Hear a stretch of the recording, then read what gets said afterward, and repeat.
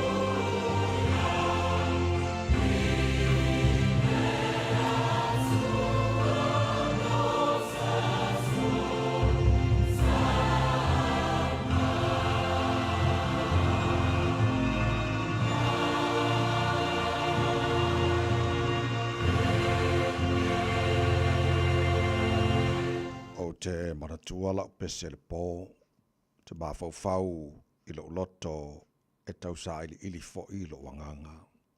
O te manatua ngā lue ngā lele i, e moni o te matua manatua o wā venga na mua. O te mana tu natu fo i au ngā luenga uma, o te mawhau i mea na e whaia.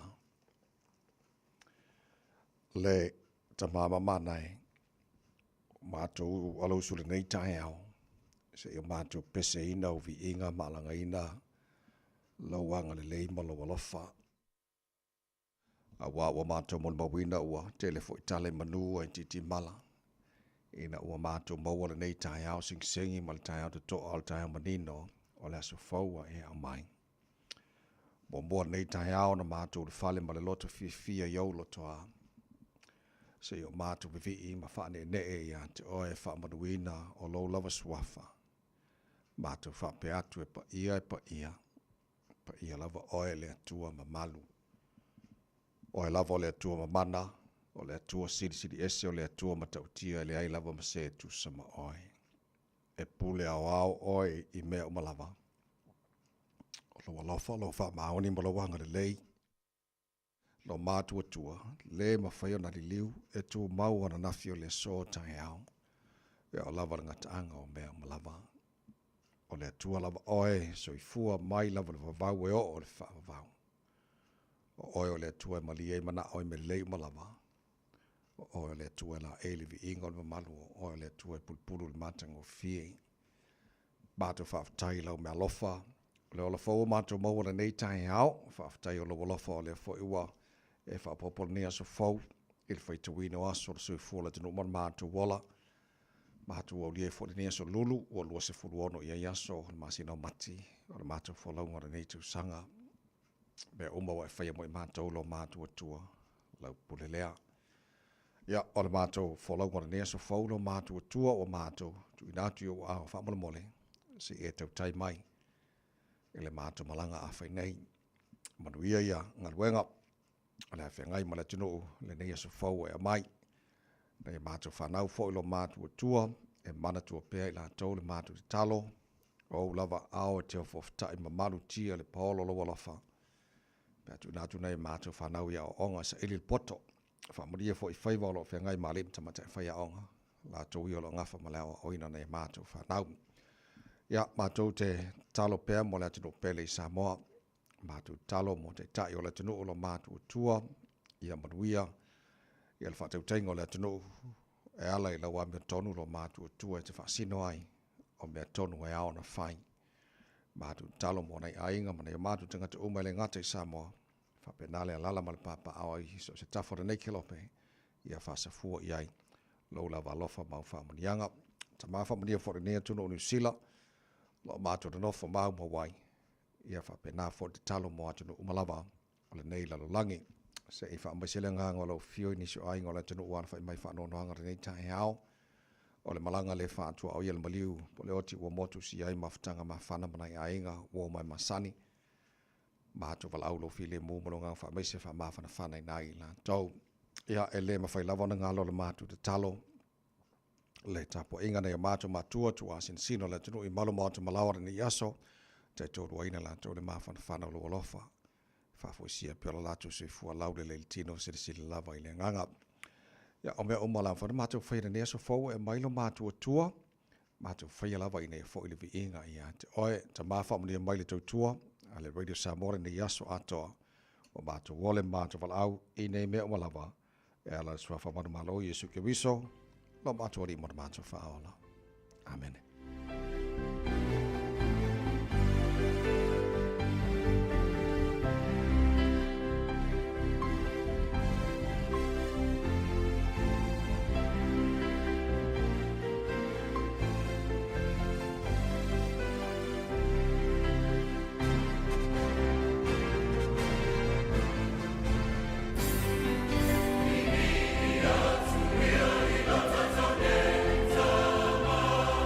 Let's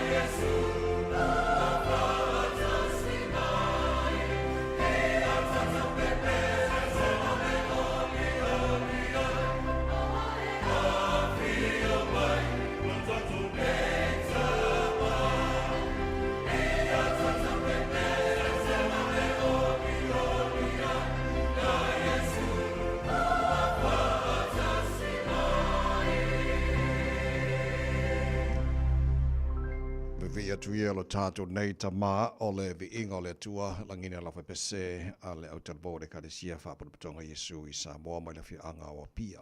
Le tautua mo alwere Samoa Sfalima i watoru a mo o tātou no le tu lai ono.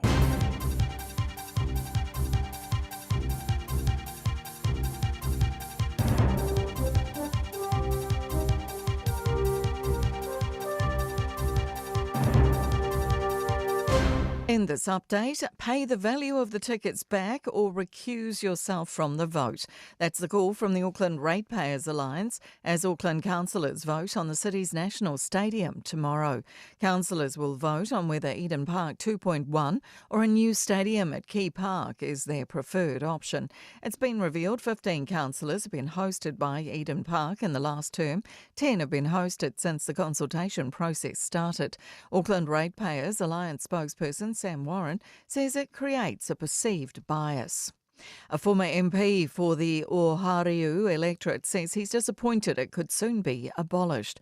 A new Representation Commission proposal suggests the seat, along with Mana and Otaki, be disestablished and replaced with 2 electorates. Peter Dunn says it'll be sad to see the seat go, but says a lot can still happen before the decision is finalised in August. One would hope that when those final decisions are made, they're more reflective of what the best possible outcomes might be rather than the political interest of the parties around the table.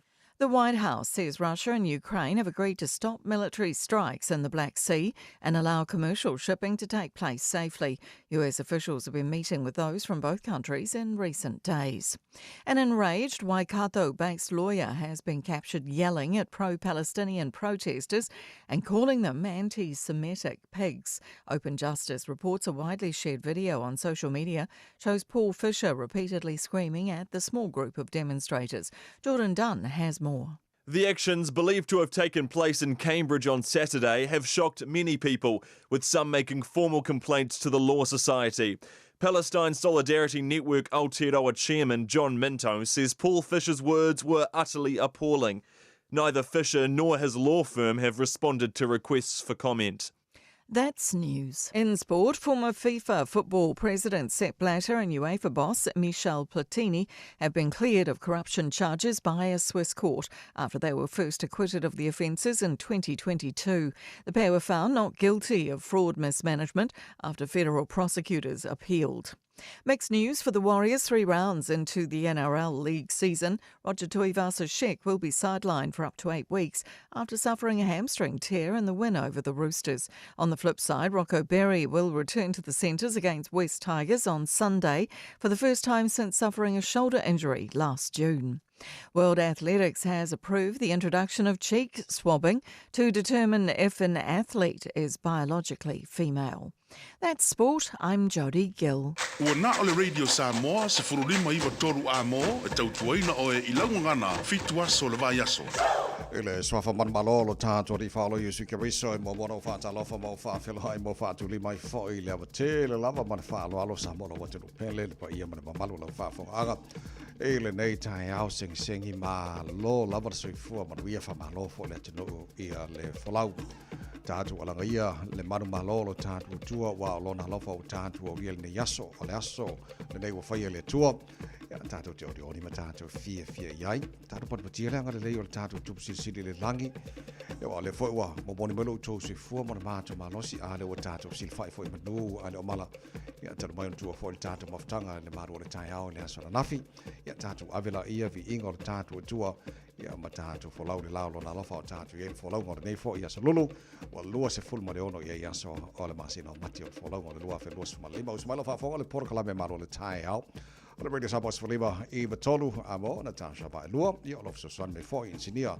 On Facebook ma YouTube Radio Samoa se roa tasi patea ma le fianga pesta el jelo sio ia mato ona nei tamai meni.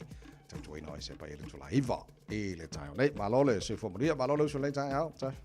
Ia langi mamai lau sunga le au hao tawai, whaafatai le tua, ua tau lia fo ile nei tai au fo, whatau lofa fo ile atunu pele Samoa, ma lo le soi fo manuia le nei fo i tai au. Ole ua afa rira vai asori. Ua afa.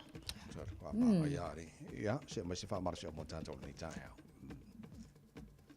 You can't make a difference unless you are different. E le mawhai ona e whaia se suwinga, pe ale a vea mua oe, o se suinga. Ia manuia tele le nei aso Samoa a vea I tātou o ni suinga le lei. Se sulua tuaile malamalama o kiriso I tangata uma. Manuia le nei tai au.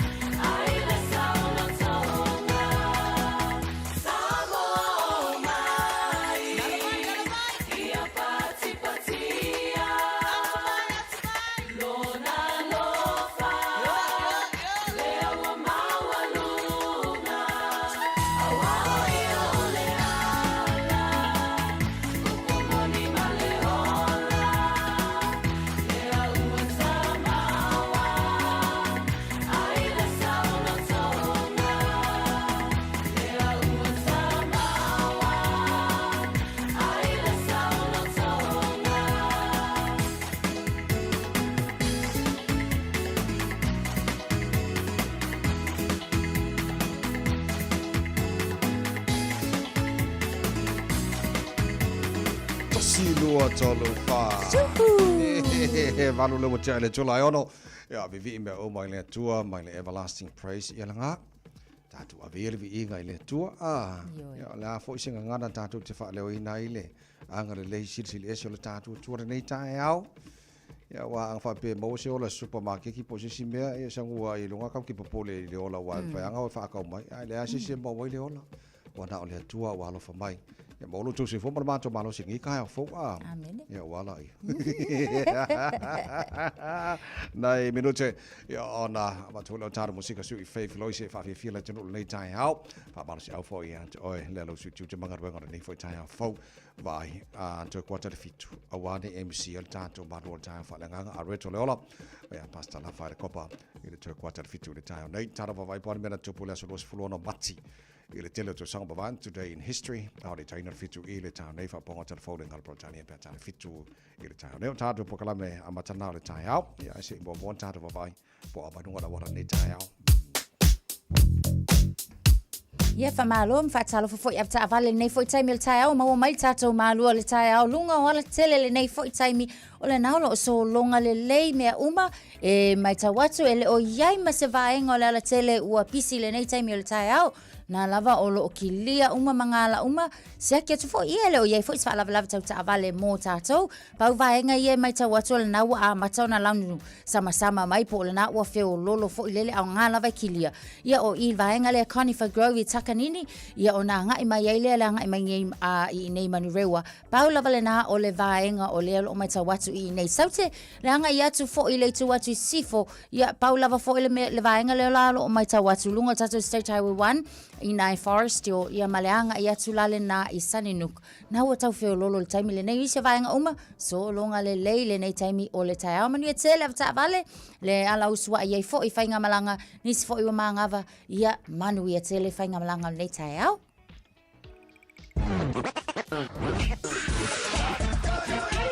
Malo soy fua, ol si fufonga Samoa, Radio Samoa, tasilima ivatolu amo, se kia Radio Samoa. Ua mawhai ona au ina atu le tala o le tau I aso taitasi ona o le langolango mai a le Pacific Finance Limited. Telefoni o Varselau fitu whawha lua fitu. Mai ngā mata tala taure nei foi tai au fau whaafonga le leiwa lewa mai la mai tau ia mai ngore tau le ngato nei a o aso lo mana I atu o lo te toi o le masingi o mati.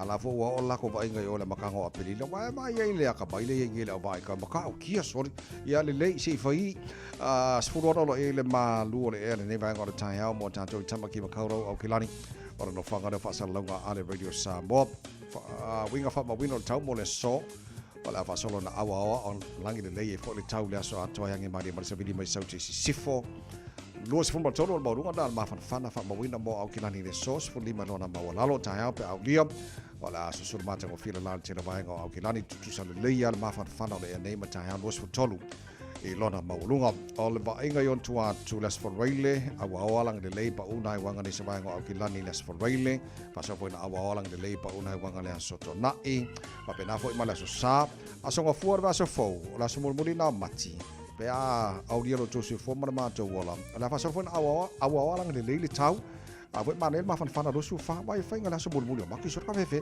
a ma kalo apelila ia pe aka ko audio ngala so do va so fo ai seki fo e ma ga ia fo ia le lei fa ka ia va ai tau ia ka lo sia ia ka ko audio ka ia o fa mo ga ia la mai tau tu mai ile nei foi tai au fau o le talo Radio Samoa abunato fa longa ale Pacific Finance ua loa le tautu ale Pacific Finance in nonga tupe mo so se fa moe maliu fai puiponga aso fa nau sa fa I fainga valo longa ba so se fa la apa lai nei lo Pacific Finance .co.nz pe bala au le oval sa lau fitu fa lua fitu e talo sanga sa una nonga tupe ile ba le lima sa lau tala ma le lua se furu hafetala e lua minute fai lau talo sanga online www.pacificfinance.co.nz ai tasile tu lai fa tali e se tali e ai inga fa bitoa pala au lo le Pacific Finance Limited ile over salau fitu fa lua fitu over salau fitu fa lua fitu se football tolu lo tele July ono lo tele bo le kale sia met tisi sa tu fia sa tu tele mo tele sala fa o se mai se tala fa fi fianga Radio Samoa e ala fa twaila tunu anga juta manga ngor ta fo ma lo ale usu mo fa vol ne ya so pesele mo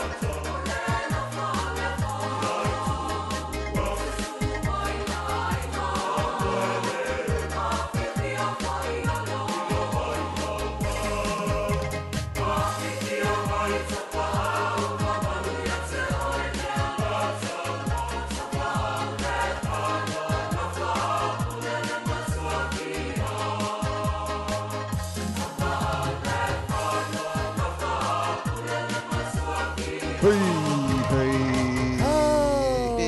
se fulmaliva. Ua te ale tula e ono lo e whaafonga le proklame malu le tae au. Ale Radio Samoa Sifulima e wa tolu a molo ngā tono ne vasa o tātu iai. O ngā tono vasa mo mātou le nei New Zealand, ma Ausitalia, ma Samoa, ma Tonga. Ia mai si vaenga umor nei tulangi. Ia la whako a solua le vaenga lai oi America Samoa, Atukuki, Cook Islands, America. Ia mai si vaenga o ke rope a. Ia, wha maruru ako e whai sao mako wole mau ki wai. E masā wasi a mako wole mau ki wai.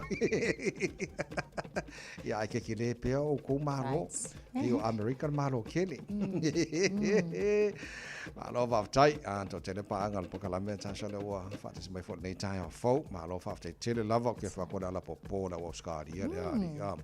So da ke lofka uloanga ngafi, o kara ngua kula whanga ua ngafi o skari. E whapea unga le luai kula e vai ka komo Brisbane sori. A whaka uloanga ngafi e whare le i kula. Sori, ai.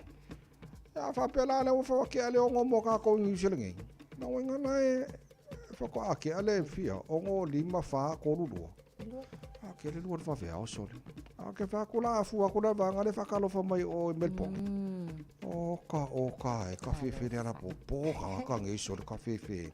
Ma lo waftai ia ua buon whatalofa mai Melbourne. Waftai a mosa.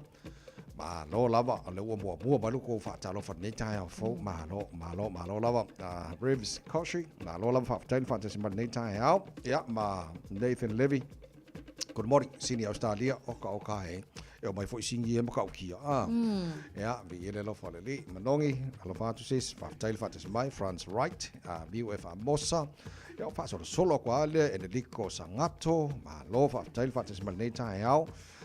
Mona mata tia sia oti, ja marko. Kele o ka ko pa oka e ko kele o ko ala u marka ko e ka le sia ku put fa vela. E ka se furu do le ai de umar maru ka.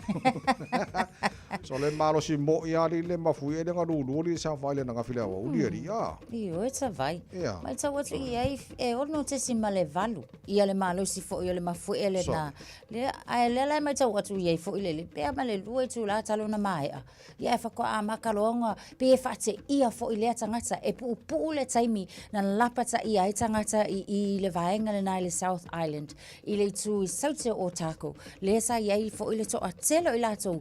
O lato talanga oka e faisi umi o latou langona le malo se le mafui so I le fua lava ia ale au va ai tau e pea male se fulu lua kilomita le lo loto fo ilea o le ala langona tele fo ilale na ele tose koi a lima afele le foi numero I latou iena moli mawina nafi lo latou langona ina o le lulu o le mafui ele ngata te tono o fale o nisi fo iolo o moli mau mai te tono le fale mai le I Dunedin na latou langona lava fo ia le lulu o le mafui ele paula le tu sa tau tuli matai ia wa mana tu fo yo nga lava o le natura a ia le mafui e kau fo o nga expected tsunami e tulanga na paula le tu fa afta ia ele o ia la se tulanga le nga cancel ia lapta inga fo yo le tsunami po le nga lolo fo ila tau ia ana nafi lava ele o mafai ona mai tau ina fo ile ele au scientist po au su ia ele o ia se fa ina mo se tulanga tau tsunami tai mil nei a tulanga le fo ia e moni lava ele ia se soifua na mau nga yo I uma a faalongo kwa fia ola va vele faalongo mau se tai ia kamoi io e su e alme ola ile kia tulanga fo ile le ia ona olana fa ai loi tangata kai mila fa penga kile le kio ia ku lo ke fongi ia kile le kio faalongo a fai mai lava wale na la pata lava e va ai va nga maululunga ole na fo I lau ele anga ia langa le anga I kanga le yo lo siska it's a vai ia so tulanga na ia wa amata wato le tele ni si vai ngora sa fa den lato bol mawina le lulu fo le malo sel mafui ia ai ole paulenga nga fa tai ole oni alaptenga fo le mo tsunami ono afiai ia amata fo vai nga mo ia tupuloni mafui fa pea ia le ia le matua matala le o tatou pe na watu fo I nei tai au fa longo le po feo mai warnings ia mo tanto ia varsau le mu fa kai lo ka moi on menga le nga fa ko fa ma sking or kai au wa ku po mai la be e mga biel va lo ka moi awan le ako angile me o le inkia la ko Ia Wai ai foi drills ata vai. Ai foi drills wai nga foi ia mo fa sau ni ninga po ta pena penanga. Ia wai ai le drill ia wa pe o fire. Ia foi nga ia sa ka penga pe le afi. Ia le afi. Ia stop, ia drop, ia my road. Ia a o fela ma fui. Ke wo angel ma fui ala fa le drill le afi. Ai le sa nga le mu wa ese la foi.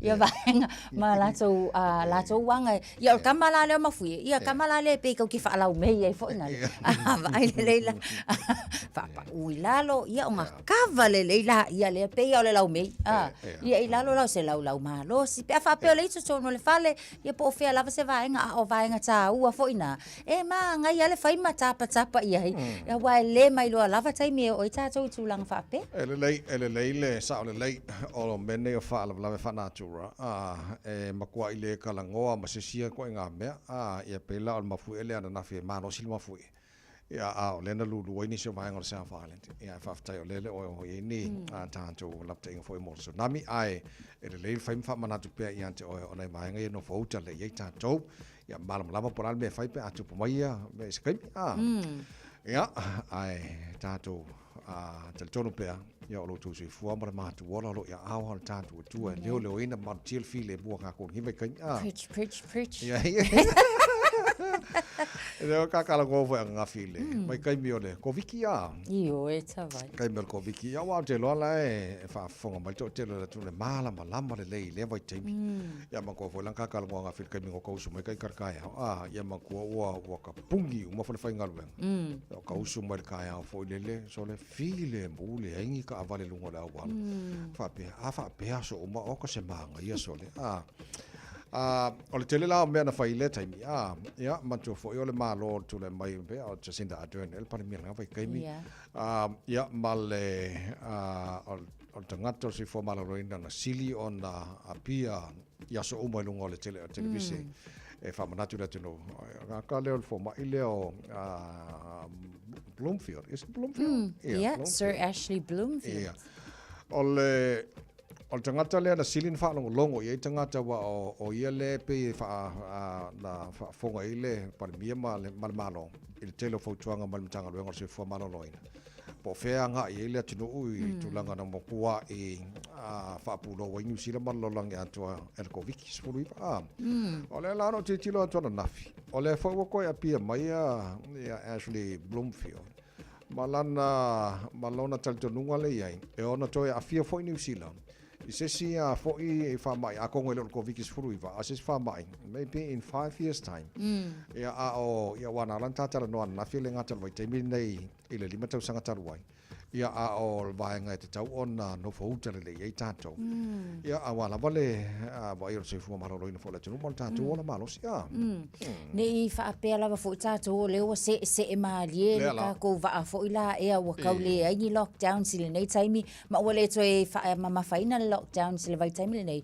o le lava o iai si fa mai o le mai ta watu o anga mai ele ngata o tupu I atu no te tele lava pe o America o lo o makwasa sao le bird flu le taimi le nei a tanga I foi le bird flu e kelenga afia ai ia me to alo se tulo ia ai mana tua foi la o me to alo foi o lo tele ina fa nga ina foi ile fonga tau mafa so ele ngata foi le na a o fa mai na e ma fai lava foi o nga pasi mai e leisi tangata anga I leisi kangaka so o le taimila ne o le lapata inga I le whaamanatuina I foi o le ako wanga o le 5 tau sanga talo na mavaile COVID ele ngata I le toe tepa itua po o hafo ini tūlanga sata tau ona le lei masili ato na whaatau nuina le nā taimi I le po ia whaao whanga yo kako ule ngā foi kaimi le palasi mai o le COVID ai whaafetai o la lava foi na iei fesili na fesili ni ai foi awa o le former director a general manager le na o le soifua malolo ina le nā taimi.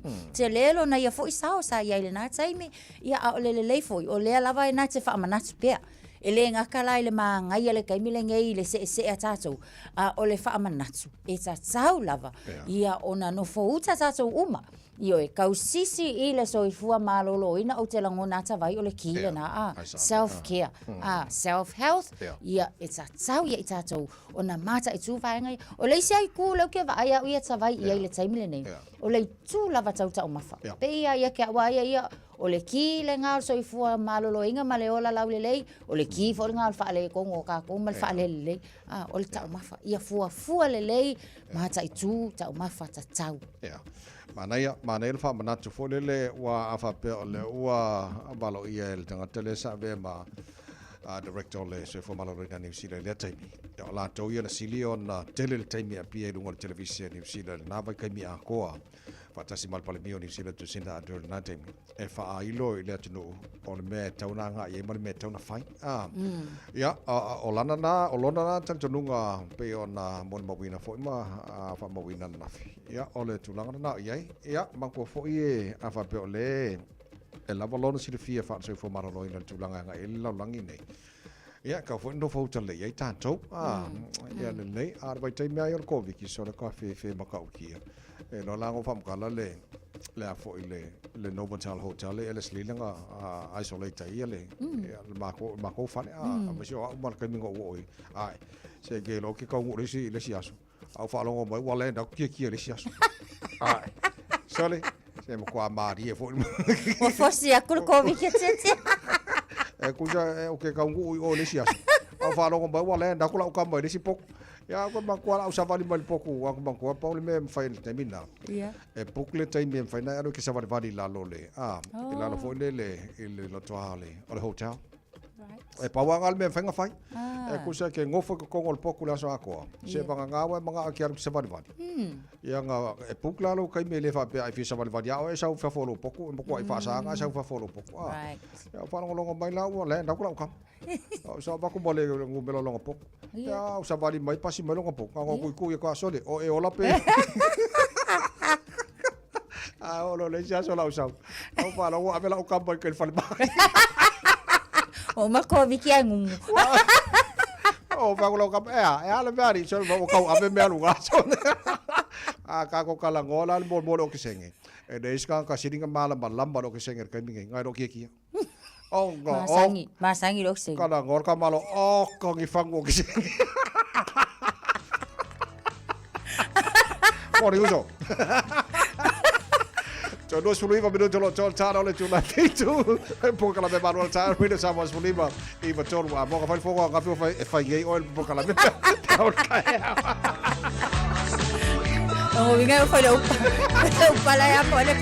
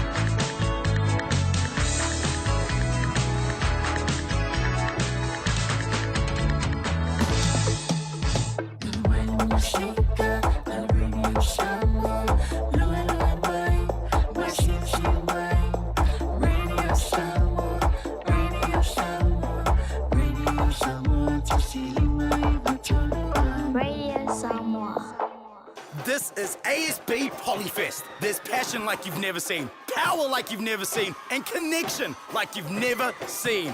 All supported by ASB, celebrating 50 years of ASB Polyfest. Le Taiping, Fabitomo vai aso mai le aso 2.5 o le 12 mati. Fa ngala VIP card fa tawai celery le na le fase full mari vasere. Meleni fata la iva se full mari vasere. Le aiso VIP card susuma ya pala aiso card a wafa madianga maolo mawafua. Le Taiping, lo sela mari tolu Lincoln Road Henderson. Oceania Career Academy, Saudi! Kako oi, kaule kaua! Pai ana pai! Wāste no magai maguia! A whaia sa ili sela asanga fau moe, a waloe te no whai, o le OCA e au tawina ai o e imtata e sese, maua visenga fau fale, vali fale, palasa, male soi fua maloloina. O le nei avanoa e anga wa aitanga tano fo mau masiti seni New Zealand o loo halala I au kilani. Le sitala nei loa I le OCA, I le go.oca.nz/apply, po le vili mai I le over selau ono lua lua valo fitu tasi. O Varselau, ono lua lua, balu fitu tasi. Ore Samoa se fulima heiva tolu amo, ma le porklame maro le tai au, ina wato e lua se fulu, ma le tolu mino jalo tore talo le tu la e fitu, tu e kuata le fitu le tai au nei, o le tana porklame a reto, o le ola mai a pasta la fare copa, today in history, o le tai na fitu, telefon pe a tana fitu le tai au nei, le tata tanranga Samoa, o ngā tore nei vai aso, ma le fionga ngana mana, I le te o le fitu, I le tai au nei, o taimi, o Brisbane, e tolu I tula le malai kako. O lea la o Brisbane e a fo I Wednesday e laua ke ele a Fort O le vaenga lai o I Melbourne Masini a lua I kuna le malai kako laua ke ele a Fort Fa bola tau a fuala ka mile fa tala fo mai nei paanga I Sydney Melbourne o Perth Australia e peia ke kilikilo aku o le fo ke ele a Fort Kasi Mola tu o Perth Australia le kiring fatalo mai fo inisi tai a por va veo oka e ka fe e o te nganga ka ko kai mima marvanga nei oi Australia fa ka pe staff so mai uso a fo o fa mani mai o lo fa yesu enga le New Zealand Health pe ai siana se ai na ability titis fu tasi tau sanga I te tono se tasi o mental health facility I tono Hamilton o le makua e mistake le lava le vaenga a leo na fai ia male tulanga le treating o le for 11-year-old girl se na avi ia ai wa makua I mafatia ma ona matua fo lele ele tulanga na fai mal fai una fai fo lele kwa wo fo peng fai le fai ia Io tava a menor ki la kunga e nei va nga ia bole mixed up les for kasi kausanga avel mental health facility ia male luas for tausanga e o foi la le injection ko ia nga se fo nga fai ka si ai o se fo mano loina la kinki Tavai, ke whai aku anga o se matua. Po le ale koe whako ese mai e mtanga ruenga ia wale mai ta watu New Zealand Deputy Chief Executive Karen Cronin o le ua whailana whaato ese ngai whaato ese fo ile lei matua o le teini titi lea na afia se fulu tasi tau sanga ai le taimi nau o tuai I le whale maila lea whaapea o leanga ave sike ngi kiki I Henry Bennett Centre at Waikato Hospital o inale na ave yei na whaonga whaatino yei tui pe na ave lole o kui ai ona o le mafuaanga o le se fo ile le whaamtalanga ona sa yei se tasi I le tala lava ia leo lo au mai le News Talk Set B yes se fulu kasi tau sanga o le teini titi nga misidentify pe nga ka se na tau se na fo ile leisi lua se fulu tau sanga o le fisili o fea sa wale nga lua se fulu tau sanga o le le me wala ifua o nga se I ai tausanga o le tainei titi le ingoa o le tainei titi le sulta tausanga e le New Zealand Herald na tau lipotia nga lipotia mua e nisi na va ai se taine pe a ma le lua se fulo tausanga o la ua a e le rail fo ile le railway po le awala le alwai le train mo ta vale afi so nga lipotia le tangata o le taine la le na e iai ona mana onga whapitoa o lea she is known to the facility o nga e le kai me e oso ai whapena le tūlanga fo ilea I lona ngase whaale mawhau I le taimi la lewa fo I mai leo lua I tūla kalunga o ese mai le bridge la jele I mawaina le taine le na ai vile o tuloa le tina e li poki o lea misi lana tama se fulu tasi tausanga in the minds o leo ka kukoe o lai o longa winga o lea ina ua maua la stintiti o lea lau whaapele o leo o le lua sifuru kausanga lea lenga moli mau mai tangata nga le railway Peitai, o le tainei titi les fulta stausanga, e le iaise ngase, e le maua se mai o le mawhauwhau, e autistic, o le ese ngalale na o ngase e lua ia. Peitai iane, ona o whaamatalanga o le wapa u whaakasi le kaime kasi, lea la o ngā lai o ngase se leo, I le lua se fulta stausanga, but ia ke au tawai. Fua lai tu ia lua iana ave isi taintiti se fulu tastau sanga ia wale la wa handcuff man tuala ola leo tangata whaapea e kakawa o nga handcuff ia restrain fo ilele awange ia ngā yo inga ke ua whaaleanga ina lato ia pe afia I fo inisi o lea wa handcuff si kinkiki se fulu tasi tau sanga avaku lo lea ua tui loa I tui o tangata e mauele ngase le mawhauwhau ia ke au ia tawai makua I la ngonga lava lo fai kio ma o ke makua I o complain Health Department, male maloni usila e ka kau lava o na tanga I le lei lava. A wale afianga lau ting titi les futa sausanga. Ke le la ngisi afianga o le atula I mai. O na o tui a ka o le antipsychotic. E makua I antipsychosis tablets. E le o le makua malo losi a whala au I tawai.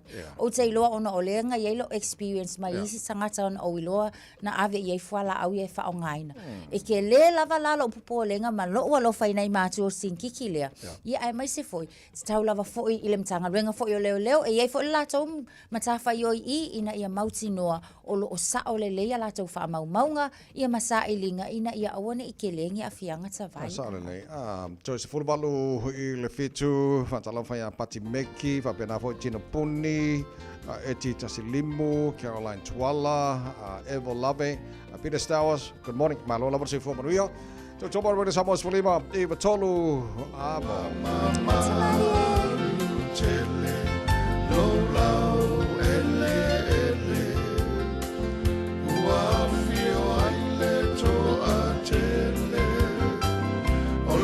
Le nei ua sau e whapine whaamau o le aso na avea ai oe matai au o sini tra la la la la la la la oi Samoa e fia mosana o le talamoni Yasa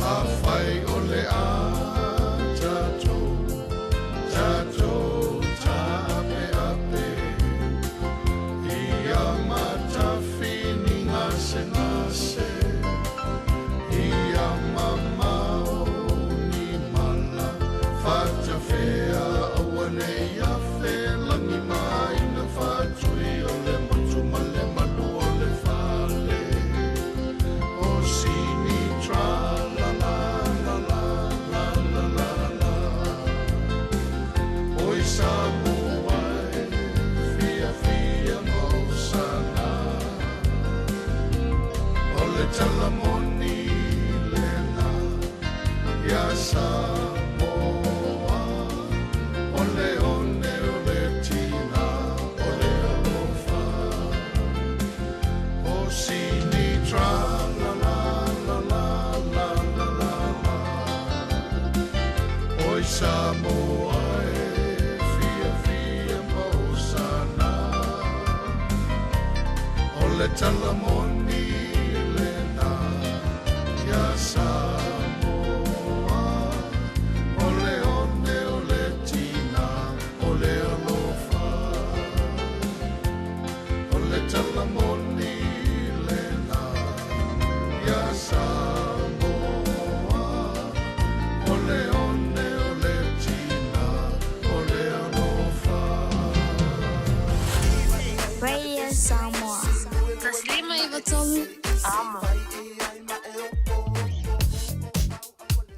Lo solonga le pelunga tato awala ile taimi le nei Pine Hill on State Highway 1 southbound and city bound lo mai tawato na wa matau na feo lolo lava ile pisio tato e mai sepe ala tato le Albany interchange Sunny Nook fo yo lo mai tawato le taimi le nei southbound and city bound lo faisi mafa yo le traffic la tato Constellation Drive ile taimi le nei ia mfapenan fa awa watu Tristan Avenue off ramp northbound lo mai tawato lo yenga delays la itsi lava ole na lava kilia tato. So tawa isu malono city bound and eastbound I Qmeo le vaenga le na nga yatu la tatu I Huapai area lo mai tawatu yo le na lo pisi mai tato ya mai tato intersection fo ila le na nga yatu access road and mai fo ila nga yatu ile Westgate Henderson on state tawa isu malono city bound or either eastbound lo mai tawatu time le nei na wa matana built up le traffic le na Lincoln Road ya fa pena fo ima nai poloka la itile na le anga yatu te Attitude Road ile time le nei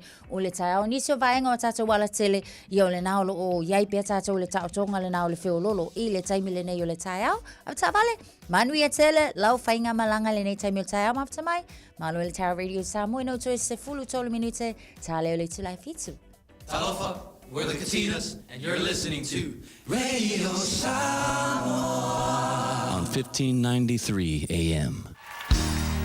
Bread of life sent down from glory.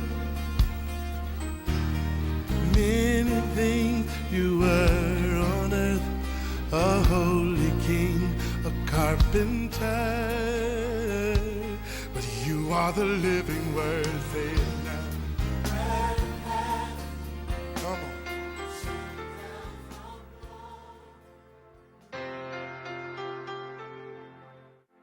O te fia whawhelo I tatu atunu uile a matanga fo le leiva yes fo ele alofa baleanga lei o tatu matai sili o ile langi ma lo le soi fo manu ia tatu atunu o le tusi le fate oto e sifuru fa al fai upe tolu se fulu e fa pelo ni fai taunga o le loto le lei o le ola lea o le tino a o le mataua o le mea e pala ai ivi o le upu e fa pea o le loto le lei o le loto le anga o le fesiri mo o le nei aso e whapea o a mai lo roto. Se loko le lei lo roto, po o se loto leanga. You know, e whai mai tala tu spaia, o le loto le lei mai o le ola le o le tino. Ngā ke wakua le ola I a te oi. A o le mataua. O le mataua ala I le whapertania o le enemy. Enemy e luna winga o lo ti ngā ona o mea le lei, po o mea o maua isi tangata, mawhaia e isi tangata. E le o mawhai o ngā e mawainga, ua e whatu saina o e malisi tangata. Ua e vai aku, e se le maanga I on, me lai lisi tangata. Ke ia le ua e itai, me langa ta o le mataua. Ua e le fia o ngā o mele nei, mawha manuianga, e o lo mawhai o na maua e isi tangata. E whai mai la kala kuspa ia. A whai e te loto leanga, o le me kupu ia te o whai mai, e pala ai o wivi. E no whate ta inga o le pala o wivi lona winga, o le ai o se o langa fia, ua mango lo o langa. Ia ma ua a whaina ia lo o langa I le tino, e ma whainga e ma ia. Whate ta inga me whaile ia Saulo. O Saulo ngā ola le leia, ai ke lo le teimi inga ua loto leanga ma matana loto leanga ia tāvita. Ua reisa e tāvita o le tua tāvita. O inga ngā a matai le loto leanga o Saulo. Ai le o langa o Saulo. ele i toi ai se le lei nga o le moe i leika, ala i leika, o wafa o Sofia le hanga leanga, o ngā le melea, o le loto leanga. Me mua la, me whaia le loto leanga ia te oe, mua, na te wha leanga ina, lau soifua, malolo ina. Lona winga, na te ave esea lau fia, ave esea le oli, ma na te ave esea le melea o le loto malie. O alawa meke o iaima meke maua, ua le aise loto malie, ongofo, ua ia te oe le loto leanga. Me longa lua, le mele a whaia ke loko leanga, urunga lona winga, whe maitala tu spaia, ua pei whole o se tangata whole ua isolate, ngu whatusa o i tangata le pela. Ilo tangata le pela ia so ia, a whaia ke maualo le siama po le mai le pela, o ngā vavae ese ina maile o i le nofoanga i tangata. Whape ngā unga lawa le me whai, e le mele o le loto leanga. E ngā ke vavae ese inga mai o i tangata, leisi mea, na te vavae ese ina mai o i le tua. Leki o le tusi le a kalatia nang mata upo e lima. Ai whai tau iai kalatia lima whai upe sifuru iwa ma le lua sifuru tasi. E levo whaatasi le mele o le loto leanga. E kukusa longa onga. Ma mea ia whai mai o le whaita anga, o le ifo tupua, o ngā luenga whaatau la itu, ma mea ia o nanga ma poula. E kukusa le onga le loto leanga. Ma ngā sala ia. Alfofola mo oi. E lo alfofo le mea le loto leanga. Mea mua o lou i o inga o ngai ke a whainga. Pai tele tangata e a whainga i mele loto leanga. E o whai tangata o le tua. E tele tangata whapena tangata loto leanga. Mua la ia e met o ngai ke a whainga i le loto leanga. Melonga lua e te tango e tau i le tua lou whaafitaudi. Kia mo whai loa i le tua. Menga ke a whainga. Ma le melo na tolu. Whaatanga le anganga o le tua, le mana o le tua, nga ke suia lo loto leanga i le loto le lei. So mo oi le aso le ngei, a whai o eilo o iese whaafipta uli whapenga i lo whai i le tua, ia e whoa e mai le loto mama, whapei o tā vita na tangi i le tua, ia e whaia se loto mama moa. Ke lo le loto mama, ma le loto le lei, o le mea whaia e le tua mo oi. Le tua o te talo se e fesoasoani le nei whaafita uli e ei nisi o a whaino o whaafonga mai e a fesoasoani le anganga o lau whio. Whaafita Yesu, Amen.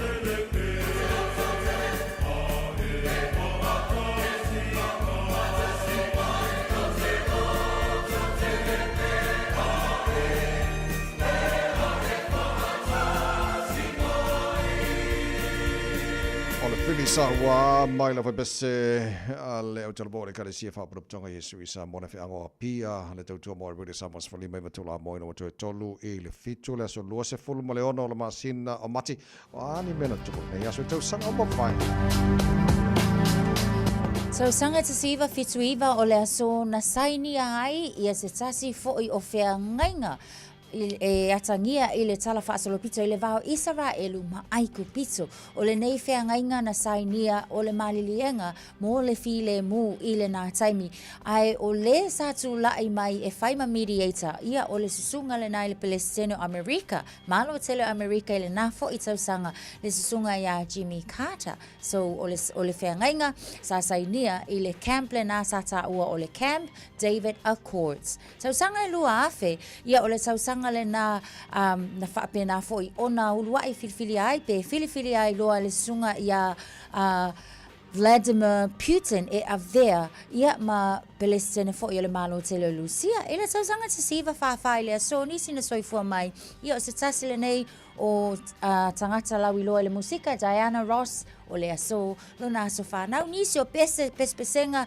mai se lava foi le Endless Love my love there's only you in my life. Ia le kasila le ngau pese.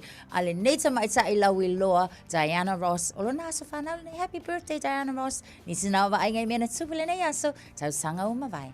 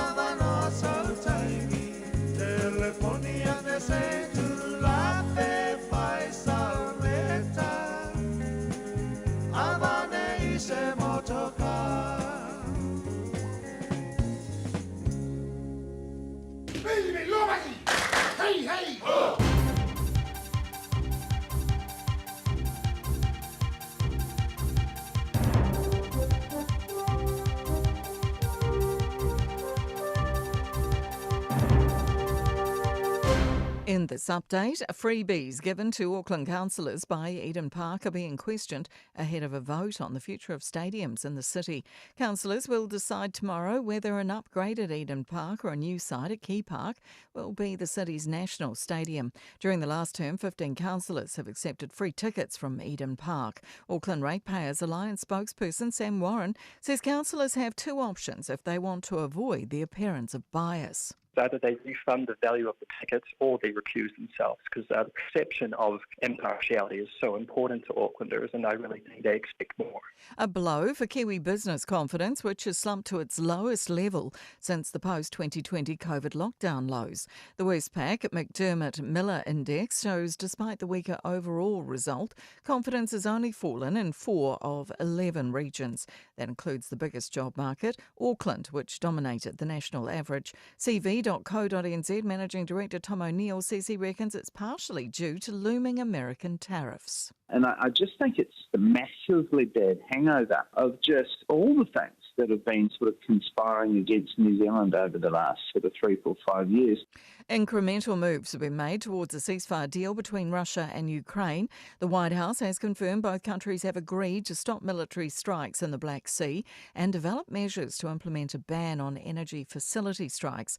The US will also help restore Russia's access to exporting agricultural and fertiliser products and enhance access to ports. It still falls short of a full peace deal. More than 24,000 people have signed a petition calling for equal ACC coverage for volunteer firefighters. 12,000 volunteer firefighters are excluded from equal benefits due to being classified as non-employees. That's news. In sport, let's take you to skier Alice Robinson's bid for an historic Alpine World Cup giant slalom crown at America's Sun Valley ski run. Oh no! And it's gone! New Zealand's dream is over! And the dream turns to a nightmare for Alice Robinson. No! No! Robinson came into the final race of the season with a 20-point lead and a chance to become the first New Zealander to win a Crystal Globe. However, as you heard there, she's crashed out of the first leg, opening the gate to rival Federica Brignoni, who now needs to finish 13th or better on the second run. Former FIFA football president Sepp Blatter and UEFA boss Michel Platini have been cleared of corruption charges by a Swiss court. That's sport. I'm Jodie Gill. Ua na ole Radio Samoa se furulima iwa toru a mo e tautuaina o e ilaungangana fitu aso le vai aso. Nisa vaenga fo ia lunga lan tele mai tau atu taimili nei na ua whiolola fo le pisi ia manga i atu ina mamafa. George Paul's Memorial Drive along mai tau atu on State Highway Lewis Fulu, citybound and eastbound o le na o loo ua whaisi pisi mai i le taimili nei. Westney Road i mangere fo ia loo mai tau atu le taimili nei ia o le na fo i ua mata lava fo i ona pisi a mai se le intersections le na tātou mai Kirkbird Road le taimili nei ia ma Ihu Matau Road. Weary on State Highway Lewis Fulu northbound and a citybound o wa mamafa le traffic le time le nei lata atu Lambie Drive ia ai whapena fo i Redoubt Road on Ram. Southbound traffic le time le nei o le nao lo o feo lolo lava slow down anga i atu i Puhinu Road interchange. Riverhead Highway State Highway Sumaleono citybound and eastbound traffic o lo o maitau atu whaise slow tātou le time le nei e mai se lava fo i langa i atu i le Old North Road. Hill Road southbound northbound i le vaenga le Manurewa ia o lea ua maitau atu whaisi ma mawhalo traffic lata atu fo i Auckland Botanic Gardens i le taimi le nei o le tai au. Route 13 o lo maitau atu fo i ia o le nā fo i o lo o moli mau mai le waka kotahi whaisi pisi i le taimi le nei o le tai au. Nisi nao swinga ia ai maise fo i o vaenga o slow down ia ma pisi le nei taimi o le tai au. Avta avale manu ia lau whainga malanga. Malua le tai au Radio Samoa.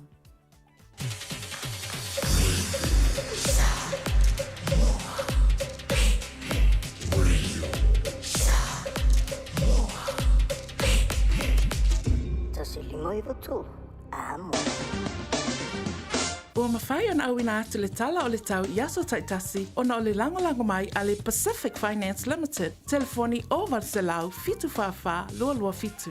Palo se whomaria le tino nei taimi o le tai ala vainga lata mai le nei i le tala o le tau tātu amata mai i Samoa. Lua se fulma le torolo i le vevela i Samoa nei vanga o le tau o te alfitu i Samoa. Wa vai atu le mana mai le langi le leo le tau i Samoa nei vanga o le tai au. Winga wha ma wino le tau i Samoa mo nei aso le wha sona langi le lei awa o. Ia se whakana fo inisio vaenga o le tino e timu ma whaina o le tolus fultasi tolus fulua degrees Celsius morunga le vevela le e Samoa le so.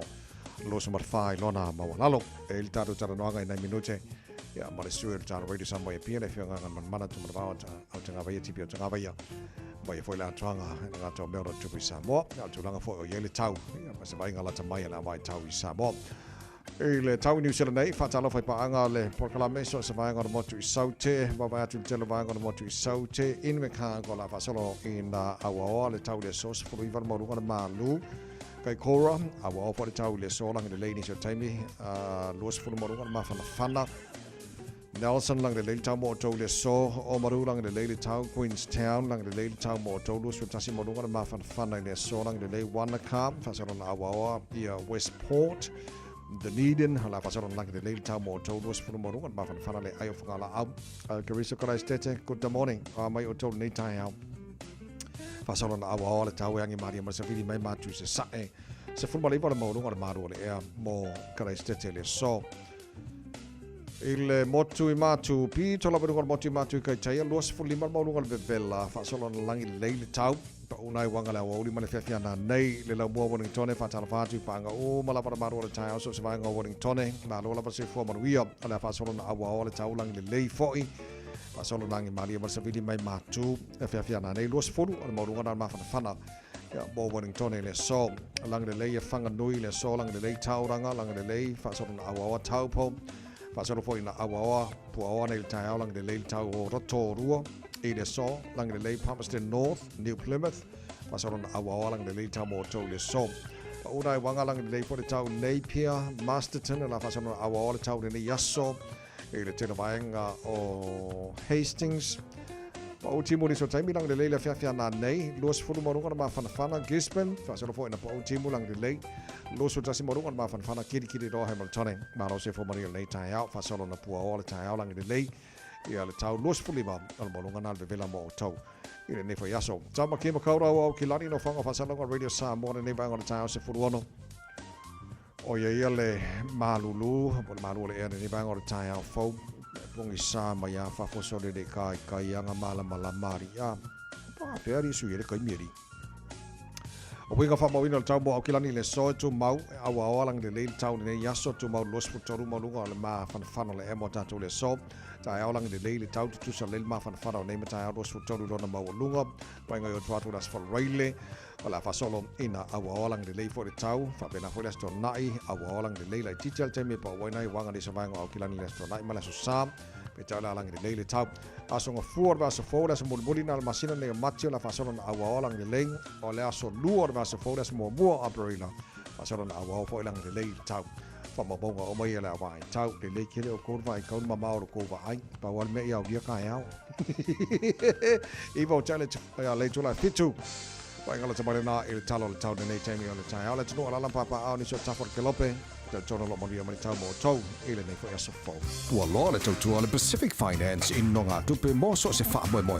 maliu fai ponga aso fa nau sa fa I fainga balo longa ba so se fa la ve apalai nei lo pacificfinance.co.nz pe bala au le over sa lau fitu fa lo fitu e talo sanga sa no nonga tupe ile ba le lima sa lau tala ma le lo se furu ha fetala e lo minute fai lau talo sanga online www.pacificfinance.co.nz a tasile tu la fa tali e se tali e ai inga fabitoa pala au lo le Pacific Finance Limited ile over sa lau fitu fa lua fitu over sa lau fitu fa lua fitu se furu lo challenge la fitu le fa le polkalame malu le tai out radio Samoa fully mai tola mo nga toro nei va so tato ye moni sa pa anga le tara polkalame fa ta se mai nei va nga tai out ma lo ar sui fo manuia e qua fa kai kire ko fa ka se marka ko ai ngi kai afo marka ko e kalisia sole ke lo le mela ko fa ngo longo ku e ole e tau fo pe o ngi e lo ko ngo Eden Park ata to le nei au kilani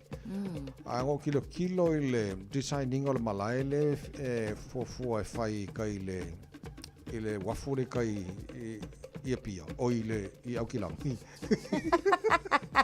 sole mo maka o kia sole ai lo ngai la le kongu po le me ko e fausia fa le Eden Park pe ole a si ilo kai o le va ke le kala o so le polo ke kile ole fai ole paka kele le kai o ile waterfront kai le wafua ya ka si la fo ki kilo fo le ka la fai fo le paka Brisbane la ko yes Tulanga mana ia fo ila le na ole wala o yai ile nei fo itai mi mai se fo ia ole anga ia tu fo ia mole olimbeka ole tausanga e lua afe tolu se fulu male lua ale la mai tau atu ia ole ile vainga fo ia Paralympic Games o ina la ina Brisbane Stadium o ngale o Brisbane le la ole afa atu ina ile la tu stadium le na ile taimi le na i le vainga tonu ale ta ua o Victoria Park o ngala le afa ia le stadium mo ta alonga ia so o se tulanga mata ina fo ia fo ile tu tau mau ainga o le si tia fo ila le na wa o mele le ia pe fo ila tal no ia ta fo council ile fauseina fo i pe o le toe fa le ia fo i pol toe fauseina fa fo inga Eden Park po fe lava ai o ke lo ai ia o le tuli mata fo ile o le si ki ai o le tu tau tourism tu tau mau ainga so swangi tu mau ainga la tu ia male fa ma nice artili ai pe o ia foi vai nga watu nu ia ole so pe male mai ta watu la ia e fai ala si tele foi o tapenanga ai mai se o vai nga o leo o tapena ia Brisbane foi ia mai se ole malo Australia ile fa ta ina ole la to fa mo le ia so le ke foi a kori ole manga nga ia li ia le amo o ko Brisbane Australia ole nga o ku langa nga ia ole o ma ko ka wo ke o pe fa pikiri si fier ngi ka ia ia fufuanga ba ia langa ka penga pa fa tola ko le kali malo ile o le peka nga ka sanga dua fe ko su dua yes so ko e fia ko e fiku ko sanga yes dua lima nek ia fiku go ko ki mathematics ka ko matematika ko ki matematika ka ko sa ola se kia 7 years time ko ngomale au ka ko la le au kilangi fa fitu nga fulu ni fitu ia ete man tu foi langa wale van fa le proposal au kilani e fo sini malai se tolu e fuala malai nga e tangata o makamaka ia e ye malai pe amal walu afe nga se fulu afe tangata o yai fe ka wile mo ka longa kilo be ka longa blues le ka lo e wa o ka longa le nga ka ingele blues nga fa ye ai pesu kasi afe ka makamaka ya a fa pela e ola ka nga fa nga pakala le walu afe nga se fulu afe fe ka wile le ya ia ona fo mai le isi malai pe mare se fulu afe nga ilunga e por se fulu lima por e se fulu e fe ka mai isi ka longa ye fa ka nga Warriors pe fa inga pe a sa ola ia o le Warriors se so ela fa inga nga paka ia mar paka ke le pe o Eden Park e fa nga lai kong seki ma tis ke le o pele ki wai e sold out umai tickets pe e fa inga o fika ka fa se fulu afe lima se fulu afe o pakalanga e kolu au kilangi le kau fuafuangi e ia lo ko unga fai ki o wakari le afo le pakale fi fai kai le wafu mele le wafu kai le so da ka fi o maka nga po le aka fa ka nga mai me ia o le ala po ale me son ia sei fai pa war me ka wa ioi alo wa tai le tuno fa fo mai ton fa fenga wenga nei tai au ma lo ala su tu te manga wenga tai au fo ia ka ko au ave ngai kai au ave pasi ave lori ave korea ma lo la valenga lu nei tai au ave upa ia ave fo afi wa e ka ko ave fo afi samo sa alu aki e mele feo e kamba i pe fa pe inga ave la ko fo afi ka ki ka se ko fo afi sole ya ko fia mo wal mele ngo foi au ave ngo fo afi pe fa pe sole o vile loka mo ngi ko ma ki langa train ki fua kanga ki fua ya au ave va lele alo o ke fuka ko va lele fa fo mai Captain Sydney Yeremia uso lo fa o de ko va la mo la ka mai au so la so la fa ka lo fo ma fa ele va ngo lu mo la o me ki ngo foi ave va lele ka ngo foi ska ni ya le vai ska ko ki ma ga ngi ka fa mo ya ona si ki ma ga ngi ka ia re singa sua massimo matou ia le fale io e nei matua matutu le fale ia ma ko fa apala le leila mas mo ma ko nga matua ai mo matou fainga luenga se avel pepa masi ia mal pro kapaka ata vai io ia male pu kofe pol fan kofe ai man ko la o ngi ngalo fa mo saka le leila fa mo fo ila le O ngā ave ala, ia lea ka vale ia le ako ia. Ia lea se pole mas pisa. Ia. Whaka vale ai ngā ala ko walo fai fo se sia. Ai whaka lau breakfast ngi kai ai. Kwa manga ia fo ia. Whamanguia ia whamore mone. Iyo e. Whamanguia ia mwhai tupi continue. Whai ai pia whamore mone ngi mai aso. Ia ai a. Sporo ono tele July 5.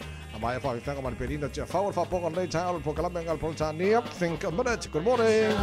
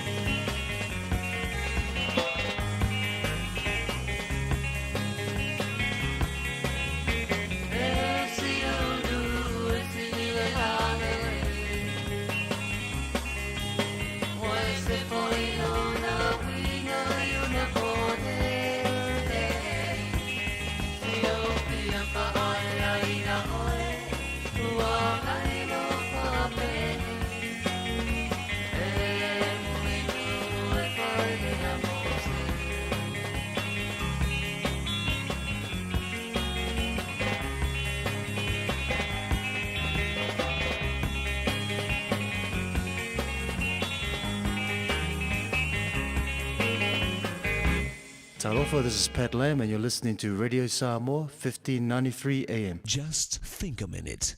It could change everything.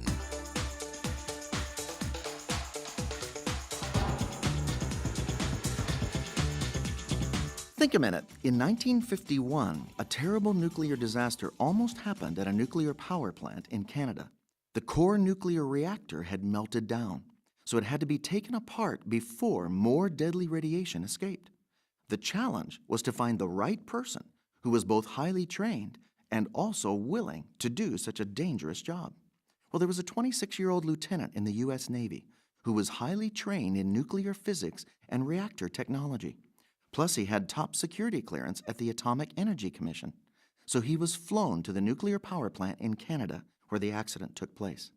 There he led a team of technicians as they practiced each precise step of taking apart the melted-down reactor. Finally, wearing special radiation-resistant clothing and armed with only the tools in his hands, he went where no human being had ever gone, the core of a melted-down nuclear reactor. He had to take the reactor apart perfectly, with each step taking no longer than 1 minute and 30 seconds. In that amount of time, he was exposed to the maximum radiation for a human being for an entire year. So his quick and skillful work was crucial to his very survival. He had no time for even one little mistake of fumbling for a bolt. Both his life and the lives of many others was depending on him. Well, he not only survived, he greatly succeeded. And not only at that extremely challenging task, but many others throughout his life. For that young Navy lieutenant who saved countless lives by skillfully and bravely going where no man in history had gone before, went on to become President of the United States, Jimmy Carter. You see, what we become is determined by the choices we make today and every day. We have to choose to do the right thing and be our very best, no matter what the cost or risk. And when that becomes our daily habit and character, then it will continue bringing us even greater success. So why not ask Jesus to forgive you for not living the way you know you should, and to help you start living his right, best way today? Just think a minute.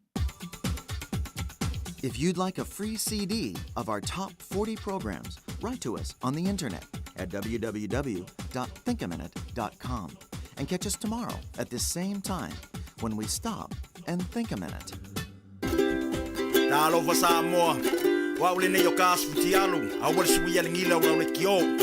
Aeva eva mai ina se fudu lima iva kolu, amo, Radio Samoa, vevela a. Lo so malualo wa chale chale fetu ta show fantas mai le fionga le aloli le fionga ngan mana tum braba tanga vaya tipi tanga vaya yo le suyo tanga Radio Samoa pia.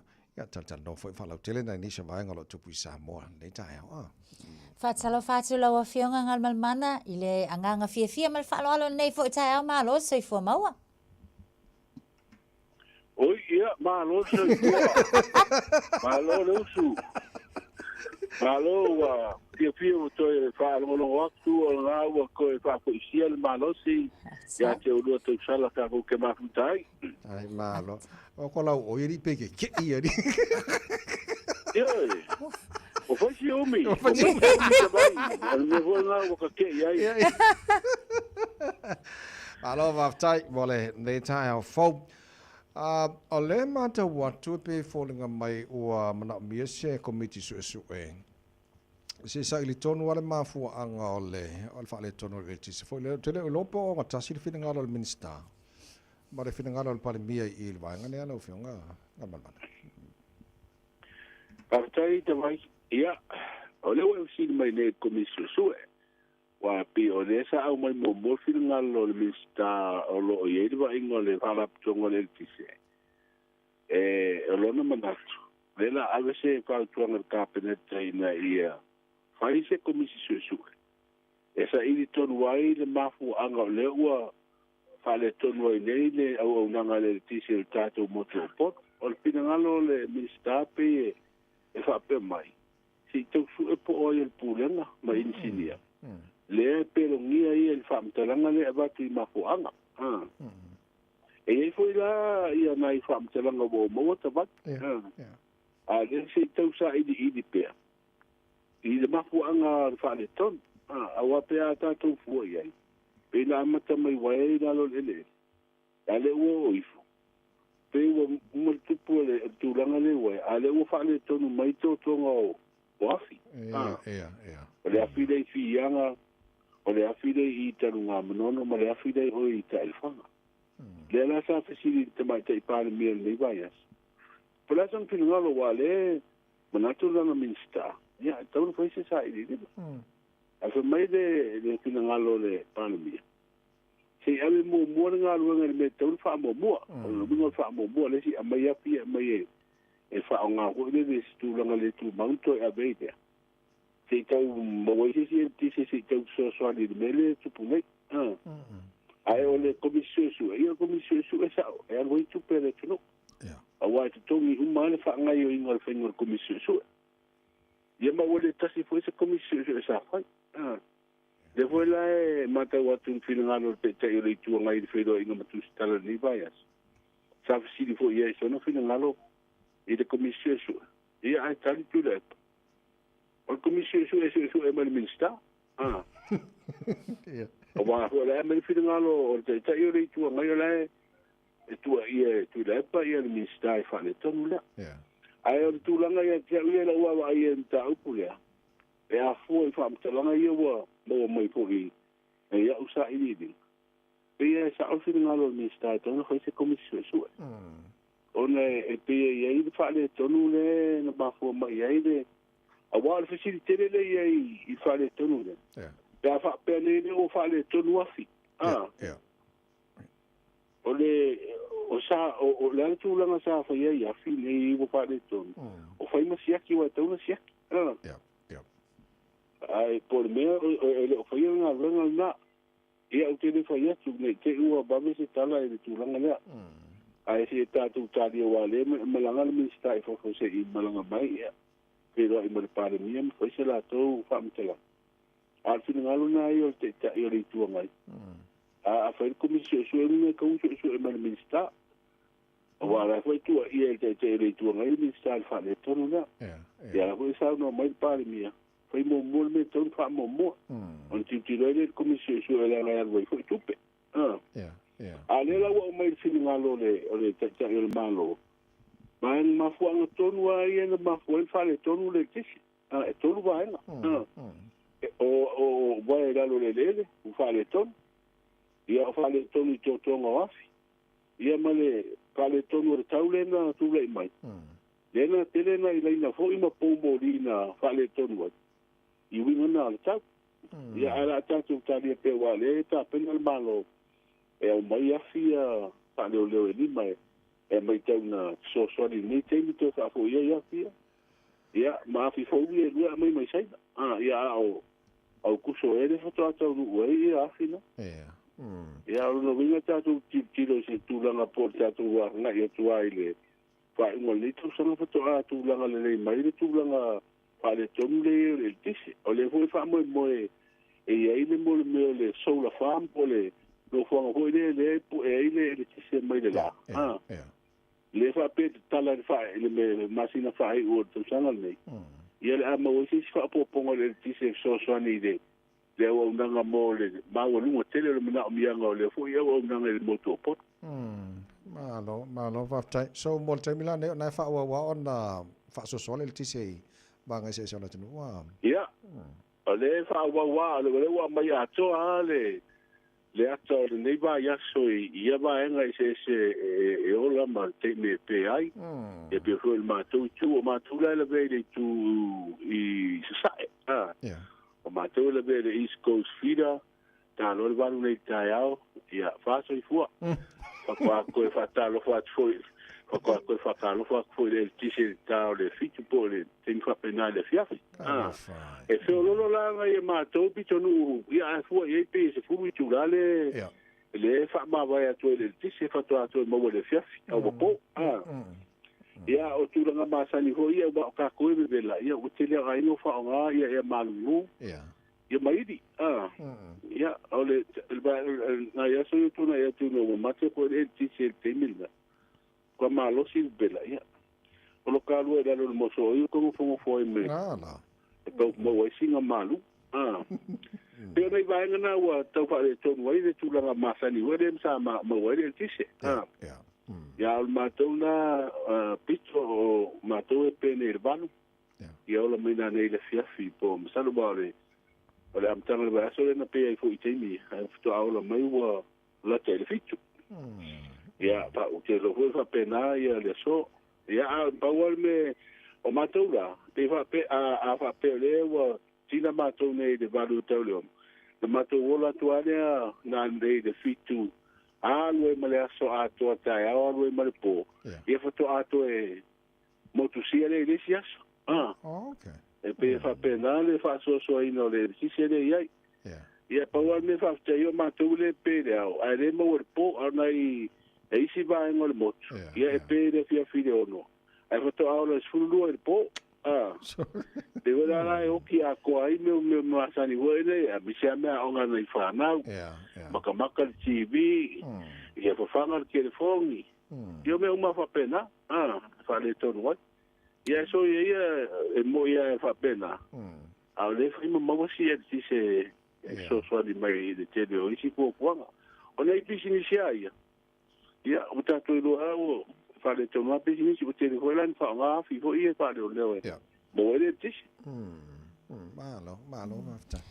O se tasi fo yo tala fia lo mai tawa tu fo I ato no se tala le fo I monisi o e tau sa ili nga luenga le mai tawa tala na wata tala le tala mo ila to e fia talo sanga I nga luenga fa avai taimi fo ia I ofisa o fono fa avai. Sa le le sili le o le wale le fo ba le wa sa wa tanga tu malo ne la to ofisa fono fa avai. E ave la tu le stala pe fa pe fieta sanga ni nga luenga I New Zealand ma Australia nga luenga fa vai tai wa tu langa le sai nga I mo mer official nga luenga ne lo I de ponga fa de dua no pifa ia matu mo ia ina ia al tu langa la le o le la nga I o I official fon fa vai ia te le fo le so swani mo lo official ia nga luenga I pia ia le fo la fa nga I tonu ia su fo yo o ila tau ho yo fon fa vai le tu malo nga fa male tau di mai na vo yo tal sanga ma fa le stala ia ma sil ton wala to la tu tanga la anga ia tu tal sanga I nga lo nei wa le si tu le sa fa lo mai no wa fa swinga nei mana mala le tanga to fon tanga nei to lo official fon fa vai tanga to la tu malo ia se manga na ia tu ngai tu malo I pe nei de vai ba ma mai fa le ata wa tu tele fa ta wala tu fa no na ai a foi tu malo ho ia lo mama ia e le si fio anga ia ta wana ma fa ngo fie Ola la malo si anga o fono fa vai e ngal le skala pe fai uma la tu fa unga o tanga te tau mai fa foma ma tanga te le tau mai ngamba man Ola tu la ia a me le stala ia ola tu la ia o te lo fa ma wila uma sua fo tanga te ia la le stala awala o te lo ele fa tino ne la tu ia tu la le te wei no ta sanga o te lo I le officiale ia le vai o ngalo fa vai te e foi ele fa uma eu acho que fio foi ia o ngalo ngani a company esse eu te lo la foi ele official ngalo ngani le official tu le pia tu nei ba ia na be no le o ile official for fa vai pe ai si le ia mata ia o sione le fa pe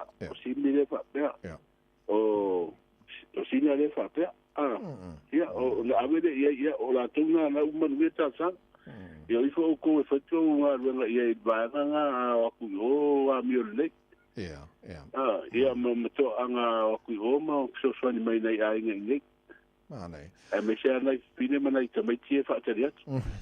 Sa wa. Mana ia le sosoni le UNDP ma le Mano Britannia fo I se mo kwa ia o le le tanga te fainga wenga e fo I te atu fainga fa ala tu fo ia ngamba man. Sa o da vai. O stasi de wa taluna fala wi lo fo I le fainga fa vai tatu malo la tu sanga ile. De avele o le fa ta u ile ta fio Fainga whaala tua ma whainga le tonu o pūlenga o ngā ruenga le malo.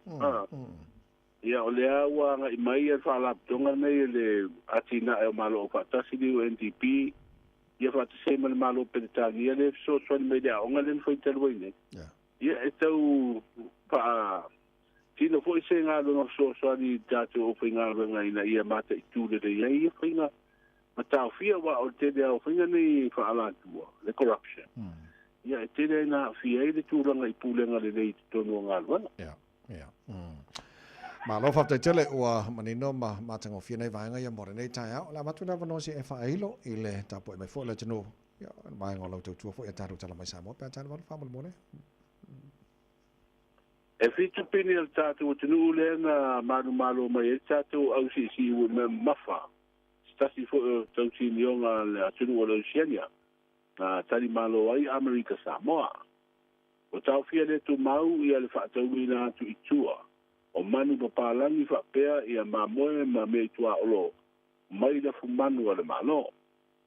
O te ena le au ngani a se matai e te tale ia I tua. O ne fia nga e va aisio na tua atina. O whaale au ngata o manga o su enga o morianga o na ua le maua se vae na te le o wha mau o mori mau. O le ua Filipinia se tamaitai. E tau reina le tofinga office city. Ia mo tātou whala pitonga hune o whaaputunga tupe o mawanga tausi po le iutos. Malo whaftai, ai tātu te lei whatau whāle nei tae au. Manu ia mali tau le tunu leo ngā tono nei mai aso.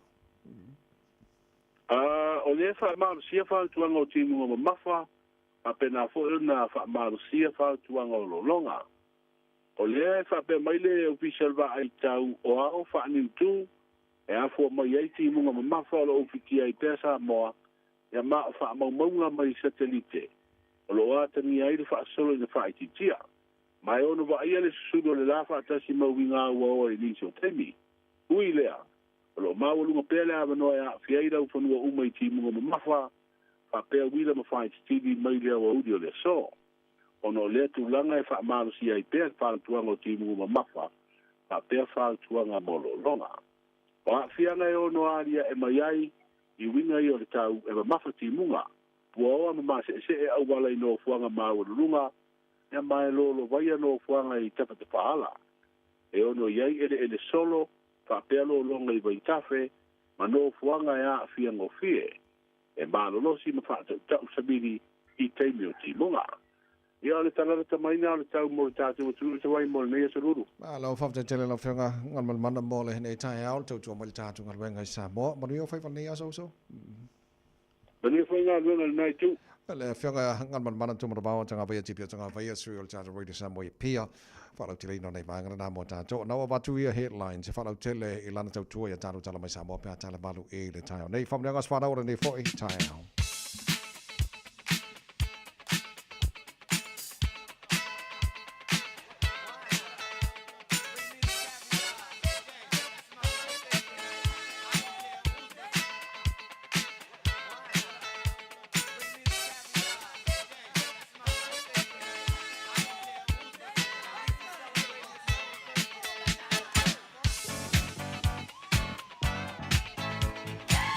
Pamneangas whanaura so lulu nei lea so lua se fulmane ono mati telefoni ma whaina momoni ilau whamonianga tolu fitu tasi lima iwa tolu o le emaili. On air at radiosamoa.co.nz. On Facebook ma le YouTube Radio Samoa awala manai o mana whamneangas whanaura nei fo I tae au. Tātu telefoni nei tae au. Fau malo se fua.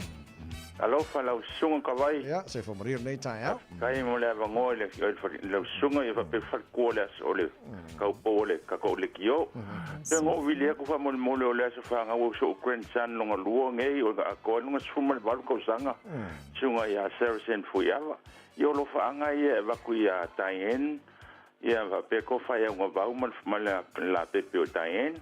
Yo le fionga ya ka di James ma heiso man la PPO heiso ia ma ifa peonga makua ia Priscilla ma Sio ia longa uso ia Sebastian ia longa fingi ia Cheyenne ma Aspirin ia lenga kai leo lo fa anga ma young grandparents nga makua ia motu ifa pefu ia ka lolo le ke fongi ai ifa manguia le kua I lau sunga ka vai fa perfectua ngai kuot ka kuainga ia Pafka kile mula bangoa. So for yava monia for le nei tae fo Paulina. Good morning. Malo se fo.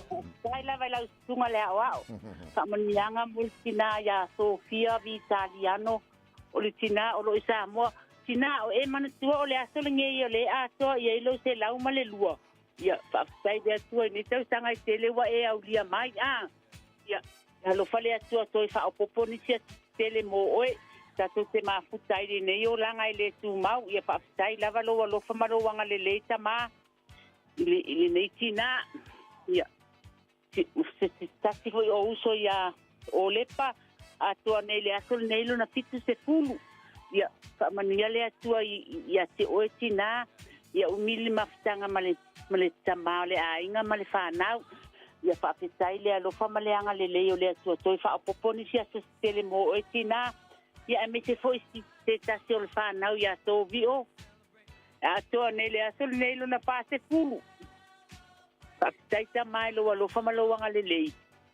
E wila mana ele whalongo mai, ia alo whalongo mai teo whanau ma seo to olua. Ia, alo whale atua whaafitai lava I lo alo whamalowanga le lei. Toi whaapoponi sia se tele. Tātou te mafutai ma le whanau ma le to olua ia whaafitai lava tawai whaafitai lava lau sunga le ao ai me te fole Leu se ia Natasha, sai lava le nei atu, ia manuia lava o lua le nei atu. Sai lava Paulina, moni e fore nei tai hao, ia, e whamanianga lau pito. Iolo, ia tātou whaamanuanga I lungo o tātou email mai a whono ti ene, Lina Brooklyn and Bailey, o le whaamanianga le nei e mo asomua Ioapo to Alima. Ia whaamanu ia le atua I lo aso soifua I le aso le nei tamā, Papa asomua Ioapo to Alima. Ia lofa le atua ma whaaupopo ni si tau sanga se tele, tātou te mafuta ai. Alofa anga mo oe mai lau whanau I Brisbane, whono ti ene, Lina ma Old Grand Kurtz I Brooklyn ma Bailey. We love you, Papa. Ia o alofa anga na mai a whono ti ene, Lina, Brooklyn and Bailey, mo le tamale ia asamoa Ioapo to Alima. Le lei, isi se whamanianga po ka kourunga. Ia, tawai. O ka koua? No, le vaenga la valea. Ai. Ia. Sorry. Whai la tō masui o le nei au. Ai sawa. Le lei, so kilo ko ape le whamanianga le lunga ka Facebook. Oh yes, mai a moe vita L. Mataia. Happy birthday to my dearest son Sylvester Allen Mataia. Ya lofa tele le atua mo oe male ainga. Love from mum and dad, Vita Matama. Le si whamanianga mai a na whae le Whenika. Happy birthday son Tanita. God bless. Mariula was whanau le so. Lunga ka ko YouTube. Yeah. O ka ko ngā? Arena. O ia wenda. Ia lelei. Saya Frank Sola. Mara pese whamni a tuale pūrenga. Mara whenga Radio Samoa. Mara tāna pokalame malo le tae au. Lea tino whamana tuto was whanau le so. Ia awere vi inga le tua whapoponei tau sangaro tu sefua. Manguila sfanga, manguila paki.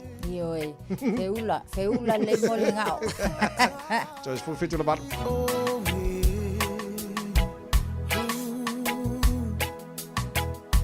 So safe from my soul,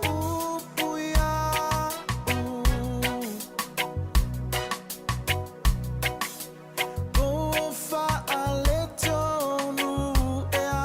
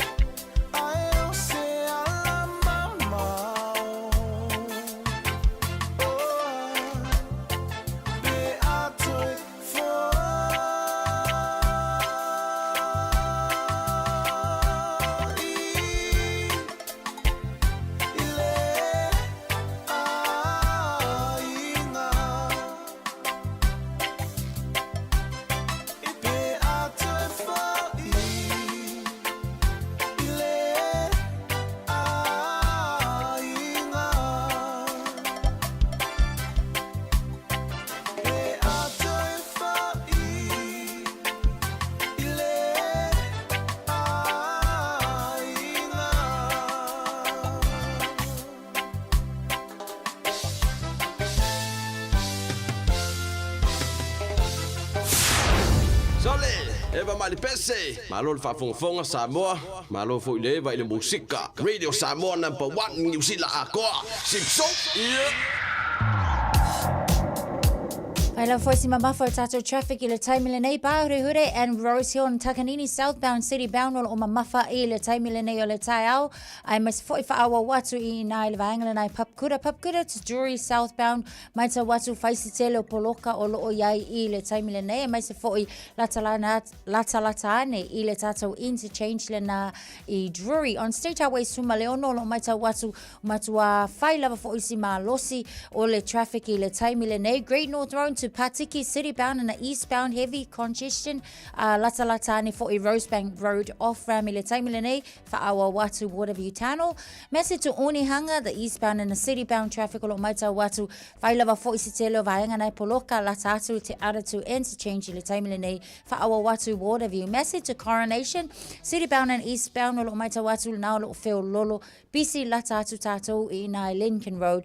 Ia on a fast solo to Lavale to Adatu on State Highway Lewis Fulu Eastman Road Bear Malis Fulu Minutele travel time Leol Oyai Motato Dominion Road State Highway Lewis Fulu Ma Losile traffic ile time lene Mangry Bridge Straight Highway Lewis Fulu northbound city bound o Mamafa Fotato mai le vaengalenai Onehunga ia fa solo ani Queenstown Road off ramp ile time lene Nelson Street fa pena foi Gillies Avenue to Regan Road o Maita Watu on northbound city bound fa lava foi si Mamafa traffic ile vaengalena New Markets Viaduct Ia Maleanga Iane I Green Lane Cavendish Drive Lambie Drive Puinui Road Vaenga Umaya Faisi Mamafa le traffic more tato ilene for taimi southbound and the city bound northbound towards Auckland CBD Maita was for Mamafa le traffic more tato Malvaenga na Highbrook Drive Anga Yatu Mount Wellington Fapena for le Fasoroane Sylvia Park area Ia Ellison Panmure interchange Ma losi le traffic more tato taimi le tao Manuia lau whainga malanga ta vale tau ina ia saunga le mum tau nu manuia maftamai malua tau Radio Samoa Radio Samoa Tasilima Ivatolu Amo Radio Samoa Tasilima Ivatolu Amo Talo falava. Hola, ni hao. Tato a waifa tasia fa manatu le ese senga wanga no Pole World of Cultures. Esi liama se lau tol sfulu po kalame ese fa apema fa fifianga. E yai po kalame pa ule tau a oisi ele ai se tutongi I vaenga ese o kilani. Sa ili ane le World of Cultures I lunga openga tfailangi mo nisi fam talanga. Ua awina atu ele pulenga no a au kilani. Life doesn't always go as planned. A family tragedy, an unexpected bill, or a sudden expense can leave you feeling overwhelmed. If you're a homeowner and need urgent financial help, API at Finance Direct Limited is here for you. I understand your situation and provide professional caring solutions to ease your stress. Don't face it alone. Call me today on Oluolo Ovalu Fafa Lima Tolu Tolu. API at Finance Direct Limited, your trusted partner in tough times.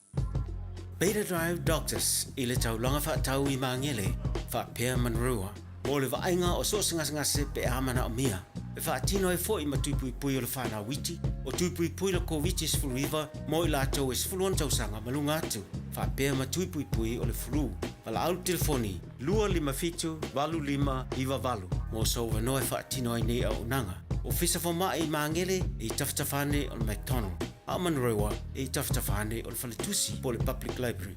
Beta Drive Doctors, Clinics. Le Taiping, fa betombo va yaso mai le aso 2.5 o le 12 mati. Fa ngala VIP card fa tawai celery le na le fase full mari vasene. Meleni fata la iva se full mari vasene. Le aiso VIP card susuma ya pala aiso card a wafa madianga maolo mo fu. Le Taiping, lo se la mari tolu Lincoln Road Henderson. So iva miro tolo talo le tula valu le proclame malo le time radio samos fuli mai tola mo tano tala mai sa mo nga tolo ne vasa plata valu le time ne mana to mari le time le lo fa mara le le tano matai le langi matua. Malo don sa Malolo sa ngi ka fa malo si mai pisi foi nai fa nau ngi vai kai mi wa Poly Fest le paso fo wa Yo it's a bai paso fo Poly Fest o le tala no le director le Poly Fest le for valu nei tai fa mani no tele o nai vai nga wa fo mai nei matua ma so nai fa nau pisi nai fa nau le on siva vai ko anga on siva fa mea on fa mo le mone ko anga on siva fa mea on le ai fang wa ka ko po kala me ke wa lu le kai mi uma mar malo si ongor si ya la ko fa de mo le se me ongor fa fa malo si fa mo o fai tau e le lo ia o over malus for tau sanga lo ia maori over malus for tau sanga lo na legal experience e bang for e le petition wo ia tu fantasia se ma ko fa sanga kawa ngai or po kala mena malo le fai ngo me ai tamaiti o ti lo tu fa punga ma opo per tani lo fa ngai na lo ia le ma kwa ke le fa le ton ma le fa tu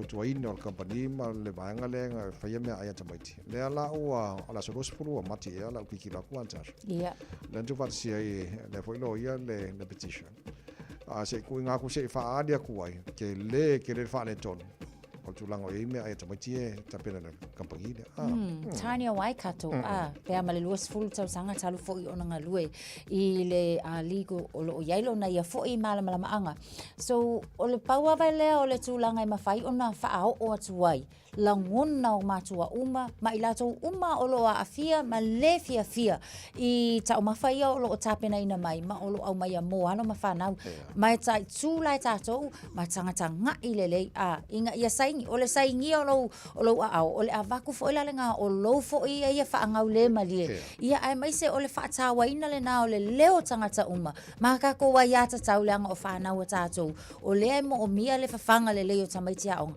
le la wa mana ia fo le tau mafainga ina ia fa ale o le saingi nga lima lava ia o le tele fo o leo o le manga ia fo le nga o le mauku o le avaku o le malo e ka woku ai le ai makua le lava fo ia o le mana ia le na o le tau mafai mai fo ile nei vai ona o le tilo I le tulanga po le quality o mea ai wai le au ngale quantity fo ngale le mai ai mai ele ka ua ele mo so fo malolo inga ma le mo se malo se nei tamait sa le o te fiel o fai tau atu le lipoti e fai a food safety wa fai nela to investigations langa atatu tala noi mea ai e tala noa a ngai I le saunga le muma le nei o mea o lo fa ngai ai me sana fana so atatu tala no la tulanga me ai ele ngata in popole ele vaenga le o lo vai le food safety toro New Zealand o te lo la vaenga na wa pe fa mai e fa im tanga wenga food safety le o fa la tu su wenga temini nei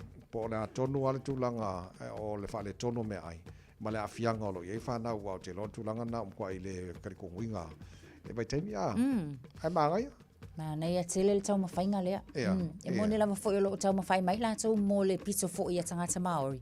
Ia ai launga te sia uma lava tātou, wai e nisi fo I o mātua tātou fo I atunu o le nai eina I alo I a onga ia. E ka kawala ia I tātou, ia onga o ka kofa mau popo fo I lea vaenga tāua, ina ia whaau o kule malo, se I kau, wa maka ia tawai, o simua o ia lea ngakofoa mea ai, a bea o fuafua iai, I le tau amata mai taina mai o le tio ia ma le vai po le ale menu e kala fenga ia o le menu o lang fia ia David Seymour ai le o fia ia tamaiti ele o mfai fo sa ngale mu mo ala ma fana ia sa so o le petition por singing na lima miliona tangata lo mana mia lo ke kau ki lo po fem fai ona a wai tangata pe mana oi for le away tono petition le se titi lotu mo matu mo si fio le nei tai le fa ingana ola fa ingana ola mana mia mo le tatu singing ali mana milionga ka mga mia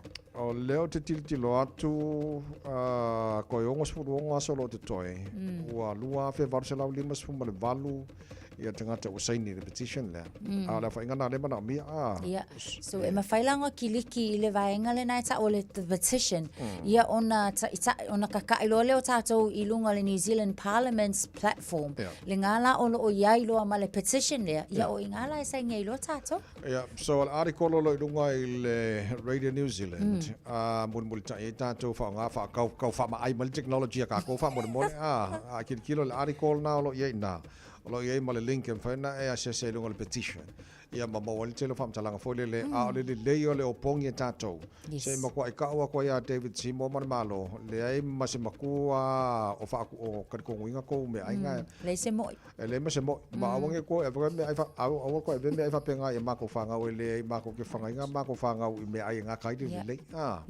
wa bar ke le fa le ko le ia le Umolong avela petition. Yang fai lo fa malos kingo fa mon ai le yaru fa yao. La fa malos kingo fa malos tino. Ya. Mai se o. Umolong fa malos tino so matala mai samon nei ta ya. Iha. Yo. Swingy. Aya. Swingy. Swingy lunga. Aya. Aya. Swing your tafa. Yo. Aya.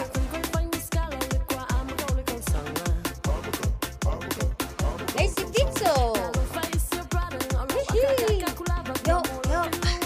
Alu. Aya. Alu lunga. Aya. Aya. Tafa.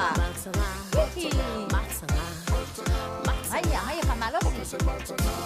Luma. Sumu. Aya. Uppercut. Aya. Billy Luma.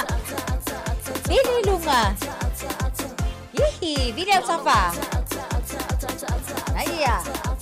Billy Tafa. Mai.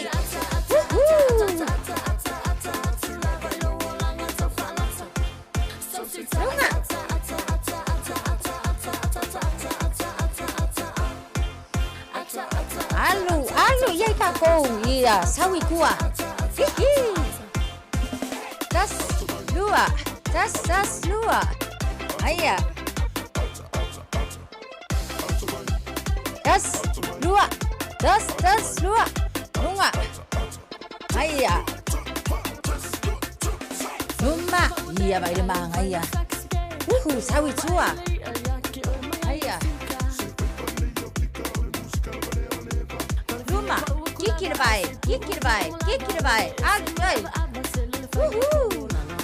Aya. Ari ay. Yo pungau luma. Pungau tua. Unowi luma. Aya, alu tua. Aya. Hihi. Aya, pamalosi boy pe. Venga la sela, venga la pa. Uy. Luma. Sabali tua. Hihi. Aya. Yo makuai fa lusi tau au. Se furu se kone. Aya, vai lemang aya. Sawi luma. Mana vai tsonu. Mana vai fafo. Tsonu. Fafo. Sofa. Seifua. Samoa. Pei loại phôi.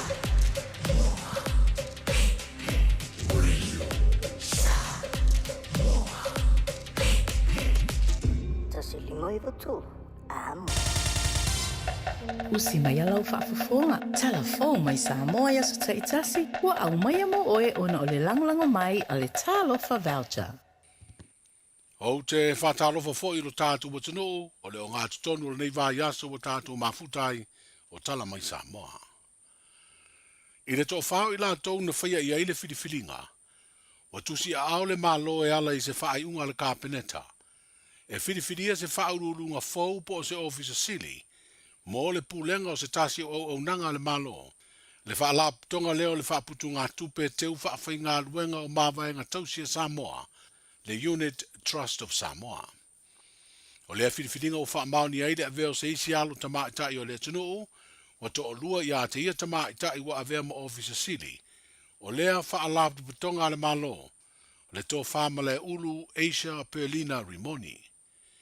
O sui tūlanga o ia le tō whate vanga vi ane tangi i lima, wa ono tau sanga o a vea ma whaurulunga li utos, pei tai ua whaailoa le ofisa so upo le malo, e le i toi tālu sanga lea tamali i le tofinga ofisa sili. O malai ulu Asia ua lua ana no fua inga te tolu tau sanga i le tūlanga le ofisa sili lango o le utos, e peo le sanga lue ai o se Chief Investment Analyst. O lo ia umia ni whaailonga e peo le Bachelor of Commerce with Honours i whaamtalanga whaasaya nisi, ma le Bachelor of Commerce i mata upu tau tupe ma whaamtalanga whaasaya nisi, mai le University o Otago i New Zealand.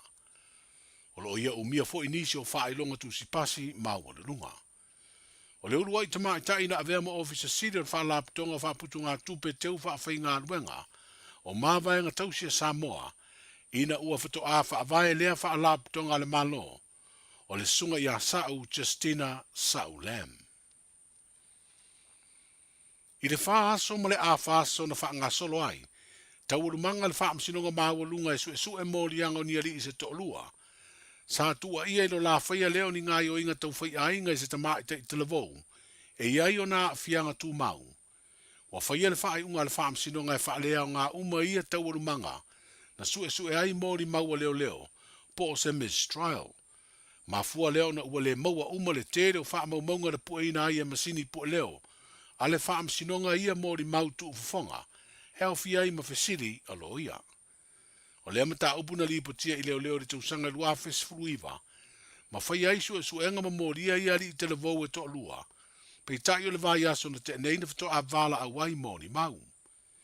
I le whaalea o ngā ina o ia tau urumanga ua whaali ai e le fionga le tamai tai whaamasino, le fionga le utele mata tuatanga loa i lana whae unga, o le tu siri o na tā wai wha maunga o le maua, o na e whaalango lango i eilo ia i alato forasanga whaiu, ai tā ua fo i mo ia i lana ilo i longa, mo se whaai unga ina ia whaia le ami o tonu.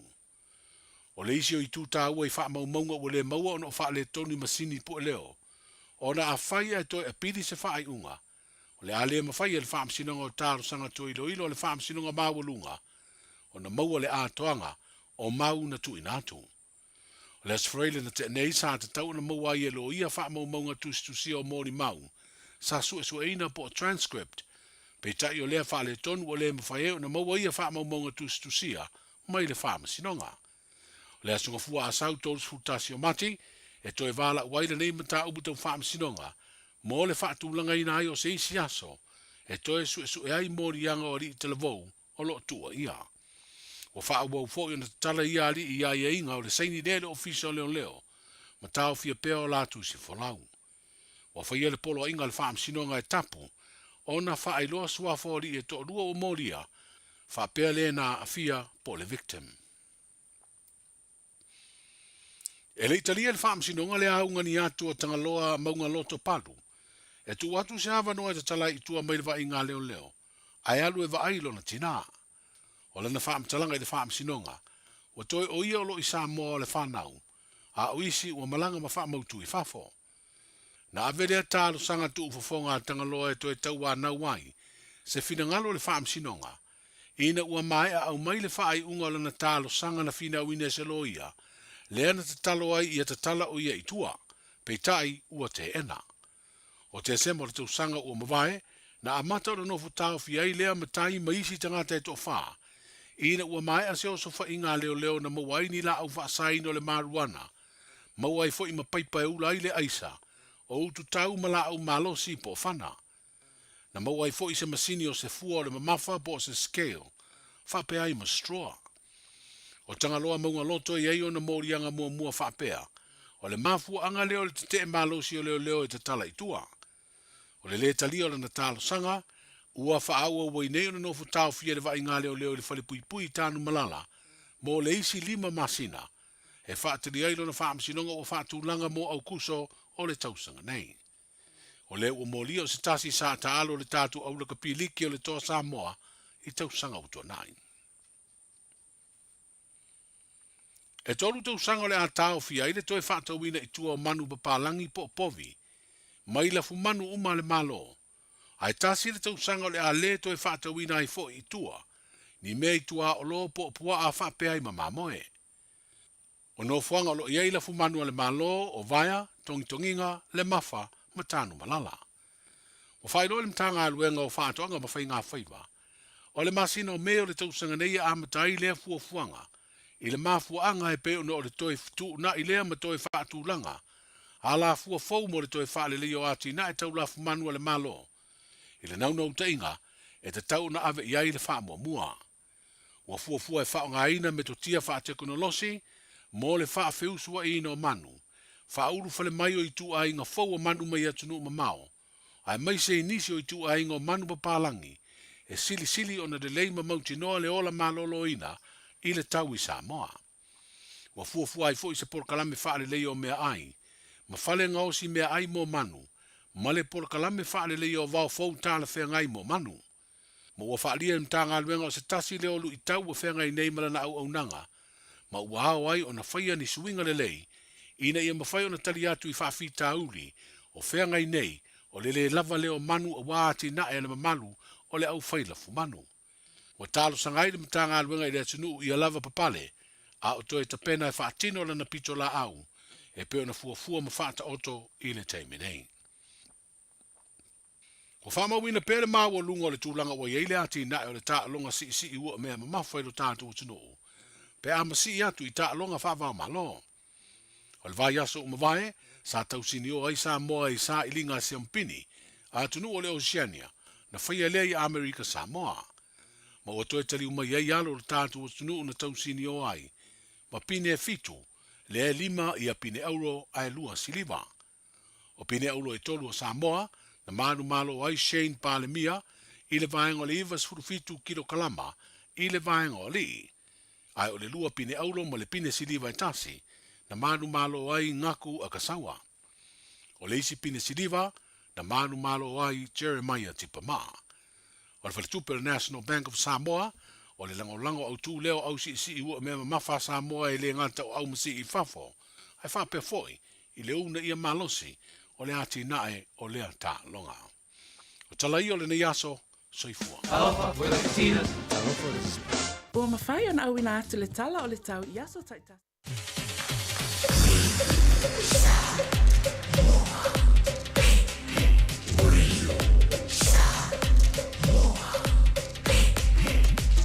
Tasi lima i watu, amo.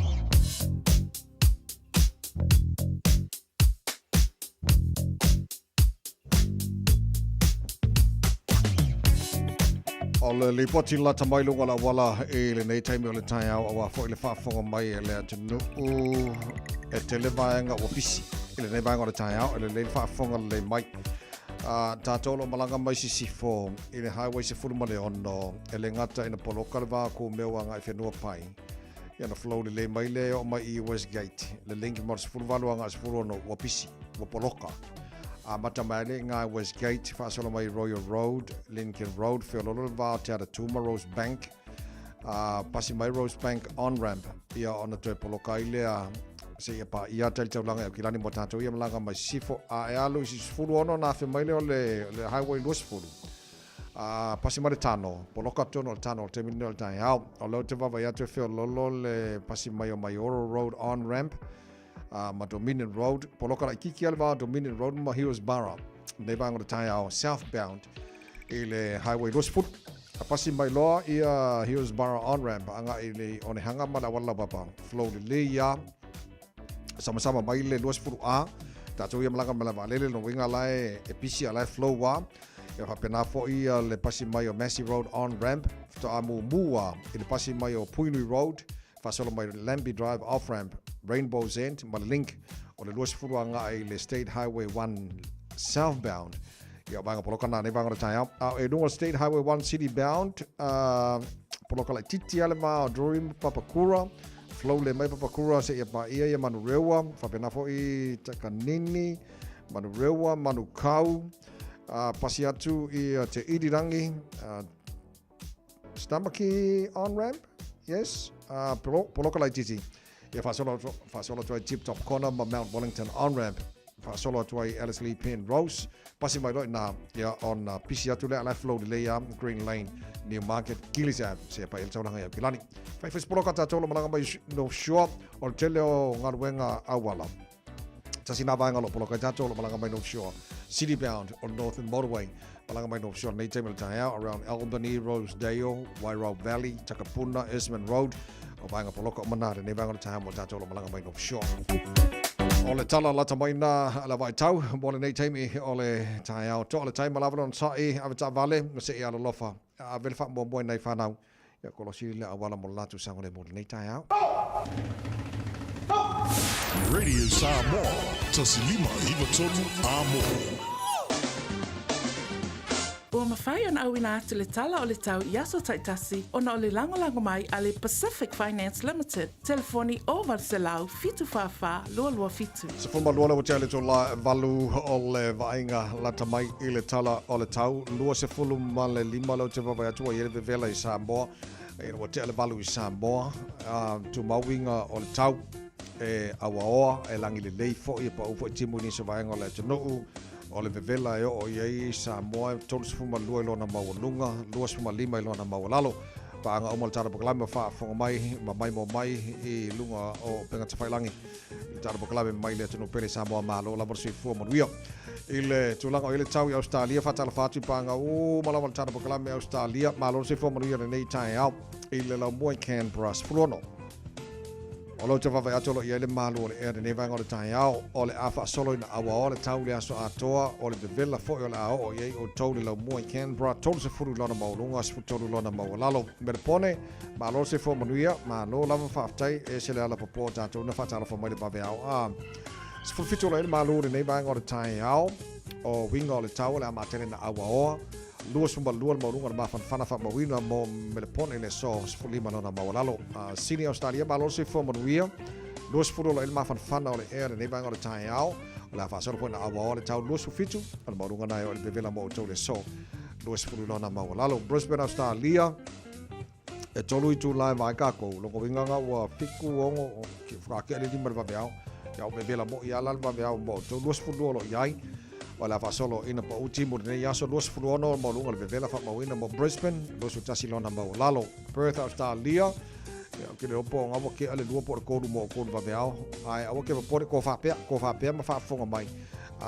Malama kai au fo mo to onga mo kwa vivela ile le wala already wa vivela lusu fa nei ba ngora tai au ai ola au atu vivela e le so ile tolu se fulu balu le mau lunga le so le se va ai au ngi ha ile vivela ile Perth Australia ari Adelaide se fulu valo le malu nei ba ngora tai au le asul matango file la tolu se fulu lua ola mau lunga na vivela le mo to le so materen awa le tau i Hobart lusu fulu mau lunga ma fana ma lo se vedi pa uti muni se vaanga o Darwin tolu se fulu mo lunga le vevela o vaanga mana Australia ma tulanga i le tau le nei foi asa fau ele no fanga fasalanga radio Samoa tama ki makaura us fulu no ele malu le e le la mala le leia e tau awa mai la ale o sulu mai foi ma la winga na le tau va vai atu i maru ko nei no fanga fasalanga radio Samoa winga o le tau e tu mau i le awa o langa le lei i le so luas futolu o le morunga na le mafana fana fa mawina mo tantou le so tai au pe audio le asusulu matango fia fo le la telo baenga o kilani tusa le mafana fana o nei matai alu su tolu fa solo toilas for radio le awa o fo langa le lei ma la sto nai ma la su sa ma la su fu la su mulu le masina ne mati ya yo o klola su mo apelila le aso luor nga vai aso pe audio o le arangi le lei fo le tau la fo e mai mal mafanga o le aso mo apelila lo su fa au voi cafe fe Karusia e saua perira pe o maki. Saua perira pe o maki le manga yo le kau koe langi koe mafang whanga au. Le ei mo se kai ngā mea. Lo vainga la tamane nā le tau nei tengo le tae au. Ua loa le tautua le Pacific Finance in no ngā tupe mo so se wha moe moe. Ma liu, whai puiponga, aso whanau, sa whai whai ngā malolonga, ba so se wha lawe. Apa laine lo le pacificfinance.co.nz. Pe wala au le oval sa lau fitu whawha, lua fitu. E talo sanga sauna no ngā tupe i le bao le 5 se lau tala, ma le lua se furu hawhi tala. E lua minute whai lau talo sanga online, www.pacificfinance.co.nz. Ai tasi le tu lai whatali e se tali. E iai inga whapitoa, pala au lo le Pacific Finance Limited, ile oval se lau fitu whawha, lua fitu. Oval se lau fitu whawha, lua fitu. A whaida msia tātou tala mai Samoa nei tai au la tau whasalawina mo e pēr tale tu lai se fulu ma le lua le uru le so ma le fitu pohana nei o le si whaponga o tātou tala mai Samoa o le nei vai aso le tale valu le tai au a tai au ale naua e whafonga o ia wo whanongonong fwoi wa e sirifia mo loa o mena li putia mai le tunu pele i Samoa ia o lo o e pēr whale tonu o le tisi tau si e maveona mo se fsosani fo il tulanga ile il tisi Samoa vai ro fo il tele la fai business o la to ia silina fia pe ale ni la to wa fifa le fo i ia el peso o le kisi ia mal tele baenga ma ne fo fa e no Samoa au si o me mafa congratulations ma lo o ro pingi o lo mai kamaia mai si ka ko pingi o mo ko si lunga ma nge ia fo a Samoa i menei o whaangatama kwa maanga ia sone. Le leisi fu fitu wa te ale tu la valu. O le afana valu ta nei fa mo la mole tana noanga male director o le ASB Polyfest.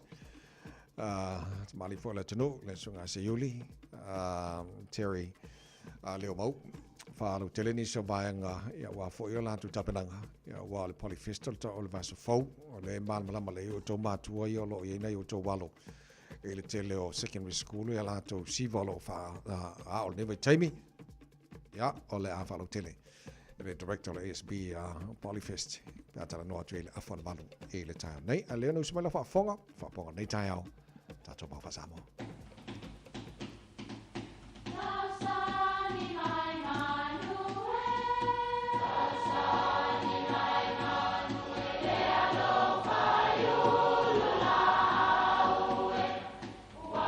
E o whanga manu i ululu o la au, awa e whawhanga i funga o la au. A o le tangata e whawhanga i upu matala. O le mawhileo o alanga upu mamuanga ngana Samoa maona whaapongai, e a fua i lona si o mianga. O lona lea sao i le whaatufunganga o le iloa whaale aso, mai le tautua se ia o ina pule. O alanga upu mamuanga ngana, ua lantou mamanuina le tō whamanino a Samoa, mana tua fo'i, e tāo fitau muli le atunu. Aua ne i afe se atua o le ala. O le atua o le ala, e whaatatau lea i ni mala mani puapua ngā e a fia ai tangata, e masani o na whaimalanga i le awala. O ni isi o upu e whaamatafi ai mala, pe a whaiu se tautalanga. A tātou te a ma tau mawai, ia mamao ni mala mani puapua ngā.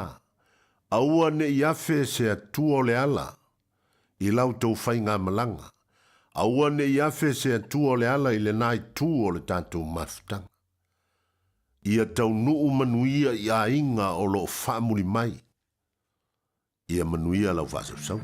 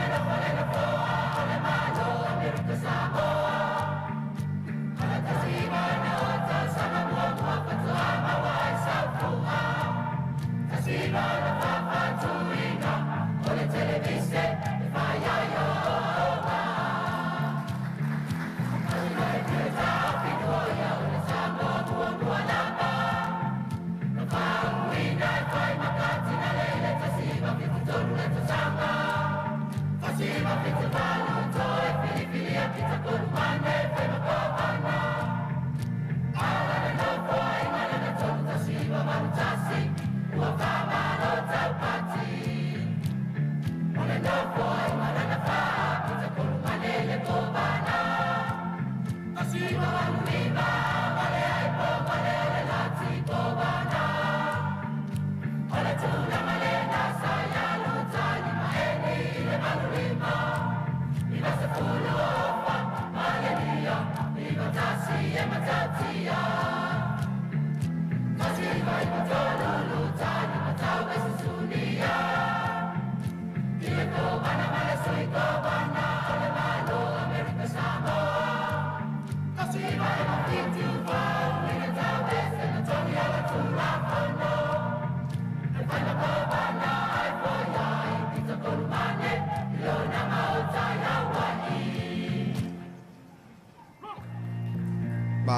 Malo ia lelei ia mai sina vanoa fa mole sa le lua fale alili malo fa aftai mo pespesenga matango feeling kai of kai ise loka mimi kai ngi pespesenga manga yeso le the late so sa le lua fale alili malato pespesenga fale ngano fa mai eta to ma fa sa mo ne foi tai of fo Dr. Molly Samos Folima Eva Tolu Amo Fisher Walker's Chris Fair or ia lelei tai Maria Chris Morning, my friend. Vi er to nature og leve min magne mod to nature for mig. Og med lava to fire. I fire mig le loto pese I wo fire det I le ole tangat. Amen ari friend. Tai to le friend tai ni for me. For me lava to fire. For me to fire mig le loto. No ing to fire mig le to fire mig to loto. For me for me pese I wo fai ide ele o tangata friend to fai se ri friend o mea o mana to fai to fai mane roto to fai mane roto I to fai ono le tua ono le ele o tangata ri friend to fai ono le tua ri friend ya to mauna mo to nature famania tere tua le to mo to place our friend near so far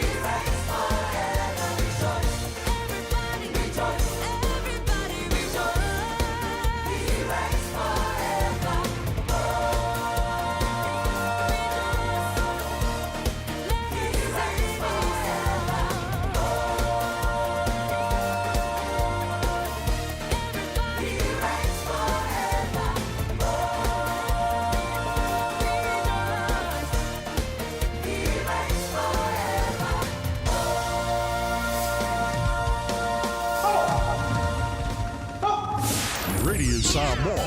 Tasilima iwa tonu amo. Talofa Samoa. I mawhai na fisoasoani atu Dr. Chen pe a whai te a fiele mai suka. Toto mawalunga le maua se whanau. Mai sela, whatungao, ti ngā le ua po tuli. Whaalusi le tino puta, ka nesa, ma le tino mangeso. Maua fo i le kulimi fulunifo mōni fo ti ngā. Ma toi whaafilesi ai lau mānawa. Tele nisi o loa e fisoasoani I lo soifua maloloina. A fio ane loa e ai Dr. Chen I le tuatusi lua ono Great South Road, Orahuhu. Telefoni lua fitu ono tolu tolu fitu fitu extension numero lua. Le Taiping, whabitomo wa yaso mai le aso loa se whai o le tolu se furu mati. Whao ngāla VIP kare whatawai celery le nao le whase fulmariva sene. Me leni whata la iwa se fulmariva sene. Le aisau VIP card, susu mai apa la aisau card, a wafa manianga maoloa maua fua. Le Taiping, lua se lau mare tolu Lincoln Road, Henderson. Talofa, wa o salmasinga fale lua Team Toilolo o le loia Samoa. Whapitoa la o unanga I mta uputau immigration, pepa malanga, tangata overstayers, so stoi ngā visa, hapena foi le taxation, po tu la fono tau la fonga, whai foi on o tau aveina mta upu whaal tu la fono I Samoa. Whaman mole vidi mai numera, o iwa lua ono o tasi lua lua, o iwa lua ono o tasi lua lua, whaftai. Are debts piling up and weighing you down? If you're a homeowner, I'm Api at Finance Direct Limited, and I can help you clear your debts and regain control of your finances. I provide professional, family-like service to guide you every step of the way. Take the first step toward financial freedom. Call me today on Oluolua Ovalu Fafa Lima Tolu Tolu. Api at Finance Direct Limited, your path to peace of mind.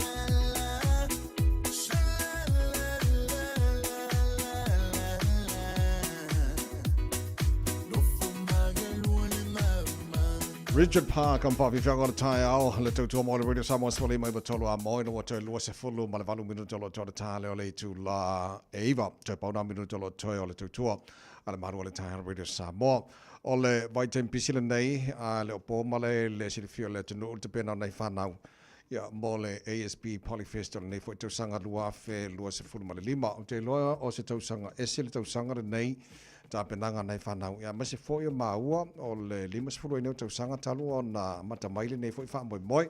Whalau te reinam wha manama nei maenga o mai a whiwhi alo whatas mai ia le director por whaton sili o le ASB Polyfest au kilani nei. Le sunga se Yuli Terry leo mau umoro le tātu proklame nei tai au. Se Yuli, ia whio mai al proklame nei tai au. Malo le sui fua. Ia malo le sui fua te vai. Lo whaftai mo le taimil nei tai au. O manguia mai oi. Yeah, we're Saturday. Well, busy time of the year. Yeah, very busy. We've been packing in at the festival at Manukau Sports Bowl, so yeah, it's been good. Yeah. Okay. Se Yuli maua le tausanga esere nei o te loa le whamna tuina po le limasfulu nei tausanga talo na whaile ASB Polyfest. Yeah, limasfulu kausanga from 1976. Wow. Gemi Samakai Hillary College. Yeah. Yeah, so we're excited to see how many groups will be coming through next week. Yeah. Yeah, okay. So all Polyfest sanga uma e lava mai nga wa onga fo e tamu mateine e mai nga wa onga na teine e fo e mai nga wa onga na tama ole whainga nei to sanga uma. Yeah, ko sanga uma so Lime mangaya kawai because now that we're the 50th anniversary. Yeah. Le oko fo ikmako makongumela groups that we had before COVID. Yeah. So yeah, there were 77 schools and 291 groups that are performing next week. Right. Okay. O le si vaenga le whaia le tauwanga tautalanga nei whanau se Yuli pe sao lea? Yeah, le whai with the Ministry of Pacific People, mako sponsor. Yeah. So it's ke fuenga kako whanga ole whaile kauwanga kau launga, and it's I think about maka fo ele asuluru maka asuluru male skofi. Right. Okay, so you did mention ole limas fulu nei to sanga ole ale autu. Is there any theme mole nei fo to sanga ole ASB Polyfest famol mole? Yeah, ole theme or legacy treasure handed down. Right. So le at the same time le manga omako malama kako whangau where we've come from. Right. Yeah, Mangkua, these last 50 years, the struggles, the challenges that we've gone through. Yes. And also just to remember the memories of many of our people who have brought us this far. You know, I must say amako stage coordinator Melengalunu Sam. Yes. Yeah, so those kinds of things. We're remembering all our pioneers that started this. And it started with, two Maoli boys back in 1976. So, yeah, we're very, very happy. Right, okay. Now, mole atunu ole anga iatu, is it easier if I go tickets online? Pe anga iatu pe ola fo mfaina fa tawa tickets pe anga iatu say you. Yeah, thing fairly online. You know, if you kala limasfulu online. Yeah. But if you come to the gate, it's fulu kala, so it's best that you buy it online. It's cheaper. Right. Okay. Oleasa unanga to telena yo tato matua, the grandparents to us in sino la tunula le fayona o atu I fear my moana ko itong fanga ana yala to fana for ya or lasa wala fayona mawela to tono la to fale. Is there going to be a live stream my ole Polyfest? Yeah, live stream. So with the live stream this year, it's pay-per-view. So it's $10 a day or $35 for the week. So, best that they get their young people to do that for them before they leave the house. And then everyone can watch. So, think about it. You can do $10 and the whole family can watch from home or, or $10 per person coming through the gate. Okay. All right. So, as you did mention, it's a very busy time of the year. How are you and your team? Prepare next week? Yeah, my lavale pancake every morning. Yeah, that's getting us by every day. So yes. yeah. Okay. So Yuli, is there any other thing? Is it mangan tayo to fear? Famna to let know. I'm so tapping on I found out more of us for. we just want to wish all the students all the Right. best. Yeah, and we can't wait to see all the families next Yeah. week. Just come early if you can Yeah. to find a car park, because there's limited car parking as well.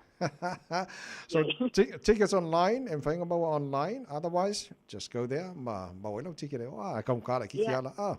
Yeah, so if we come and Yeah. if you're coming out, let me know. I'll buy you a pineapple and a Oh, skulimi. thank you. Yeah. Sayuri, thank you so much for your time. Yeah, Maria Famoy next week. Yes, of Kailava. Thank you. Yeah, fasi fua. Yeah. Ah. O le sunga Sayuri Terry leo mau le director le ASB Polyfest. Malfamoy all the best. Sayuri ma le team. O wa tapenanga le ta to ASB Polyfest na Lava Yaso. Maria foi tapenanga nai fanau puni alava.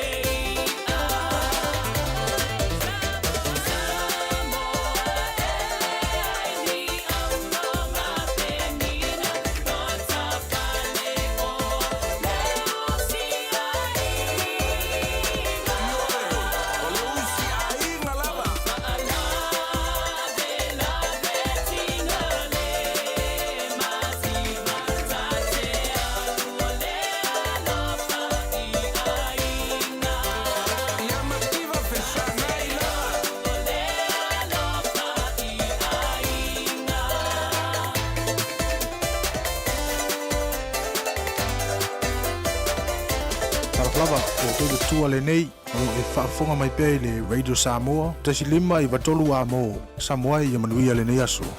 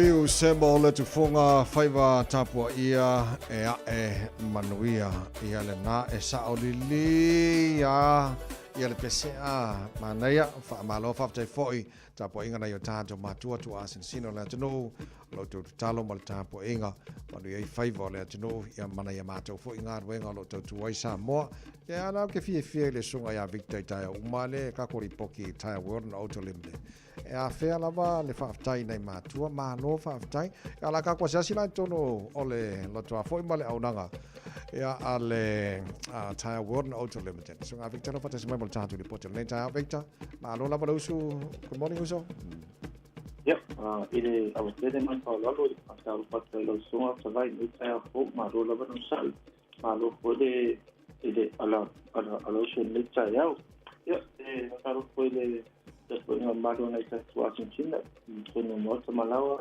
maro la no sai maro te wata ni si fono usi ngalo ni saya ta vai asa le ia lelei faafetai ua e toe afea ana i o tatou matua tuasinasina o le atunuu ma le latu tapoʻiga lenei taeao ia o alako kakalo ma le kapoʻiga le magui ai ua faiva magai a makou foʻi galuega ia sa le asa vai o me masangi ala vana i ta tua ia so le ka kia lui mai so le ma via la vangi sa o lelei la va ma ko kambanga ai mara ka sore okay kongu ala wale fus panke ke bawa wal ngawal laba nga fa mong yang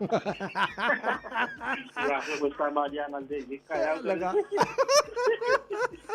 ya mali potuzo ya va sai ta vai mo ma fa do amata tu ta to professioni ya mana tua mele su sende le to sea na pe to ta va ya mato o le ta to pesino le fa kasi bua ta la di maiva o ka ko piso le ta la po tu sen ya wani ngalo lo swafa e me se ve tani me ti ko tena ta to se e te man malo e posisi ta se la ta la i le la vale i lo daki i ta to man malo ya skanu at ka text ya por e point na ta to palo lo fa nganya pro ta pe tu tro ta vale ia ma to fon ke si APT i ba ke ro kala ma ta to vi fio ro su fitu ta la ti to ngia aba pe iso ngawa yang ro ke si ke mo so ke si fo e fenga shop in ar pasu ta la ko ke si uman to vi fio ya ole ta to por dia ya motor ta de ta tu si ta si motor sta ma ke go ya awani ngalo ro ku sebe si ko lo ta si sebe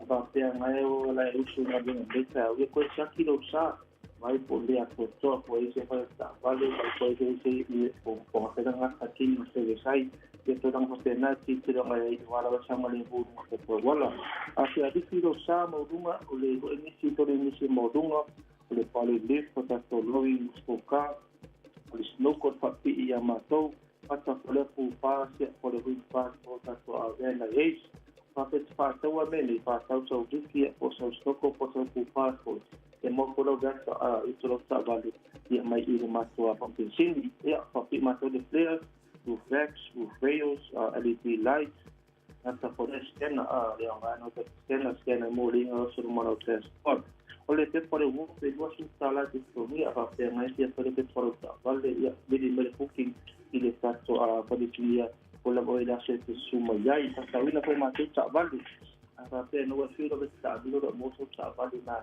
ya asiasi me por mato a ta vale no la va ta vale do penana i te por to a pero bilinga a lo mo ta vale ya mo ai to tele mo pe ta TV cars mo pe ta to gan na 54 ya mo ta to fiti a wa o mo te tu pa ma na yo mo to i sa ko positi na yo was ku nisi pa una forma como kuna disi ma lo como fa pi ya mo ka to ya wa o le Ford Ranger o le Hilux ya mani ni sen umana lifta pulo mo tu le drive o le drive i le tato fa vali o lo me ti suma mo e ta pe ya para i mo so sa o lo le sende e mara wa tolu masinga peste a para i so ta vali na ia ma to wi ma ko la tine tu pe i sta mo e tu a inga me te foni o iva lu tu fa to do o iva lu tu fa to do o na to fa di o ta to fa pa o ta si tu solo pe o ta lo mo ko se ki me pia masa masa su lima se fa il was sulang atunga a fa pe to mo ki no a pe na malo ka ba fa te ko so ki me ma ya mai de ta to pa lo su ta la pe me ya masa de aso limo ta to fa na sin tung a fa pe na te ya palai ya se a ta dia ma to de chui in na fa pe ni ki me wai ia se e tonu ia sai to pena tulang ngam oi le te rin tato vi mo le go sku lisi mo le tato a piapu a pa pena so piapu to sini o kitime piu lo fale ina ka te so mo na to mo le na o le ma go sku lisi a mo le tato a piapu po vecha po le highlights ka po le na ka piti ta vale na o pita to vi le tenile to le go la balan lan si diva balang u le go yai ia tala le bando mo oi apa pena ka u so kitime piu ko ke mari ko nga ko ville para una special teaming lady para ko na su mai esta no foi inicial lo samo pero no tenga lo llamato proceso swali sui pa farta var purilo alignment patino llamato por la oira se su mai patino lo alignment mo to ta sina to bima marcas ya aparte que se que ojo ya le paino battu to to bima y mo runga sa vale le da por contra fit hyper la fisu para sanga va su tara que me amato y le vayaso ya tato a vale na lo mo te me y vayaso nei tadía ta todo si pay le pai hasta por el disco y fue con la favor disco y le disco que fixa lo ta vale y su fue para ta vale y le mato para en alta fue le o mato para día pero poni o iba a tu fa o iba fitasi o iba fitasi to o ni na ta te pa le mo teme le ka festa vai mo no ya no le va mo le ko mo suma ni ta ya so se ga so mo ya ni go fona na le de so pa ta ba Victor fa tamo le potil nei tai mo ni foi faiva ole nei foi yaso le to mo re Samos Falima iba tolu a mo o ni sine o tala le am foi ona fa fonga lona fa lo te le na pa tala iva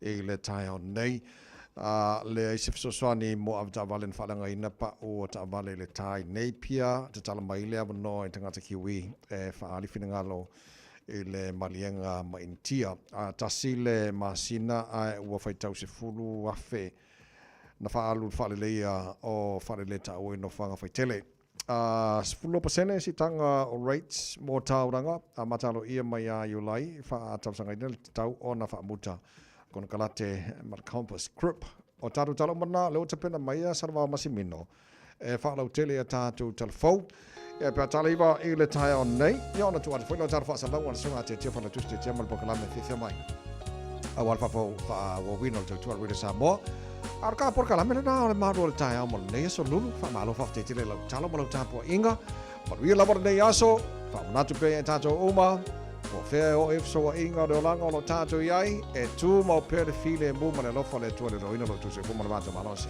ma wi la vor nei aso ta vai meni na o se fo mai mo ri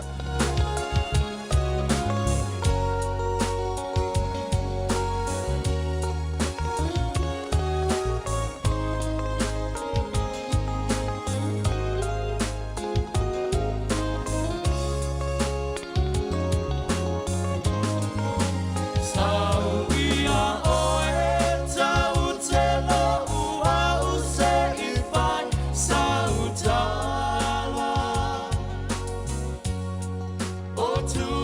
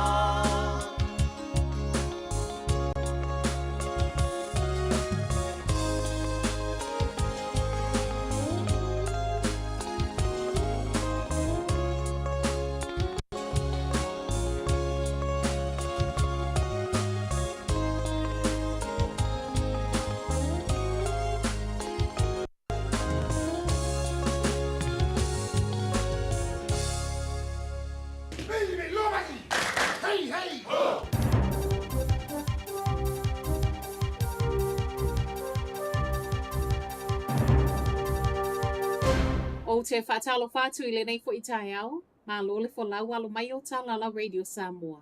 E to mua tu I talo le aso lulu. E silia mali se fulu te avale whaalanga ina pa ua te avale ona o le tau le awala tele I nei pia, ma e le ise fesoa soani mo I lātu nei.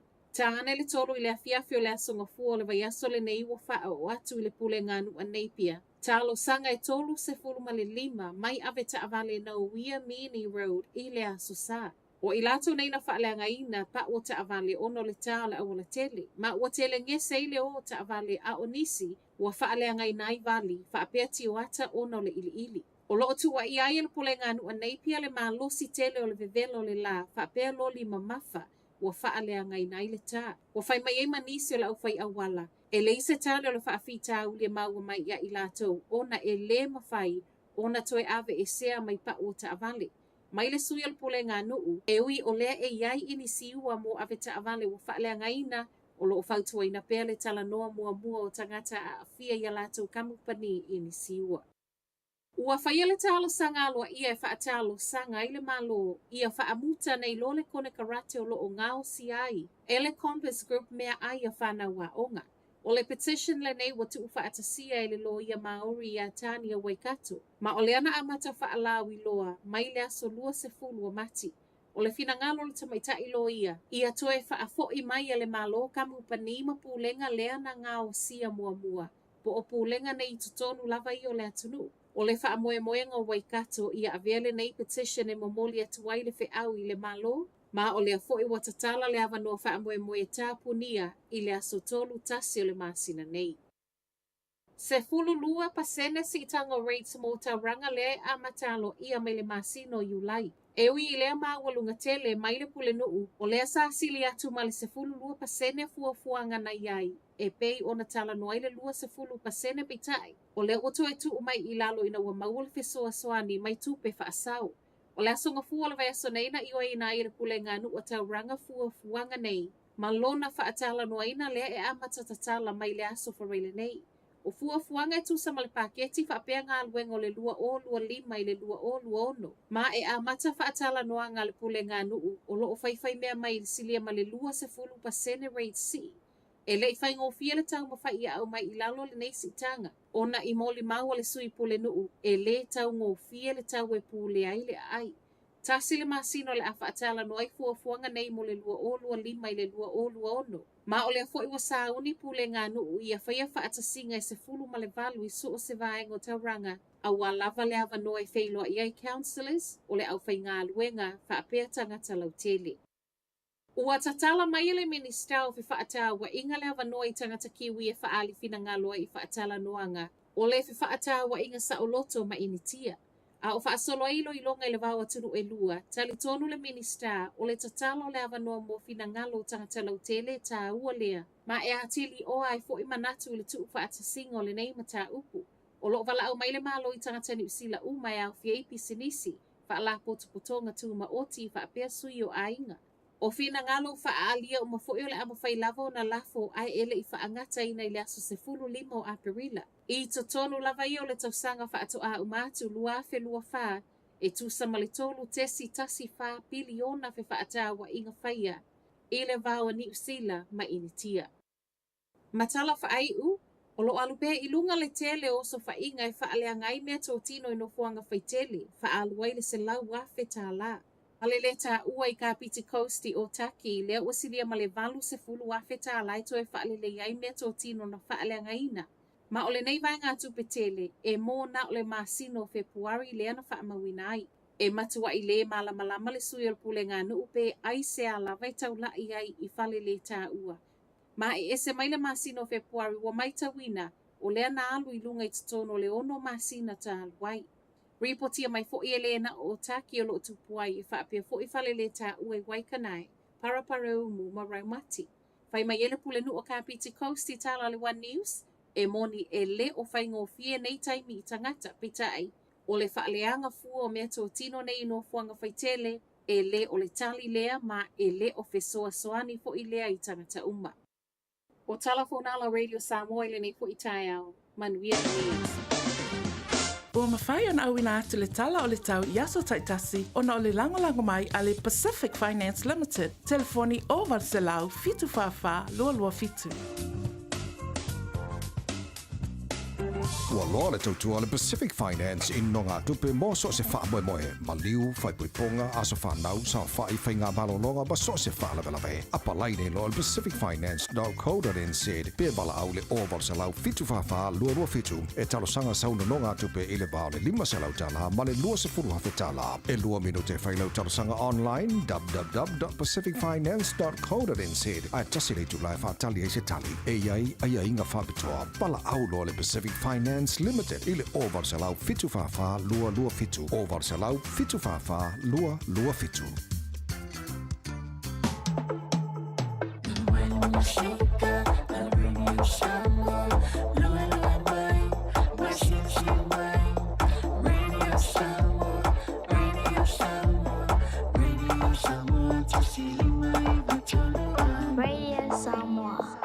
Talofa lava, ola, ni hao. Tatou a waifa tasia fa manatu le ese senga wanga no Pole World of Cultures. Esi lia ma se lau tolu sfulu po kalame ese fa apea ma fa fifianga. E yai po kalame pa ule tau a oisi ele ai se titongi i vaenga ese o kilani. Sa ili ane le World of Cultures i lunga o penga tfailangi mo nisi famtalanga. Ua awina atu ele pulenga no a au kilani.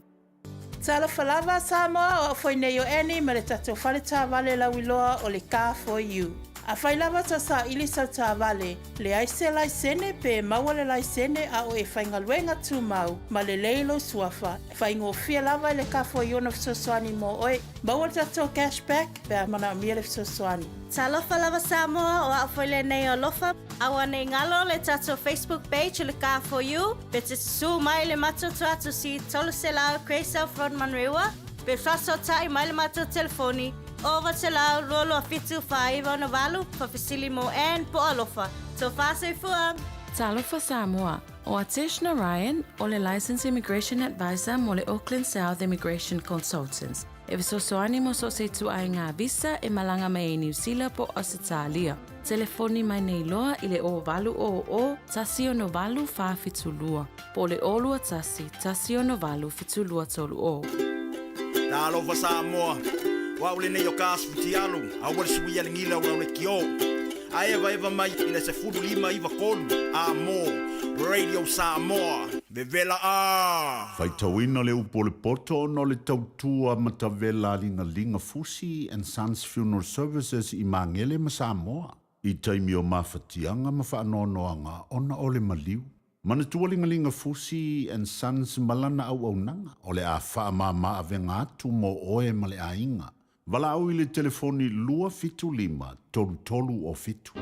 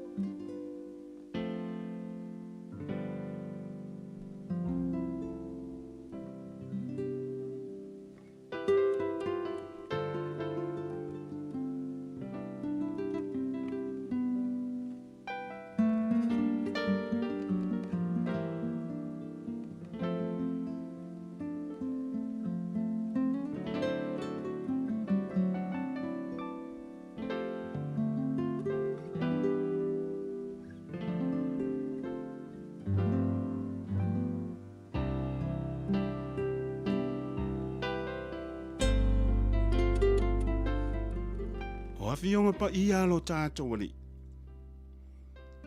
O le whaita wina o le upo le poto, ma le tusi al whaata oto, o lona mata upo e luas furu ano. O upo i le vale, ma le paie, ma le whatua a upua. E pei o le kiona i le tausanga vevela. E pei o le uwanga fo i ona po le sere ngā saito. E whapea lava ona le ono le vi inga i le vale. E pei o le manu lele ua whialu wai. Ma le pea ua whelele ai. e whaapea le whetuu whaifua e le o. O le sasa mo le soro whanua, o le whaangutu mo le asini, ma le la au mo le tua o le vale, awane e tali atu i le vale e tusa malona valea, ina ne i tusa oe maia, ia tali atu i le vale e tusa malona valea, ina ne i poto ai o ia i lona lava manatu, ua vavae ese vae, ua inu i le mea e ti ngā ai, le ua tuu le fe au i le tangata valea, e fe toso vae o le pipili, e whaapea fo'i i le whaata oto i le ngutu o le vale, e pei o le tanga o maa tā ua i le wha upe ngā maa, e whaapea le ua vatu le vinga i le vale, o le la au tala tala, ua avae i le lima o le ua o nā, o le whaata oto lava lea i le ngutu o le vale, o le ali i tele, na te whaati ngā aina tangata umalava, na te wha o loa le vale, na te wha o loa fo i e sori tūla fono, e pei o le uli ua fo i lona pua inga, e wha pea fo i le vale, ua toe fo i atu i lona valea, ua e i loa ea se tangata ua poto i lona lava manatu, e whai le wha moe moe o tangata i le vale, ai le ia te ia, ua whai ane le pa ie, o lo i le ala le leona, ua i malae le leona, e whiaro ruai le pui pui i ona wha mau, e wha apea le pa ie, ona whe liu li wai i lona moenga, ua wha alilo le pa ie lona lima i le tānoa, e musu o ia e wha afo i mai ai lona lava ngutu, e manatu le pa ie ua sili lona poto i tangata e to fitu, o e ua tali mai ma le mafau fau, o le ua tango i talinga o le uli, o le tangata le ua anuane, ma oso vale i le misa ese, e pei o le vale ua whana iu, ma tau ma le oti, e whaapea fo i le tangata na te ole i le la te tua oi, o na whaapea mai lea o ia, e le o lau. Mea ula ea, ale ai se whawhie, e mate ai le afi, ale ai fo i se whaatua upua, e mawai ai le misa, o le malala i le malala ola, ma le whawhie i le afi, e whaapea le tangata whaamisa, e tupu ai le misa.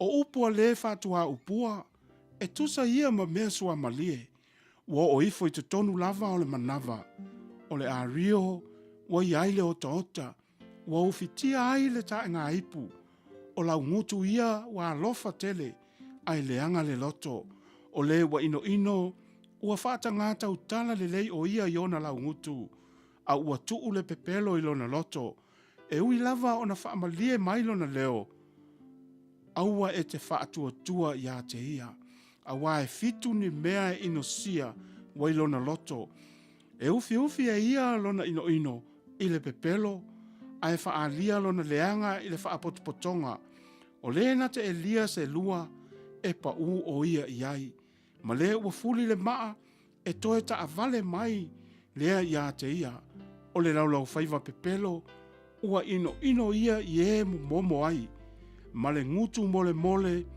e tupu ai le mālaia. Upo le poto mo i tātou i le nei tai au.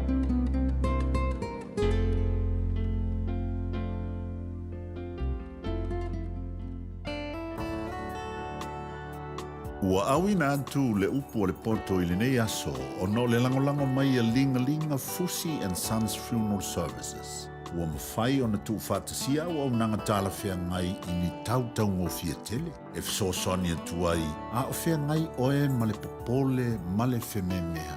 E mamori whātasia atu ai ma wha mai senga, ma wha mawhana whananga mai a linga Fusi and Sons mo a inga uma o Samoa ua whea le maliu ma le oti. Malau mai loa ia linga Philip Fusi linga. To ia whaapō linga, to ngia si ulavea, pesu mai i le luas fulwalu Canning Crescent i Mangele. Samoa, sa uni lau vi inga.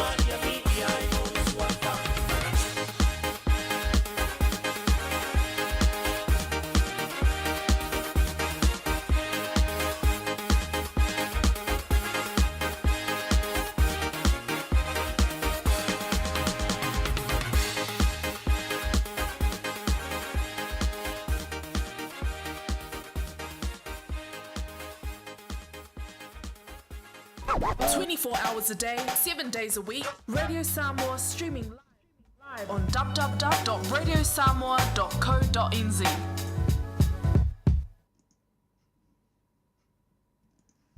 Samoa, Sauni la Viinga.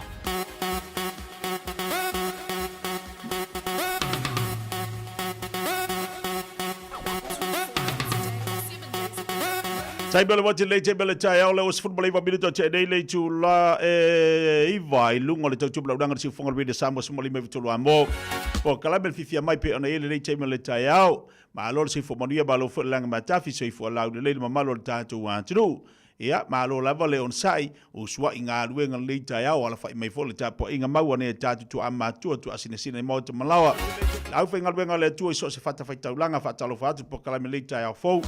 Ma lo lava le fa ma losi ma lo fo le on sai ia ile nei tai au le utatu ye la so amele le tu tatu ti ori matatu fi ye wa via ma so fa popo le tatu wola e si me si dona tau o le tatu wola fi mo le tatu wala fa fi le ile lo fo le tua tau nei le na fa ilo atu tatu watu no la mo tatu so tainga na le alo tatu watu no i tono le no o le tua o tono Israel le sunga ya Vincent Tuna Smith o la mawhai ona whaasoa mai mo tātou le leita o whai tele si lewa fo i o tau sa ili mai se awanoa le alo le tātou watu no ono le pisi o ana ngā ruenga ai mai se ai ia o le no fuanga ma le tūlanga o lo i fuilana tautua ma la unanga i tu tono o le nu o le tua pe oni ai whaafitai le tua o le o maumani nei lau lau whaafitai le tua o maumani le awanoa le sunga ya Vincent mo tātou le leita au la amatai le tātou pokalame pe ona ei ia le leita au fau whatalo whatu malengang whalalo Vincent ma alon se fo mori a leita au fau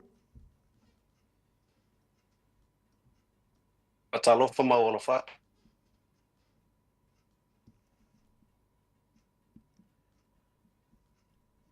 Alofa Vincent. Ia, se toi tau whai atu le so ta ingmar sunga Vincent le tai au. Vincent maua mai taua. Ia, le mau atu. Ia, le. Mau mai te tia. Ma lolo se fobodi le tai au, fofa talofa atu. Ia, atalofa atu fo ia olofa atu. Stato ainga ya mes foi lau sunga o fa penantula mai foi le nei tula fa talo fa foi paanga ma sami o le Port Kalame e malu siu tatu o tunu pelo Samoa ya mai se foi aso se tafa dis foi o mo le lei pasalonga fa tu sao ya e fa talo fa tu mai nele ai pa ia po la mo i Jerusalema malo le tawata i malo le se foi monia ia le lei Io e whaaftai le tua o lo o maruti e pea i a lausunga e mese fotu langa o tiuta mga luanga tono o le tua le nei tai au. Ia via fo ile li, pea an whai atu whaaftai le tua o maule vanua fo ile e tati tala no mata whaasoa i le nei tai au. Ia, tele mo tutupu la langi, tele fo i whaasoa i mea anga i maile nei vai taimi. Ai, a se singa fo al pokalame al fifia mai tatu sa ili atu le nu o le tua e whaaftai le o mo maile vanua nei tai au. O ta se fia i a te utu? Tia le mo tele tele tula se fulu le po la solulu ne ai matou yo le to titila va afato e kusa le wa lua minute tele tula se fulu ile po ne Jerusalem o le tulanga o lo i le tau o te minele wa matana fo watu le tau malulu ya le wa fafeka ngai matou mo le tau le tontongo la au pole spring palongo ina fo ile fetangi o manu fele le lungo la au ia o failonga ia wa o matou tulata tultaule o le fotua ia funga la au ia o tele fo funga la au mata wa amata no mata tala me se fo ilalo i tele o baenga tau tuaf yo ingale wa ba ia fo le sosolo le la vole le sefa e mata ngo fio tulanga mo fa pena o tauna lo el temino mana ia malu ia e se tau Jerusalem mai si vai no Israel o na Jerusalem facing a mawadunga e o le fia matalona malu lava ne Jerusalem ia si vai nga mo Israel temine ia wa mata na saule tau ma falfano malo fa tai ia mana ia o le tulanga lo irita ya matu nei le fu amata tau ir swinga fo le te le lo ya Australia ma tu wai ne New Zealand le fu amata na ir swinga le tau la tulata fo ina o atu le tau malulu la to yo tapena pena fo ainga al tulanga lo ia to telefo tatu ainga ma wom paanga tatu Samoa community ia o lo manuia me o mo le lo fo le tua i le nei fo ia tu nu o lo ia ai mane fo o la tulanga o lo ia ni vai te mi tono le nu pa i o le tu ni te ia ai mai se ia o taua pe ona falongoina o me tu pi tono le nu o le tu ni vai te I whaftai mo le whafsili. Ia taton foi le tau le whailo le tūlanga le. Pa ia man malolo tātua tunu I tala lo whapena ona whasala wa tūlungo pena te whailangi. Ia me se whailunga I tātua news whawea. Ia lo whea ngai pēa ia I nei utaia ia mataua. Taua I lalo le vai ngai saute le vai I lalo I kasa. Ia me se foi lunga inu tua o I lunga I pito I mātū. Te vale o le panona. Ia me se o suria.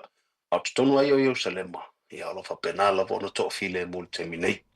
On masina nei o le whamanatu tangata Moselemi. Whio la to whalaina po ta wana le Ramadan. O le masina a toa la vai whalainga le a Moselemi. O le la iere fufuanga o le vai aso mua. La so tosu matasi. O le a whailonga ilo le temi wa whaamuta le lato le lato whalainga le. Ia ma celebrate ilo la ia le mai ai o le tūlanga.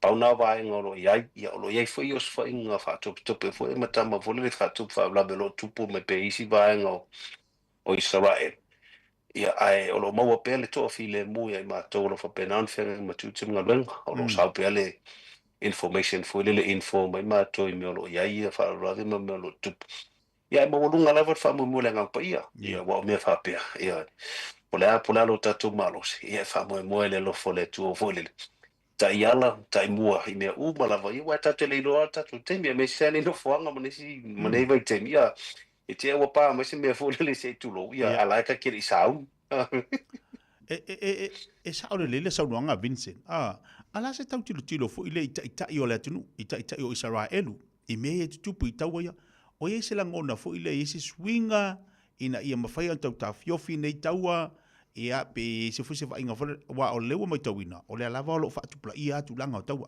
ai pe ia o ta ia taua na mai se fa mtalanga fo ile la se tu langa la leva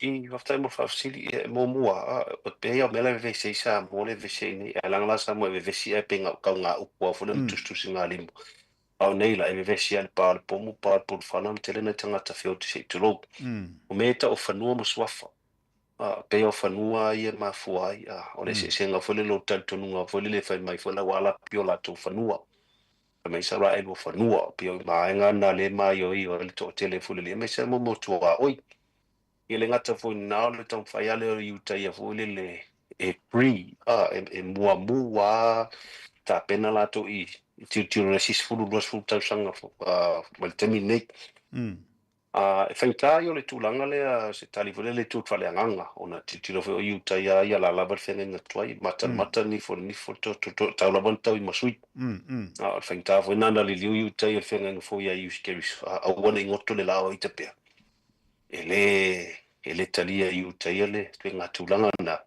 ona ese po la tau mau ese po la tau ia tantununga ia no fo ai la man mopua ia nei fo le kilisiano o titilo e fo le ia ese popoka me le tu lo no mo mua ia o ai foi se fia si mai nei o ai foi se la fia bo fo fam tala ngai le o le no fo lang is a promise land o le no fo le tu ia ta lo me fa pe tie e le se tu facility ta lo fenga ngale tu mo se la wele mo se no ia pula le tu si le fia foi le tu nei fitau ia inga na tau malaba Israelu tatu la iti le amatanga le nei sentuli mala sentuli temile li faula leo o me temine ia ele se so tatu e famsino wana ole tu wana sile fiel port kalame o ia molo no tua oi o nisi feita mai Israel ia manisi fe o alofa mai Israel per tu langa na le ia o lo fa pena foi la ona tu tau au mai la America mai se so sana fe America ne volele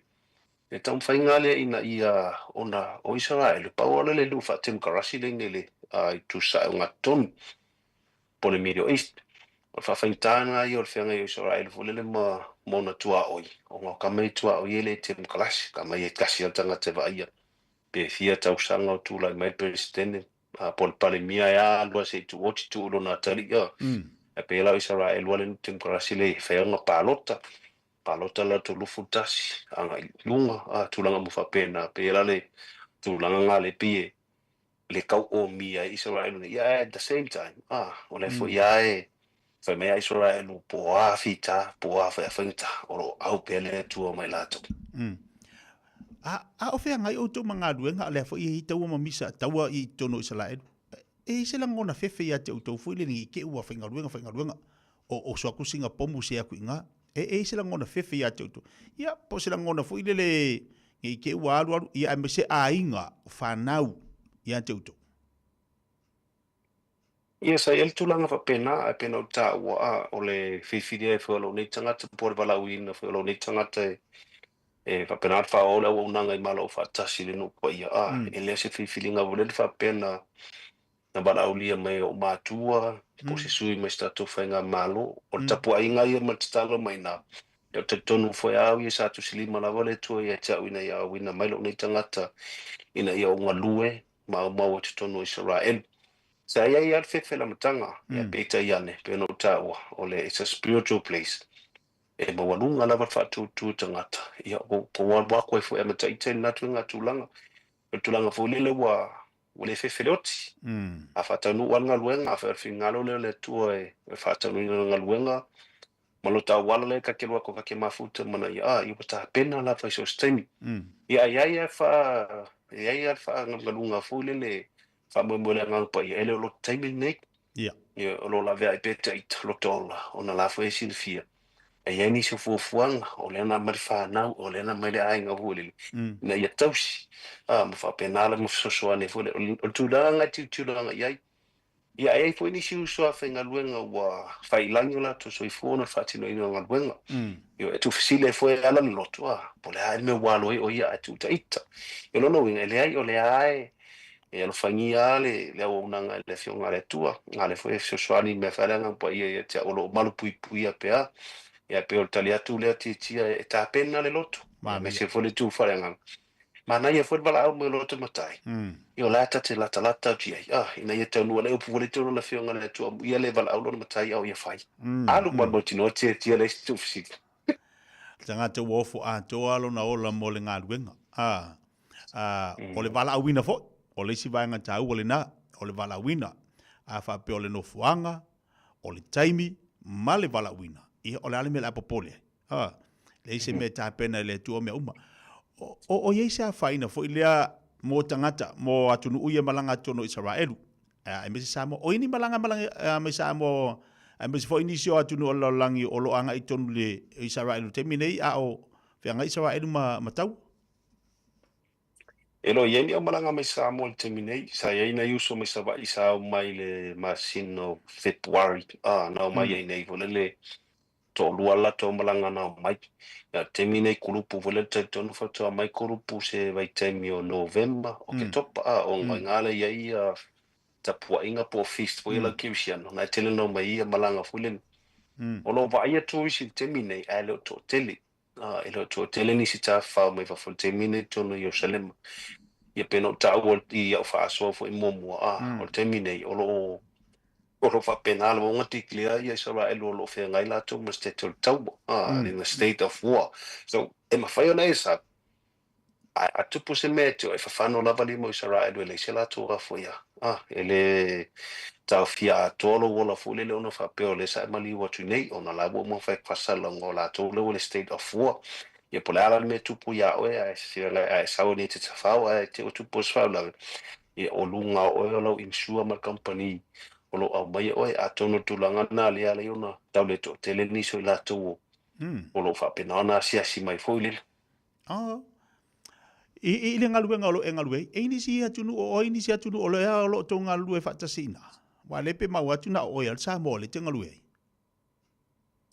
ia ole ngaluanga le nei ole me ka security la le nga vole va ia la passa mo lunga la vole ole malo fa tasile nei ole te nei ole mato tam ole mato pule lo ia ole fa fine mai Holland ia ma ko team la to valula mato e va ia ole ia Afrika ia ma ko team lida sa mai Italia o sta mai Peru to lota mai o Espagnolo po Spain ia tasit Filipino ia ma ula sa mole ye nela unanga nele mo te mafuta yo team foi fa pene light ye foi team sa o ngalue mo moito no si foi i tu pe o Papelonia po Iraq yo tamanga ta isfulu lima ta isfulu ngol ke kele o team foi lele ya o team la le bu tinga no termine na to valua mato ya fa le na lo to lo e malolo ya no foto ono foi lele e pe tulanga na le temi nei ai ona wa ni Samoa le temi nei tale atu le facility tia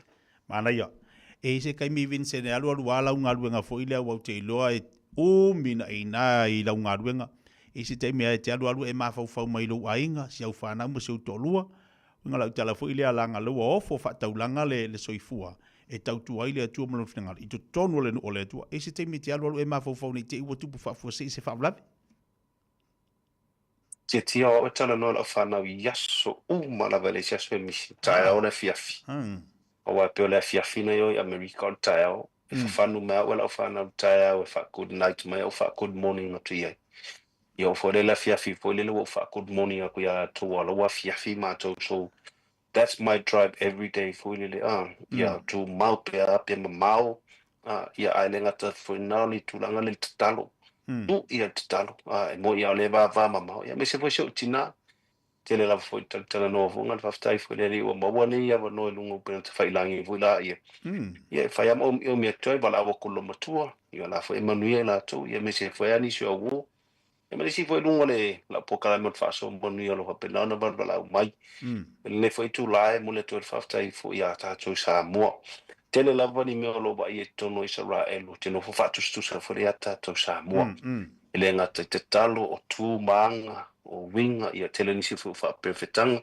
o te no fa mai va nga ia tu fa ta si fu lele ina ia o ma se manuia ai me se fe o ta tu ta Samoa ia e fo te talo vole tono le fionga le tu le peta o mai lo Israel mo ni su elon fa mlama ti lo Jerusalem o fea lo Israel e manatua me Israel o Jerusalem ona la foi lo le talo tu Jerusalem ia la tu se fa pena fo la talo fo le Samoa ti le fa longa ele ngate tono e kalesia para poptonga e meste tono maftanga tatu tausia alu matama fa na uso se tafo le lang o le wo fa mo ni atu confirmation mo fa o le talo na le te manui ai e ese le power it's very useful for ngale nga volo tono vo le mo le malusi fa tino ngal ona le tapu ia la ngal ele ngata yo ai au sia tu sia watu pelo sa mo na tangata malo faftai Vincent te ulungal tapo kala mel town day e ile po kala me olo e fa nga ina ma e tau tu ai fa pea o le fa so manuia pa so manuia o le tele la o le mana ia o lo ia na ia ta fo io o lo e fa ona po ina mai tono le no le tua ia matau fa ilo mo fa manatu ai ele ngata fo ile o lo fa soa ina ia manuia se loto manuia se anganga o meua tupu la langi meua tupu ia tunu taitasi o meua tupu i tono tatu atunu Samoa ai e sere tā ua le pai o le upo le atua ma lau whaasoa mo le tatu atunu la le tā ua le vaenga mo ila oi fo ipokalami o whaingoa ina o le whaasoa manuia i sao nei sao nei sa matala o nanga le lua festival lua sa oi paperenia po Iraq i tau sanga lua fei pas furu su tasi o saulo nei su lua su tolu no menel matua nei su fasu lima su ruona su fitu mato esa tu mene mato New York ai o tele alo esi atu sa o fata wa na ula ma sa o talo te mana o lava pula se ona lewo lola o esi tu Israel pula se me alo fa e mai Israel mo o talo te fa so ayu tangata da walu e o papa talo mo tu vai mo talo te mana o lava ma ko esi atu la ile ti lo afisu fitu ma ko New York sul balu sul wiva o la kuma ko isa mo ko no Hawaii sul pelo nanga mata lo langa de por kalame o lo famtalanga ya wo lo langa titono Israel o ngano wa eto le ngani mai wo pese pe fa episode fo le wo tumu atu lo fale ma yo ngo fala ya le amata nga famtala lunga la laptop yo ngai Hawaii nga makamalwa su boliva malo le lo on va tono ale tete le ngo fata wana wa ilo talo o le watali mai le to o pe fala tulanga fo le wala ko o pe nga makama ya ma wa ma le ngol fa so monu ono le teilo o talo tangata sa mo mo so tatu o tunu le o te manu ya mani sta fala no to fa so to le manu ya le ya yo tulanga fo le tu fa le nga fo le ma tilo ya wa ese fo el tilo le la lang ia voi tatu ki shano lo ia tu spa ia o fa pena ona lapata ia mai tatu Right time yo no ai tatu talinga fusto ino no e valvala awe tau le mo ia tatu. Tele foi banga tonu tus pa yo fa tonu wina. Tele fa perfetanga. Le fo tatu fa alongo i talo taua si tau ia lang fa me Yesu lon au so to fa alongo lo i me ne. Ia fo istanta Cristiano fa me oi boleva fa nga ia tau la so le to umala lang. Ia ola o na ia filinga. Ia ai wa ia mala o unanga nei ia.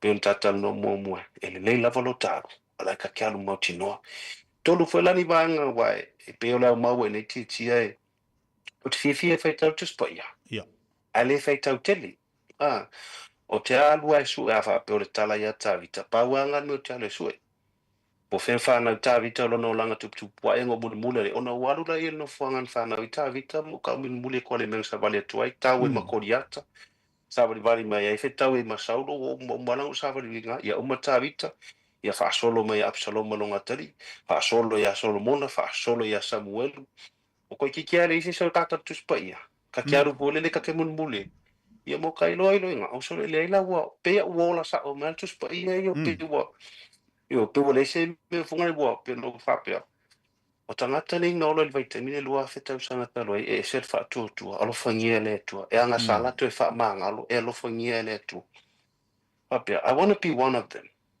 if you pay te mana o ye mese fa unga le tu per fa unga tamani ia o ia Joseph o no so Jacob isa ako wole lo se me e kon tu pa ia ele o la saber bolinga o tu ma wa apule amu io o salai Jacob isa ako mona tai tu o ia o ya Samasoni yo tangata umana i tona rewhionga le kukosar mea tonu ale te ua ola le upu. Ia.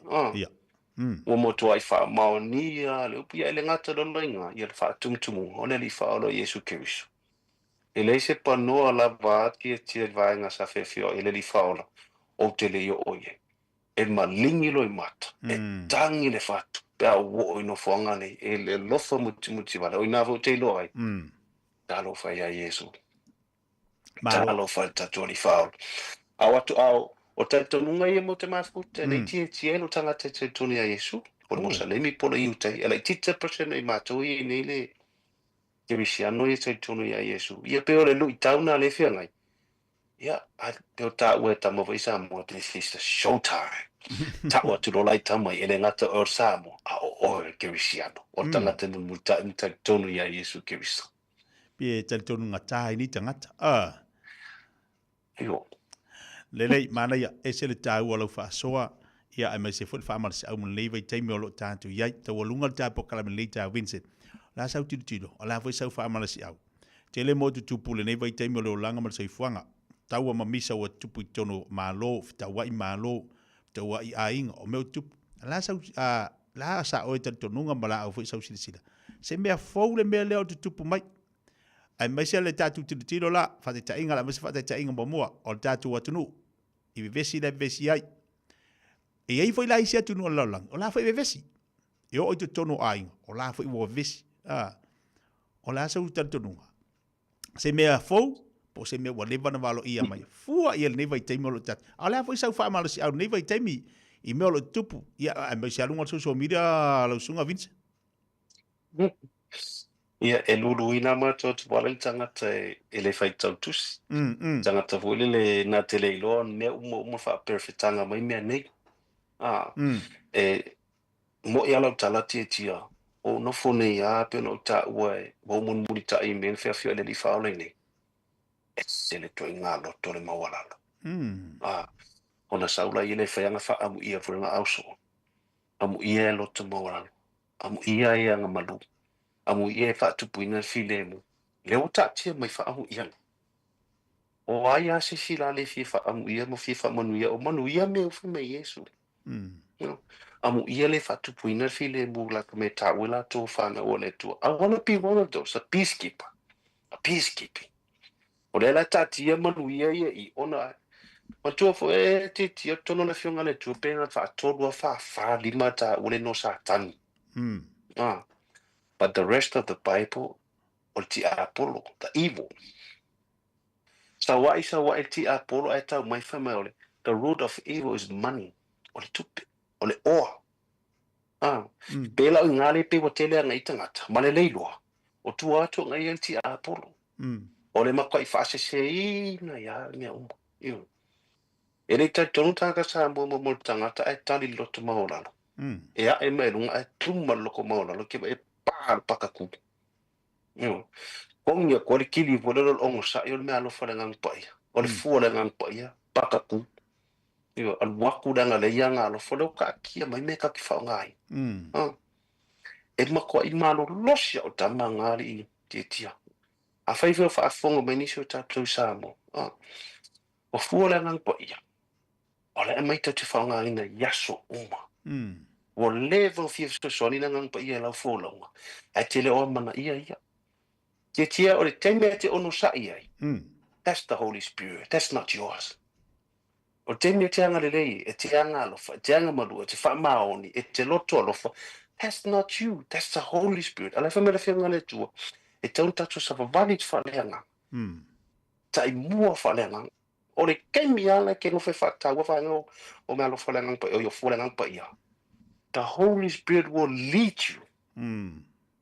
E ke kalango me pa le mengi o ka ngak kai kumu ngang pa ia.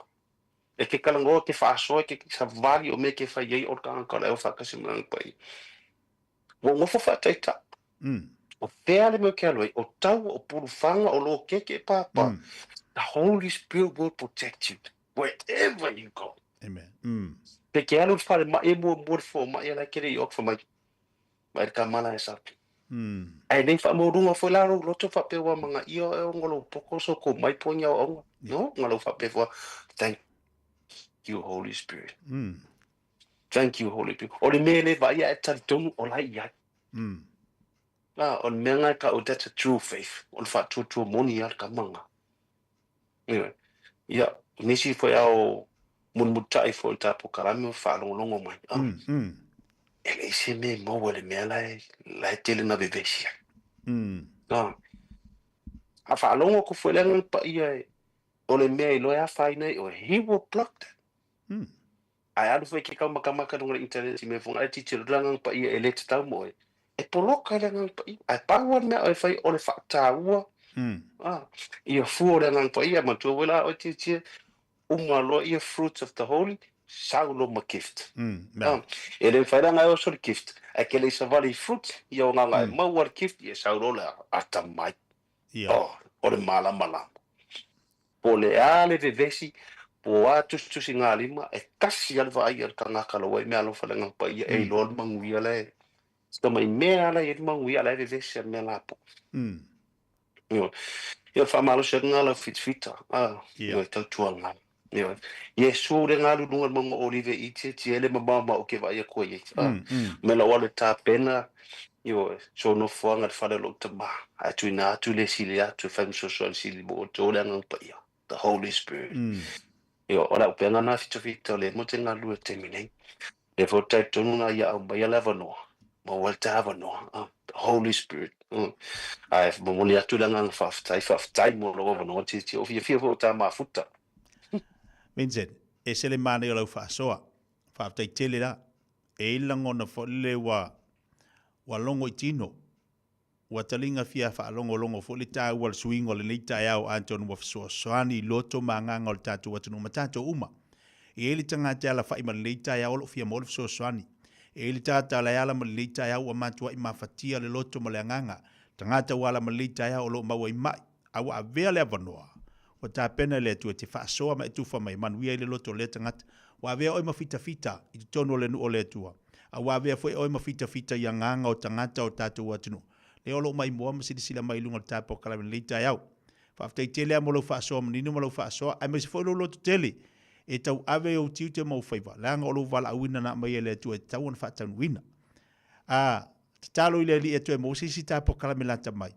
Ai e fwoi nau e se le mana i o vaenga pe ona e alu ma e taltanoa. Pe ila o na ieina i tama iata le na. A tonu la ama o sisi vaenga ta ua ne po kalame. O la atu ina atu e lunga o le tātou tua ma le tāpo kalame. Ia o la awha ingo ina fwoi whaasoa manuia. E tilo, ma sida le tātou atunu. I vaenga te itasi e tonu o le tua. Ai whaaftai tele amo le nei tai au i le tā whaasoa. La la whatu lau sunga le nei tai au. Se vaenga wha ma e ama le tāpo kalame malanganga wha lolo le sunga Vince. Ia whaktai fo molo o no, ia tonu fo nai wai o le mana ia fo po kalame le fa au pe a tai luova ia so fo lele. E mo fo manatu ila to fo tu fasili. Wa le tatonu mai o e ti al to tele ne tangata ila tu e fasili lo tangata ilo nga nga luele nga ngole tua. O tangata lai na una. Tatonu le am se so fa ngolongo mai ele I. Ele iso no manatu ia so tato la ti fa peta to dunga langi e isa la elu e kopito. A moni ma o I. Yo me vai na umana ale wo I nei le fa mau sali fa mau tu watu mau tal tonu me umala ban fa ele fa tia na tolu ame mo tino I lalo langi nei mua le upo le tua sai la matanga sai ngata na pe tau toti po fe eta e tu mo le upo le tua lona lua o tato woti tau te o maltunga ma ia mal vai na lona tolu le tato te tau sini o mai o le ola fa va nisi vai na umatetia le ai lava ta folan tato titilo le onga tato te nauna wa ya tau fa tau ono famulia ngale tua a one a vele o ma me trata I muai tato foile yo fa mai o ai ale tele na mea ale alofa on mativa la valna famonia tele le tua yo le sta po inga me se so tunu pelo Samoa a wani ngalolo fa vai a wani ngalolo fa vai a o le tua por amo isa akoma Jacob yo lulu ina fola fa tu nei vai ten o tangata ia tu mau matantoni a Yesu Keriso yo o mai lava fa vau o na lava tu mau a lo fa tele atu famonia le tua le ngai tu le sai o le vai e whaftai te foi mo loa wanoa ia tate so ta ia talo mai talo tu foi whamoni te le lava le tua tia alo whaftai Vincent to tele ia woma paanga lo mori mai la to lo whaanga whamorianga yo whaiva mau tūtepe ona iai o te talo fo ile al tatu watunu ia whamarasi au lo loto whamarasi au ile anganga ia awau tūte mga ruenga ia anga le fo ile atua malu puipuia masausawina o le totoro te mai mamoe awau tūte mau whaiva ia mau se fita malosi mo se fita lo tele ya wale tau ave ino lingo sa mo I tono le nu o le tua tatu fito a filonga I pea ia a lofa tele atu tapo klame a lofa atu mo le usa soifo mai manuia ia fa ia soifo titia ia soifo ia lewa to iwa minuta tale o le tu las folu fa fonga le matango fio le fa soa le sunga ya Vincent tatu po klame le vai ngale tayao anga lele tu tu bangalu ngal tatu watunu tatu se atu nisi fo onanga matu mo tatu watunu nei tayao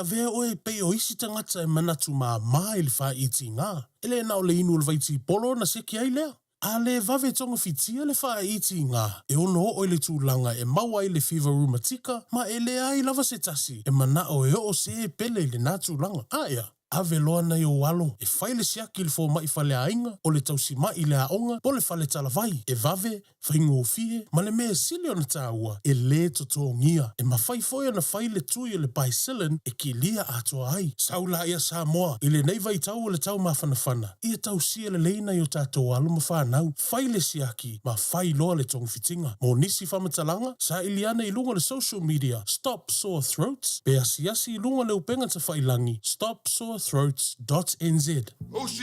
Career Academy, Sauni! Kako hoe, kaule kaua! He whai ama whai! Wāste lumangai maguia! A whaia sa ili se la asanga fau moe, a waloa e teno whai. O le OCA e a tawina ai oe i mtata e sese. Maua visenga fau fale, vali fale, palasa, male soifua maloloina. O le nei avanoa e anga wa ai tangata no fo mau masiti seni New Zealand o loo halala i au kilani. Le sitala nei loa i le OCA i le go.oca.nz/apply po le vili mai i le o varselau ono lua lua valo fitutasi. O varselau ono lua lua valo fitutasi. Talofa Samoa se o atunu pele. Ua tatala ina nei la mātou whale o loa o le leata i lai Super Reds i le Onovalu, Michaels Avenue, Ellerslie. Molo fifonga tau mafa. Ua maua nei le mātou talo fiti i le iwa tala iwa i le kilo. Talo Samoa i le valu tala iwa i le kilo. A fio mai loa i le Onovalu, Michaels Avenue, Ellerslie. Po le telefoni mai i le o lua fitu. Fitu. Lua lima, valu fitu. E fia mona rental se whaalau i lo antula na whaabitoa mole masino Februari mamati. E lusful pasene ua pa umaulalo ai le tongi pe antolu aso pe silia tu foil e te whaongai nai so se taavale. Ma mawailu avado i le se i e awhetala Samoa i le whai unga o le masina. E mawhaiora piki le taavale mai le malawa lele i whaleolo polo tanto ofisa au tu i ala fua. Pe mamuli a tu foil le whaletali malo o lo e wha mautu ai. Ai ngā whaabitoa. O lo iai tanto insurance e te fili mai ai ina nei tupu se whaalavalave ai olo o iai le wha ma avenga. Ma le tuolo iai le tātou account i New Zealand, pe lafo sa fo i le moana e wha o ngā i le Pacific Easy, pe wha o ngā fo i lau credit card e wha atino i le tongi no lo sa. Mori si wha mtalanga wala au le Pacific Easy i le ovalu se lau o tasi onono. Pe asi le tātou Facebook o le Moana Rentals, po le upenga ta wha ilangi o le moanarentals.com. Moana Rentals o lau paanga e taitolo ina oe a o e malanga asiasi i Samoa.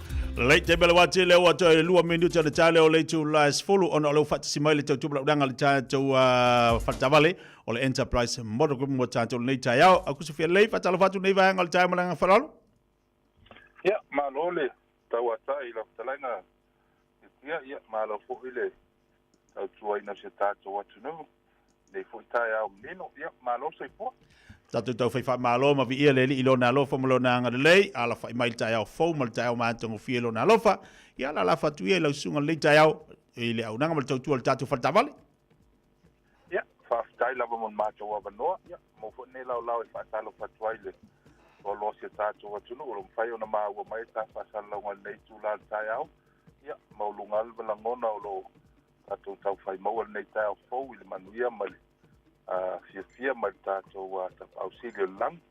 Ia, o tūlanga masani lawa i tātou lotoa nei i manukau. Ia, o tele a tātou whapitoa. Ia, ile ngata o tātou taamale umalawa lo ia ila ki tāla po nea e ta pona sa fuafuai oi a whapeo lo lawa lau whasoa i mwhai o na whaabe ese mai le tāua taamale.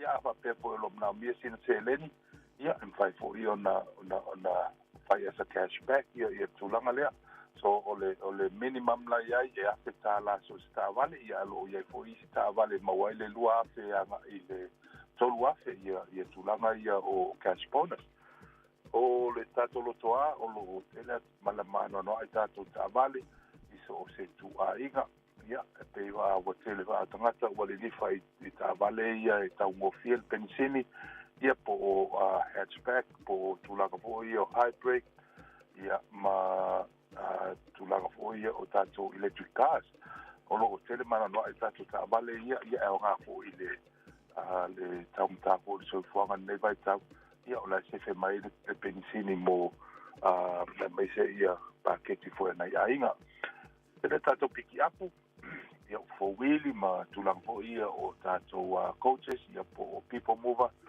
ia mo ai matotele ai fitu no fo ai balu fo ia matulang fa pe ia o ia tatu ta vale ia o lo mo fo tatu commercial vans ia mo la tau fo lo traders ia po la tau fai business ia na mia ia tatu veni ia eleni no fo tua ia o tele na tatu fa to lo ia me se fa ile to le la si vai aso ne masina ia fa pe lo tau sa ili ia se tio le lei fo i le tau sa ili na so sa ia o lo tele matu ta vale i lalo ile amata tu le ono afe iva ia po lalo se fulu afe ia i tau i le mo lo fasoa i nei fo i kai ni ole tau sana ia a fa pe fo lo ia sin tu langa fo le o se ta vale o lo na bia le trade in ia lo ava no fo i pai fo ona matu fati no ina le tu langa ia le fo na e fai titia i le tu pe tom all finance pe fa pe fa atau no ia finance tu lang fa pe ia mo le ila to le fai ona mo ni aba no fo ia su mai ta to lo twa nei manukau ia o lo o ia ile ta to website na o le enterprisecars.co.nz ia o ta to website na fai ona e su ia ilunga ia o lo mo wa mai ia ta to ta vale o lo ta to stock ia o lo ia fo la le link na au tafa pe fa pe te mis finance ma fai ona fai elo finance ma tu lang fa pe na te le tau su atu le ia ia se fe fo le time ia me fo la to o lo tau mai ma kilani ia lo ava no ale tato website fai fa tino mai ia fo fang a wale le tu lang lo tau sa ia so sa ia tai lava tia mo mato wa no o mato numero lea o le overselau o notaciono fata si valu overselau o notaciono fata si valu ien pai on so tai mai ma sili mole sone di pole ya Terry kun ya tama fo ya tawa papu ya poto ona ne o kuso fiele lei ya dam na miani si fa talanga ya polo su mai fo il tato wa lo toa lima ono fitu ile lima fitu toru koi South Road i nei manukau whaktai tele lava te tia mo mato wa noa ia manu tele ina o whai walo lima nei ia e mai sa ele whawhong anga se tātua atu reo wha soifoi soifoi a lelei au nama tau tuale nā le enterprise pene whawhonga iai over se lau ona tasiono whatasi walu over se lau ona tasiono whatasi walu leo tapena mai ia le toe fasalawina o tātou tale mai whanua le nei teime le tai au ilunga le tau tupala udanga al whatu e salawao ma se mino ia manu ia tele tiutu mangaluenga lo whengai pe mo le tātou wātunu nei tai au Radio Samoa Taslima iwa tolu Amo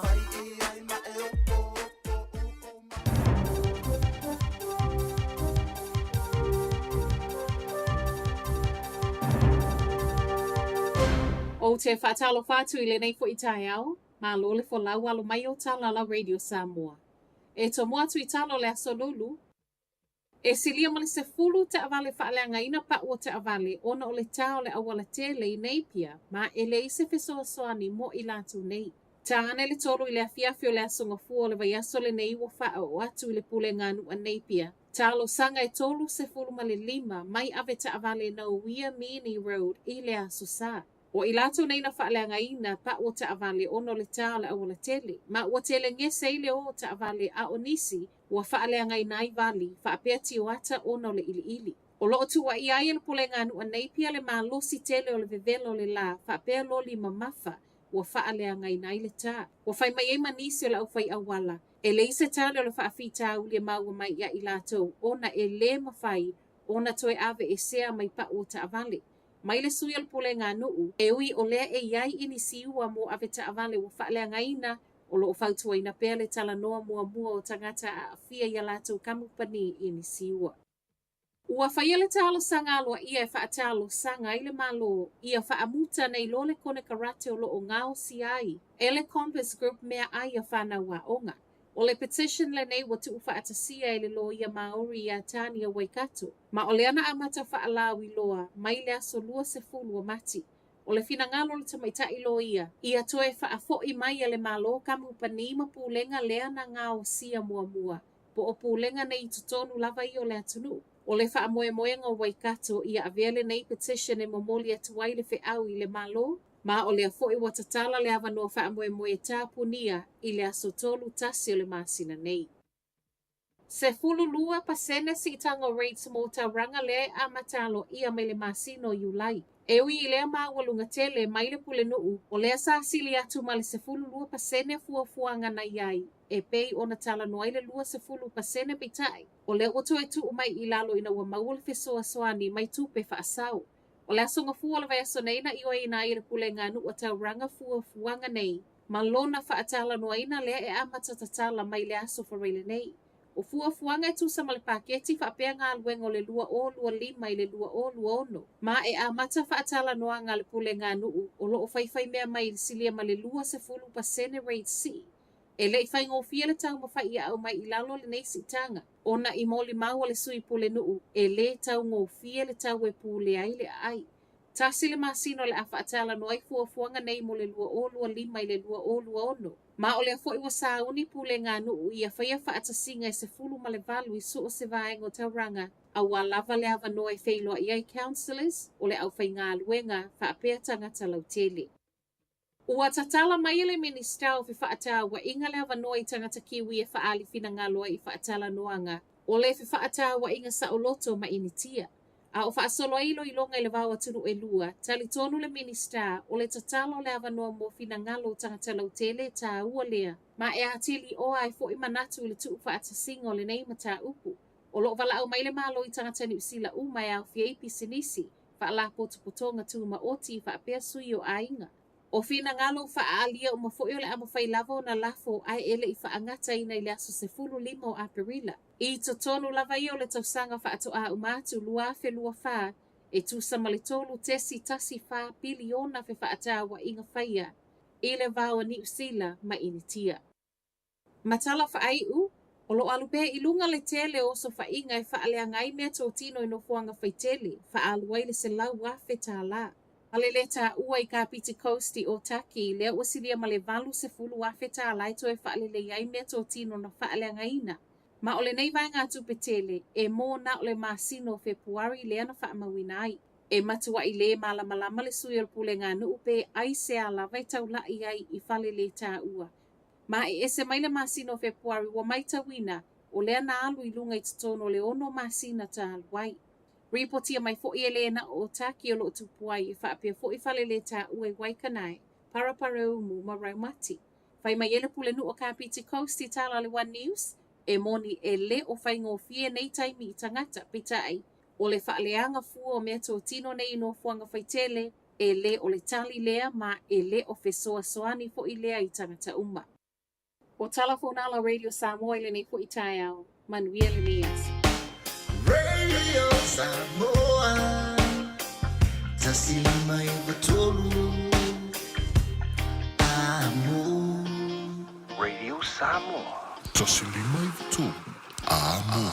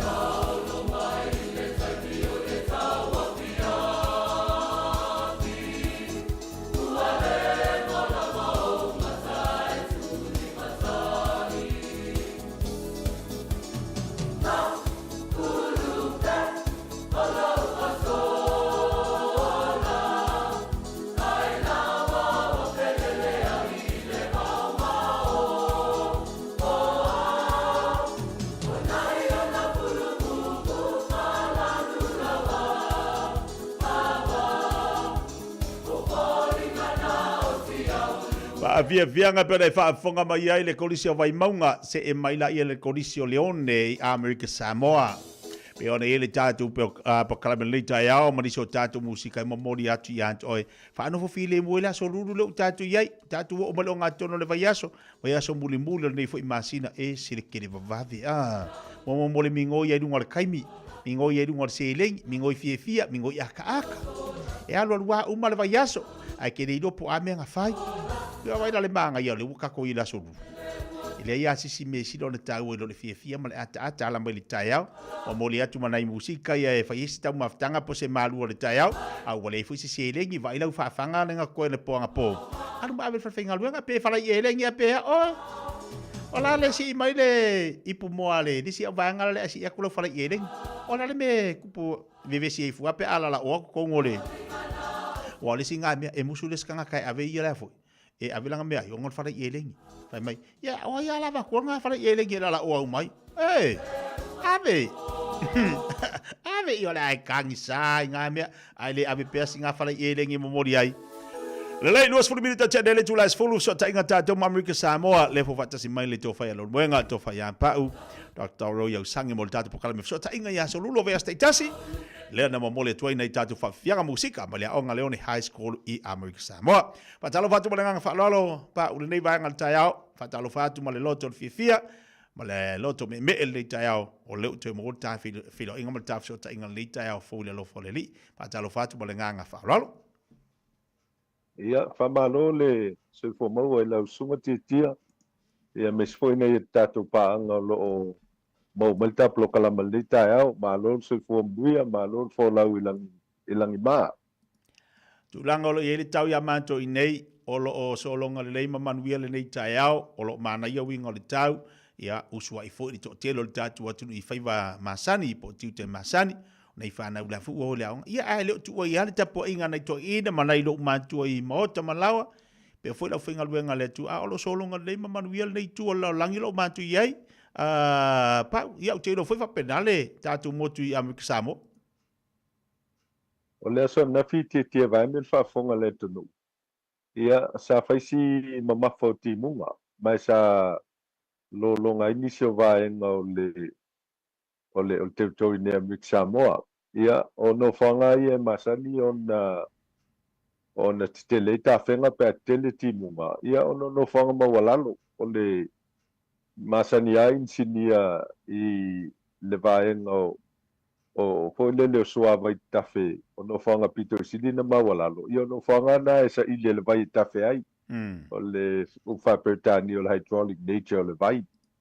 Ia, mai o se tasi po yo vaenga lo ngā lue aia nei a mātou insinia Amerika Samoa ia whatasi e malita ngā luenga o ngā luenga tele al malo ina ia vava ai vaenga nei a mata ona fausia mo meo o ala vai te tele tu lor whafonga le tonu ina ia tafe ai ia le suavai le stormwater po suavai le tafe ele teime tele ti munga ia mai o te loa ia ele o se whawhitau ni fōle nei whawhitau pe fōn tātou wa ia i Amerika Samoa ia whapena fō i Samoa i tūlanga no whanga mawalang ia maisi no whanga i Samoa i pōnum sa wa i leolo ia ia awala papa fō ia luanga i lalo ia ola na tele tāwhenga ia o tō titi alem whanso po ia ma se tasil na olu i tau e tau na wawa ia ia whainga malo e lua ia ia whaia wala papa ia i lunga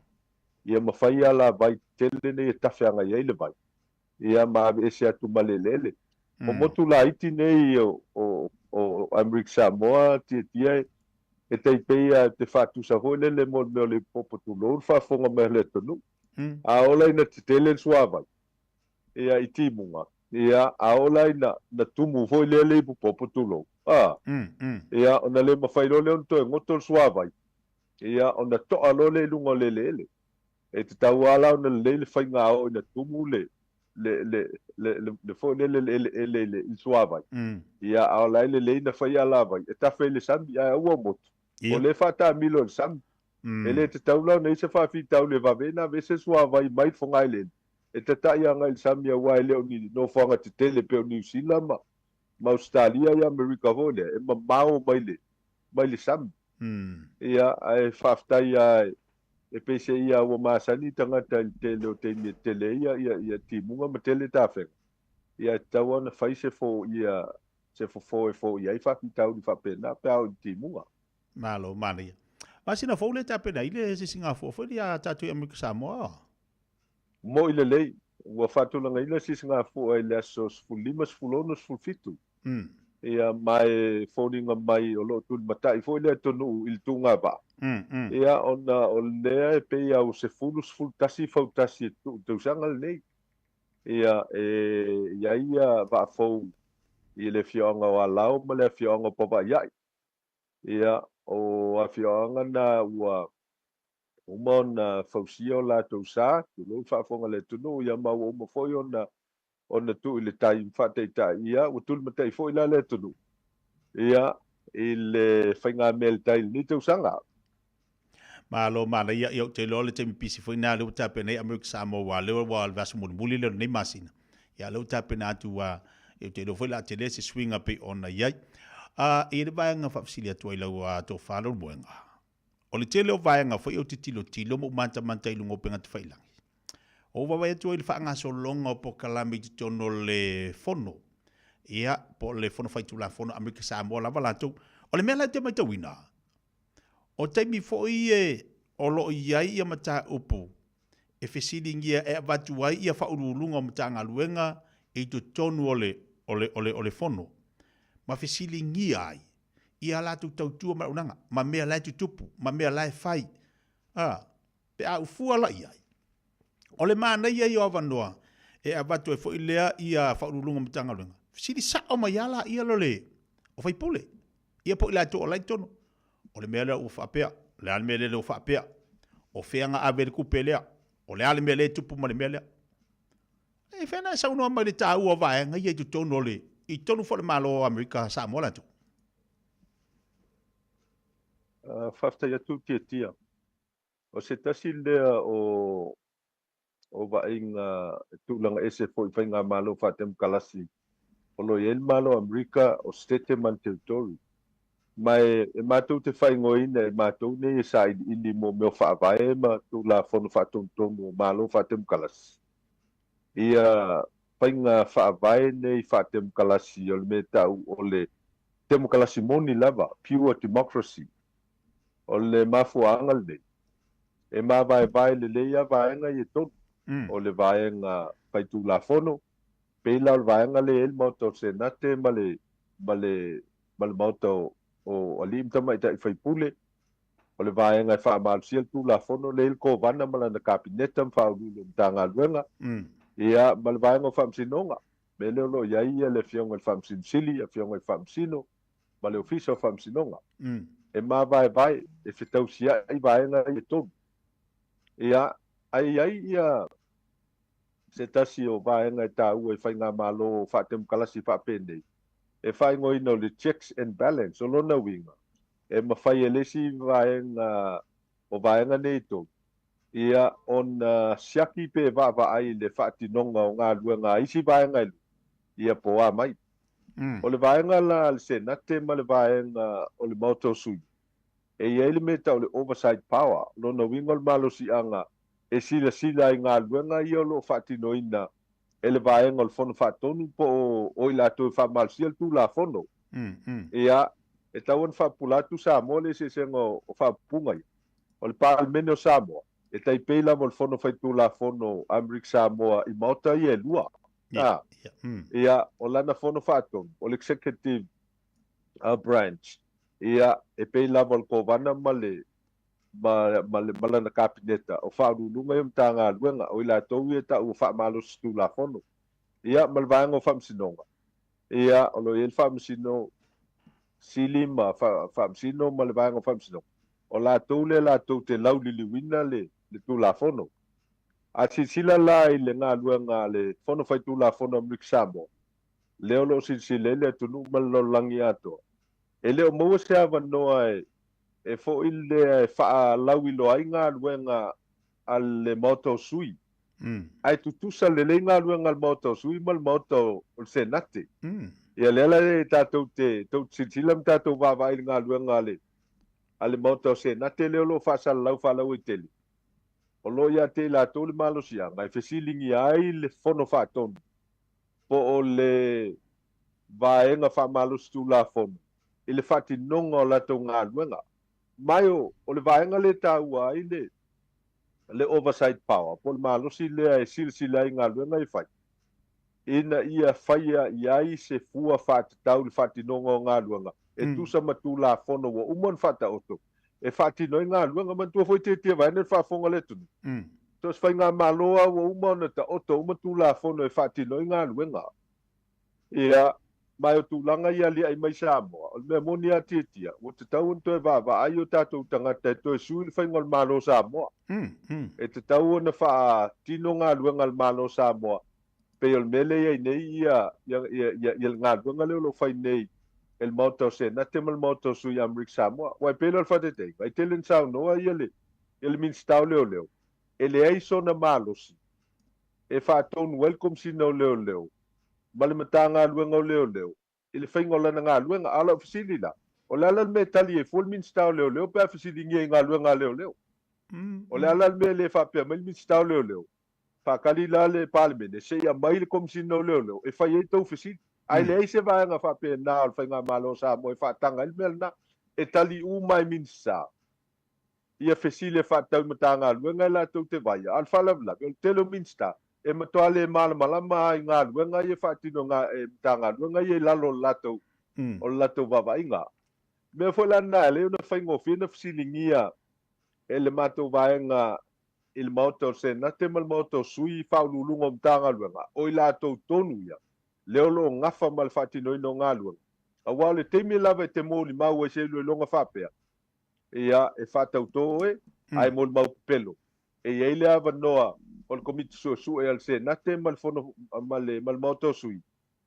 E toi su e ati nei oe a whaisa e mōli mau pelo. O na whaila lo lea o le tangi e whaasanga ia te oe. E ave e le whamsinonga. Ia e mōli ai oe lo mōli mau pelo. Ia o le tāua lao o ilo longa whapene tia vane whaafonga le tunu. O lai whaafofonga i le atunu. Mai e mawhai le atunu ona toi momoli mali tangata le na i le ilo longa. I le komiti su e mawhapea mai. O le fsili le na fsilingi ai i le pūlenga o le malosi whaeltisi. Ia e le isa o le tali al tangata le whaurulunga le tanga luenga le na o mai. Ia mai e whapena fo le tele tususinga ia sa fea vea I upenga ta wha I langi. I le vaso le na tea. Ia o I lato lo ofsilingia mai le wha maoni o le mōl mau anisi o lato ia sa mōl mau mai I le pūlenga le tisi Amrik Samoa. O nolo ia il telo meo lo ofsilingia ai. E o fo la ia te au ia. O le fo sa whaila usua engal wha iungol vaias. Pe moni tali ale pule o le matou espale na o mai. Ia awala fesili mai stanga. O le sa fai mai pulo la spasa fai le tau fonga I company sa la tau au ina le la pisi tu no fa fonga le tunu. Ala fina o mai si kon karate matou fai mea fatasi. Ali pa. Tango su el mele ele ia ia tau fonga na fai. E oi. Ia na so pe na tu ina alo ia ele pulenga le tise ia il konkarate il company le la tu te fatti no ne ngal ia le fola lo fa il mato sa I linga ia awale lele na al mata upule nei e mafai tangata so se tangata lo mau nei Amrik Samoa na faila na ia sa I linga ona momoli le anga I sui ole motor se na te po sui il motor sui fa pe mai o mato sa I linga ia to vala mai le pule le tanga luanga to tu fesili ia a fai e fa mauni ale le fa mauni o tal ia fai no le molianga I lalo tu la fono le perchu ina ia fesili ia il fa mauni o tal ia me le tonu o le mane ia o le foi tu ina fai na tia mai le fa fonga le tonu e manino mamala malama ia mata upu ale tonu awale fo te baba ia tul mata upule tu pusa mole tatal no so el tulanga el peso le wi ia e mata tia fo le se sengo tali au mai ai na fa pela ia se komiti su e fa pepe o me ia fa Amrik Samoa Amerika ia o inala e manino le mata le vai ia mai loa ai tangata le o lo pelongia le tonu. Vanga tonu ana le mo nga wa o fisiringi al tulanga le. Ilo tilo fu le mana. Baba ai la tulanga le pe one pe le pa. O le alava e tu fisiri la tunu po fia tonu le mafuanga po i sa. Se foi le saunuanga la to minister. Ese le tulanga o ia ia la finga benga le pulenga la to. Ai pe o le bonolea. E mana ia. Ai te taulo na tiro ia ile tatou atunu. Ko inga si kaili le tona fai. O le avatu sa oloa o whaurulunga o mtanga luenga. Peila le whawhitau le letu lai mali tatou tisi. O le te melfono, a matu whaurulunga fisiringia o la le mele kupul pawa. Se tautala noa sa mai. Pe moni na a menga maango ko aku whareanga ingi spena mangi. A lai whafofonga le atunu. E atonu e tali loa. Ea, na tatu tilo, po o fea stonu la fai, po o fai se ngaluanga, ia, whatu langa o lea tatu tilo, lo fitia na ila ngona mamanato le tunu, po o tonu e sa, lea mali sa unuanga minister la tau, tatu tiri ilua fo ilea ile tulanga o lo ile pulenga la tau, ia mala fai ngaluenga ma tinga hina ilava ila tu o lo ngarure, ai, a tonu ole au wala le, ta tau lona toi tilo, ili tatu watunu, e ta tau na batu whaurulunga mtanga o lo ngale malo, siri, o lale me kupul pawa, ia, ako ngole vangoanga fa pe mo le pule ele io o kwale mingiska e fa kwai foi ia afa pe bel mista wo umana uasia wo umana batu afi olal meletu o awala o tatau lon tatu titilo se au mai sa oloa ia nei fa mamonga ia pe ole mele wanga ia mu ka sa mola to esele manga ia kelo la alongo longo i ile skaidi ko kuila le ia o le fisiri sa o ale o tangata o fe wa aver ku pele ala le menga le fa ia le mele o va hanga na tatu titilo o no le whawhitau le tu lai male tisa le tātou atunu. E moni le sa noanga tia pe ia na pilot fo inisio ta fatal noanga wutu nai. O le mafuanga na leo lo to oli ai le telo ngalwenga i lo fatino ina nei Samoa. O ila tou ia e ofi mai le pal mene o latou tofi faipu. O le latou a fatua inga tausi. O le faitu la fondo. Ia ai a ola ina tofia i tofinga o sui minsta ma minsta. Tofinga o palemia ma le sui palemia. O na ofi lo leo lau faitu la fono i tutonu o le si o manga o lau wha malus tu la fono. O inala le tatu te vai ai le to dia o ngā nuangane. A wale mea moni lau. Ia, a o ina fesilingia. Ia, ilua me tupu peo ne e sao noa, mua. Ia, o le wha pea mai o lewa umana whaila na ngā nuanga. Ia pole tua i le whaurulunga o le tanga luenga whapea o le tangata na leo lo leo ele o whatino ina ngā luenga me fo la sa uma ua le sa noanga le palmia e fōlinga mai o le sa wha tali le kapineta ia mai la tolo teita ia le malo i le report le EPC ia le ala ua o mai le report le EPC e fōlinga mai e ia inisio vaenga o afiolongo se le tise mai le sua vai wa whale tonu ia mai wo mana o miona to mai ni sia fifo ia le lau filfilia mai ia fifa leo ia lima ele na sa no el mai tai palemia a le wala tala te leono le fitu vai aso le fale tonu le ia nei ia le silila o le alme na le va ve lo ai le mata upu nei se manu o leva ona tauna mai ia fifa leo le wo levanta pese ai mata pu el tapolo kalama ia ina ia tali le mana onga o le malo. Ia, le mea whalana e tau ai, komiti sua ne Amrik Samoa, wai pelor whatetei. Sa iel sa ili linga e whatau iai la tau o loo i tono komiti whafo el matou motanga se ngase i whanga alu. Ia, o le ala nei lor komiti sua le. Ia, o ila tau loo whafo ina le komiti whatonga. Ia, o lai sa tongil ta, ia wheta lai te miu mai whono ai. A whaila e wha luas fulu na whono tausanga, alo na winga luas fulu a whet tongil tangata e tō tasi. Ile tausanga. Ala fa mel tu la fono e lima fel tau sanga te tai fono ai fa fel tau sanga ia isi sui o komiti faton ya ia o le ala wo mau el sai ni nga le na fai nei el moto senat e falling mai wa oval tongi no o sui faton ole o komiti fa fo el moto nga sengas ya le ala sa to e au mai ai le meta o le resolution o le mali lienga ale fono fai tu la fono Amrik Samoa ala il moto senate ele ai wa tauna fa mutal mele au to le komiti fa foi ale al tato falmai ia matoto tongi mo mai tu pe wa umana lena ova atu na tongi atu ia te utou. E tausanga nei le sa utou tau tuai ma tau aveina le komiti whaafual whalmai. O no le sa whai ma le solingo le tūlafono. O le sa whai sol tūlafono sia tātou ma tāupu. O le tāua la o le foi tuai ngā whātūlangana le iai. E umana whai le suasuenga. Toi teu le tūlafono. Pe whau le tūlafono fau. E tau fiai le whale tonu le tūlai mai. Ia pe whau le tūlafono fau. Ina ia whale le iai sa ua unanga i leo le leo na whātinoini. Ina ia manuia le tonu o le manu lau tia o nei mea whai ngā malo tia vānen whaafonga le tonu. O le tonu ina ia manuia. O le tonu ina ia au ina ia whai au nanga matautuanga. Ina ia manuia le tonu i so steam. Ana whapea o le mele tupu i Samoa le tupu i nei tutuina. Ua lewa na toe fo i lelei. Ua lewa na fo i al whawhita au. Ia langona le whanonoa. E whai o le telo le tautua i le alu nei. Ia au fisilingia e lesi tangata lesi tangata. Ia mawawai au wala e peise i e whato i lalo ai tamali anga o lesi tangata. Ai leo mai fofon whawhita au di wala i loa le tonu. E le tūlanga o le pe o le tise i Samoa. Awa tau na whaise whainga tia. E se mai le mele tātou te angai e po le status quo le whainga malo Samoa tau na whaisuinga. Ia mai o la ufi naunga le abatu nei. Ua te tau na vava i e toi whatūlanga le malo Samoa.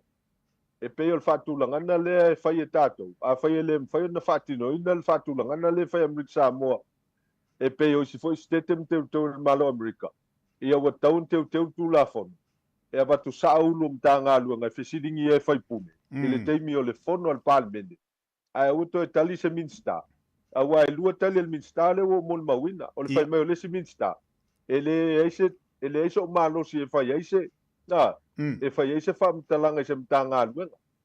Ia pe wha pe mai fo le minsta. Ia mali lie. E le wau se ulo se mtanga luanga. O te le mala malama i se me o tupu le mtanga luanga leo te vaia. Ia mai te tau na sui na whenga whawai. A mai sao ale tai o mtanga luanga. Mal whaurulunga mtanga luanga. E whesili ei whai pule. Ioe. O le ale mele tupu la mtanga luanga. O le ale matou sosoni atu iai. Ia o na whaia leo le ngā luanga. E fo ia el whawhita au peta o le te leo teimi. Ia e pese i o fi naunga le malo ma le tuangai. Ia e tau lai fo lele po ai e malo si o ai e poto ai a tamai o ai sili leiloa. Ia ai ngalo ia i lato. Le au au nanga mal tau tuanga e whai mo le atonu. E te tau na ave i el wha mua mua te miuma. Tonu awa e mo mo leo moenga. Peila na tatu whanongo longo whaafonga le atonu i tali fo ia le anga sanga i mai tonu o le motofono. Ia o le tali e le aisea ia e le o malmalama le minista. Pia ale talo sia. Ai va pete u anga i mai sisi whainga malo. Anga i mai loa tilo loa le tua inga whainga lea. Ina ia mawhai. Ona tari sa o mai lava urulunga matanga luanga. Peila le matua o whawhitauri, le lesta mai whawhitauri. I le pawa. Ua wawai nei tangata manai a inga ua a sai le atunu wa sala sai. Ai a tonu la. Talo sia ia sausis whainga malo whape. Ia le lei o la ele suinga. La ie le wha tu la fono fau o le whawai. O la mai whaurulunga o mtanga luenga. So steimi e whaali tonua i la mai. Siri sa alola iei. Pei vo ila ia i le mtanga luenga leo. A tonu. Ngā fole nai batu fsini ia le komisina la tau i ona whaiva. Ia i la tau fwoi mtanga luenga. O le mtanga luenga ale malo si whaali tise. So se mtanga luenga le malo. Ia ngala kusa ola le fesiri. Ola le mele kopo. Ai se ame ua whakarikari ka ko pawa ma vai whapea. Po le mea. Wa peo le vai ngor suava. Ngor ka ko pawa. Ia, tia e tā ua le mele uanga i ele whasoa. Awa e silsila i ele whatulanga ina o le malo Amerika e o whai an teutou. O whaurulunga mtanga luenga. E pasia malo ia e le fono whai tūla fono. El mauto sui mal mauto se nate. E o foi i tō tino komiti malo. Ia e matua ilo a ele fono whaitu la fono Amerika Samoa. Ia ma o ina e pasi ai, a o fwela ni whale tonu whatino ino lau ngā luenga, o ifo. E toi au mai ai ia le tārsanga e Abel Kovana. Ia e toi ave ese le tofinga o le whaurulunga o le mtanga luenga o lo ia te oi. Ia pe a whai e whale tonu whatinonga o ngā luenga, e o fwela i sui o komiti whafoe.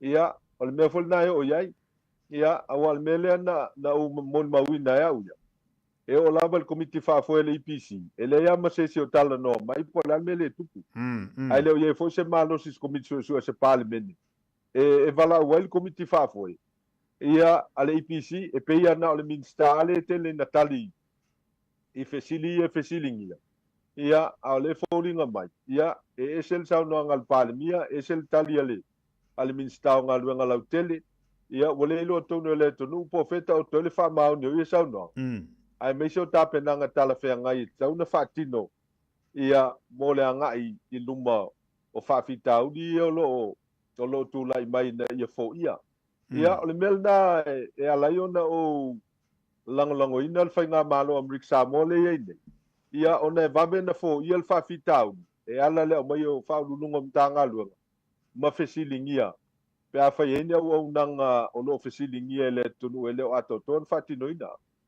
mana ai sau fode tari sau sawar kali ele fa pe sau le kanga ses sau sawar kali da ko e fesilia tua sau sawar kali da sau le fa urunga lem tanga lu manga se pe ka ke aka e pe i lu ngala tala foilia aka ngo fogi mo ka ma po fa so so ngal po so por fa so so ngal swa vai foilia ka inga ka se de pai ki vai ia so ia a tonu mare ia ta fa so le mo fai ona tu ina tu mo fa fonga le tunu ia tiro ia i mo le taimi mo se na ga i luma ia ma va fo ia ina ia ma fai ona fa malia ina ia le tunu tu langa lo ia i fa fita u lo tu le mai te lunga ta fa so ni ia ni ta ia o lo to fa lu manga o le la vai ma mai mo ai sa fo ia le mo mai nai mo ila tu ia malanga mai tu ila manga ia tu ia ta tu po ia wala wa sirfiel tatu atunu la le vai wala se tiro foi le tatu ia Amerika Samoa ia wa le wa fai ona ofiatu ia tulanga ia ma watu pe o vai ko le e lo ise lango tatu ia Amerika Samoa wala sa utau tiro la le vanga ia e moni leile sa nonga tia wa e folding o mai o tau sanga le te se tamai tai Filipino le sa mau e Samoa na balanga tu ia Amerika Samoa ia ai fai e moni reportia na o mai ia e foninga mai o seli fiti le na mau talua nei ia na malanga tu Amerika Samoa ia o le tasil na o tau putu nga o lo tango fia le mato fono fai tu la fono ia fa pe foi ia le fiongal kovana mal lutena kovana mal tau pulenga o lo ia il temil ia ona o le malosi o le mata upule nei fala u fasa ina Amerika Samoa ia ai mese lava ia le fala u le o le methamphetamine po le aisa le ua afa ina ai le tele o tangata Amerika Samoa me moni a tia lo ma le fafonga le tonu lo te va ai le tu la fono le va o le malo o Amerika mal territory Amerika Samoa ua tu la fono le sa pai e tu Amerika Samoa le fib se lau iva matu ina mai Amerika le malosi exclusive authority Amerika Samoa e pule ai ia ona tua oi ia e afi ai le vaenga o fe malanga inga ma le vaenga o tute o vaenga ia ele au mai ele le malosi o malo Amerika ia e tuto tasi lava Amerika Samoa lona fatinonga o lona wingala o le mamafo le ngaluanga e pa ui le vaenga o le tute o lo ngalulue ia ina ia mautinoa o lo tūlanga saunga le mu ia vaenga o tua o le malo Amerika Samoa mai lua wala tia vane whaafonga le tonu e ofi mai il fuala u whasaina me se lava le isa Amerika Samoa e ofi mai valalo ia ma au mai valele ia pole alava le wala au mai ai ma o mai tonu Amerika Samoa o vaenga lana e lua tau na matai tuina e vaenga o le tute ia le me foi lau mautino e nei me o suenga o le mo le collusion a o tu fatasi nisi o lo fainga luanga i tono lo official tute fatasi mai la to lo mo ye fala fa sa ina ia mausalia wala au mai e tonu fala fa sa ina ia no ma le mau ia e uma to nga fainga e faia e o lava i mo me scanners tong tape o scanner le sa mo le wo ia wa wo le va fona ele scanner fa pena ia mrik sa mo ia e ui lava la e whaonga ino scanners. Ia, e malama leia le vae ngol tute o ila tau o fili so li tu la fono ina ia au wai whaatasi mai la tau lo o mai whala u whaasa ina. Ia, sa ini la wala e whaatino ile so ngā tu la fono. Ia, mai o le memon. Ia, ele ia ini wha mau sa di fo lele e lo iPod meo le ngausi amrik sa mon whala au whaasa ino le isa. Ia, na pauli mele o teilo, ma mautino. O le eisa o mai tono le tonu, mai fafo atu Amerik Samoa.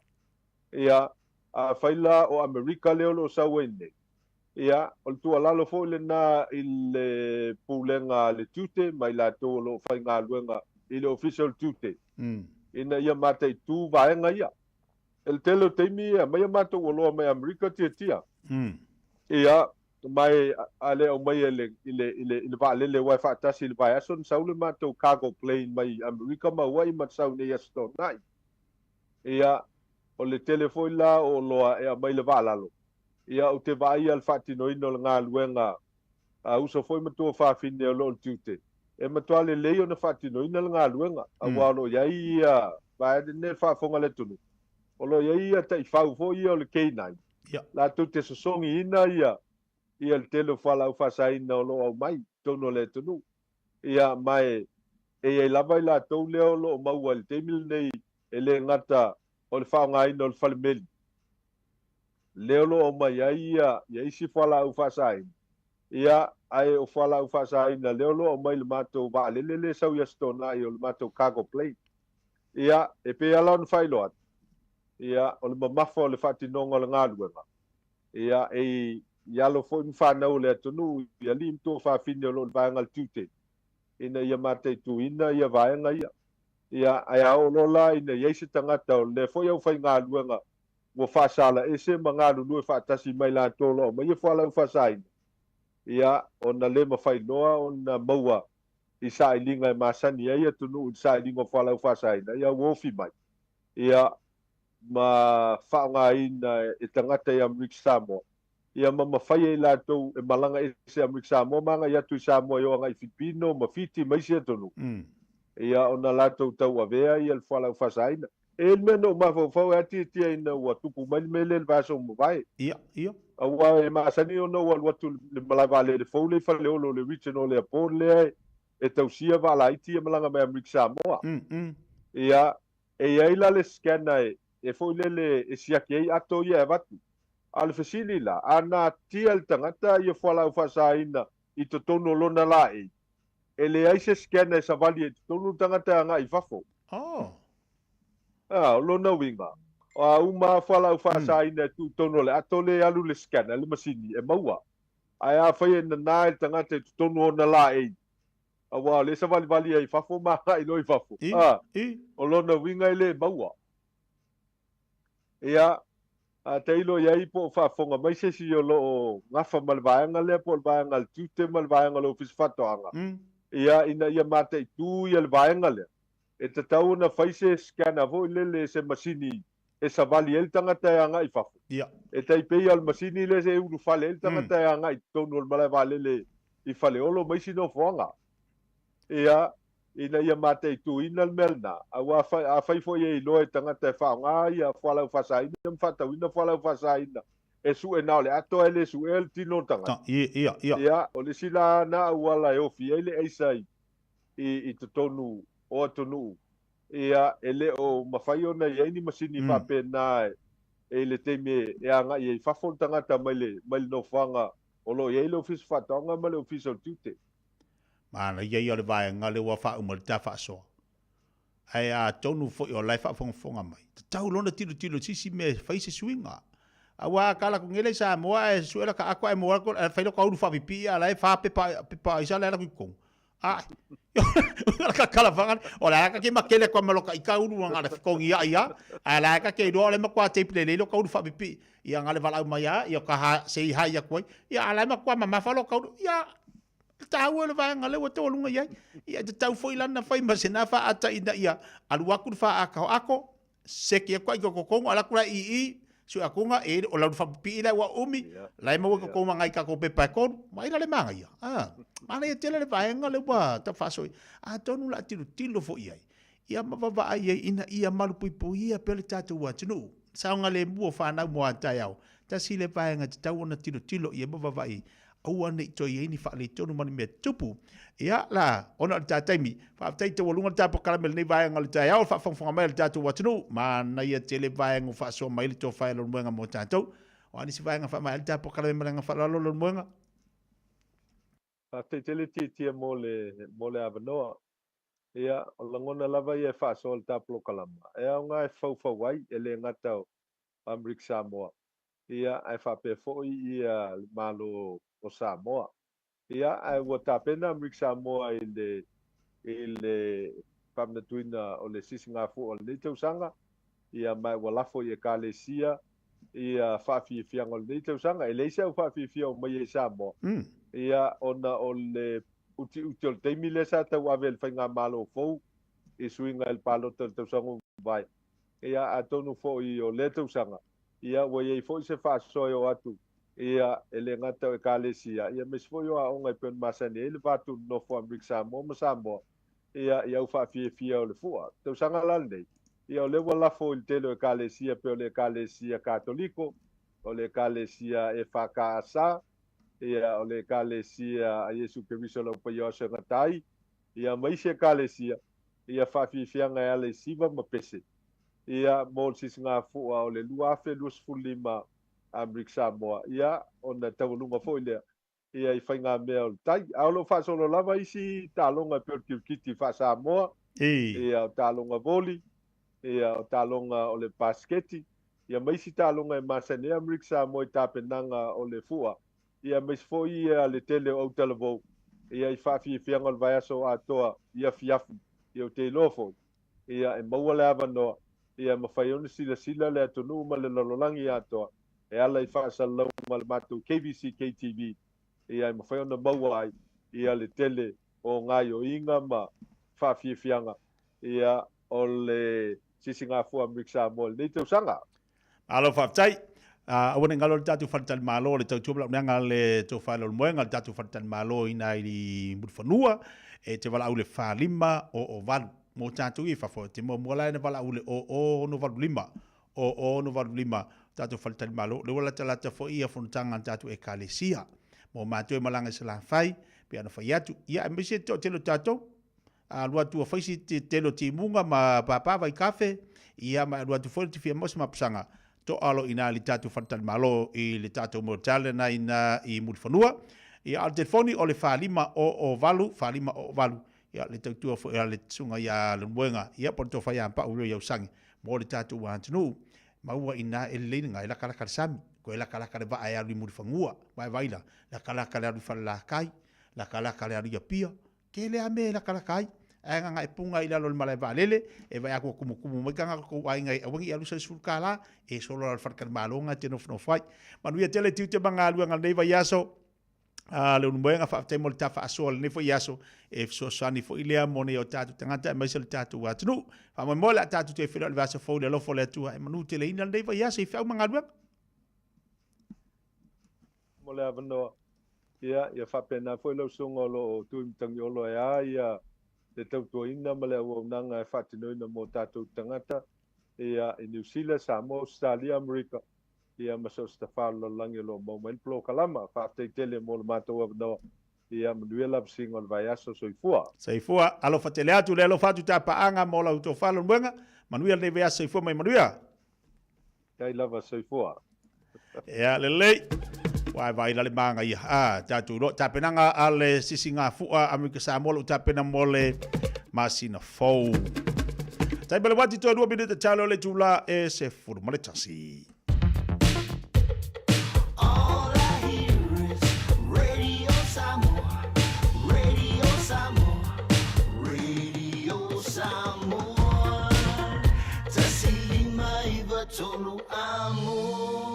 Radio Samoa. Kasilima i vakulu amo. Beta Drive Doctors i le taulanga whaatau i mangele, whaapea manrua. O le vaenga o so ngase pe amana o mia. E whaatino e fo i matupui pui o le whana witi, o tupui pui le COVID sfuluiva, mo i lātou e sfuluan tausanga malunga atu. Whaapea matupui pui o le flu. Wala au telefoni, 255-25-valu. Mo so wanoe whaatino ai nei au nanga. O fisa fo mai i mangele i taftafane o le McDonald. A manrewa i taftafane o le Faletusi po le Public Library. Beta Drive Doctors Clinics. Le Taiping, whabitomora vai aso mai le aso 2 o le tonu se furu mati. Whaongala VIP kare whatawai celery le nao le whase furu mariva sere. Me leni whata la iwa se furu mariva sere. Le aisau VIP card, susuma ya pala aisau card, a wafa marianga maoloa maua fua. Le Taiping, lua se lau maritolu Lincoln Road, Henderson. Ele whaingo fiela toi fui anto whanau ia onga, ona o le taunga tau le sui fuanga wai nei. Ai o te pera ina le Digicel te whaabitoa e te ono marumalo ai i whailonga ta i 5 se lau tala cash, e se fulu. E se ina yaso for Rayleigh Taitasi, e 5 whailonga ta i 5 se lau tala mo Risila, 5 whailonga ta i 5 se lau tala mo au se talia. La fonelo sau tapa lusu tala pe siniatu, mo soa varoa i te ono maru malo ai. E te anga wa fo ipe a whaongale au unanga le ClickX, e lafu ai le sele ni i le MyCash a le Digicel. I Samoa Fiti Tonga Mavaruatu, e ia inga o le reifa apitoa, mo nisi whaamtalanga, asiasiane i le DigicelPacific.com. Sekia Digicel. Hey, don't be that guy or that auntie ignoring a sore throat. This isn't just some drinks and lemon tea in your sweet situation. Untreated sore throats can lead to rheumatic fever. Nobody wants that for their family, eh? Go get your Pepe's sore throats checked at your GP, school nurse, or pharmacy. It's quick, easy, and most importantly, free. So come on, whānau. This summer, take care of your tamariki. Get it checked and get it treated. For more info, hit us up on socials at Stop Sore Throats or visit stopsorethroats.nz. Ua na ole Radio Samoa se furulima iwa toru a mo e tautuaina o e ilangu ngana fitu aso le vai aso.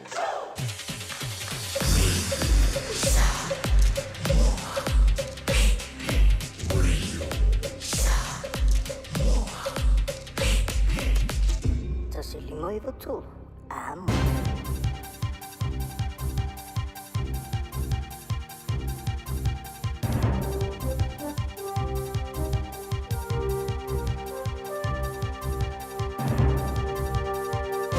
In this update, a police negotiation team is engaging with a person at Murupara's police station in the Whakatane district. Pine Drive is closed between Oregon Drive and Main Road, and people are asked to stay away.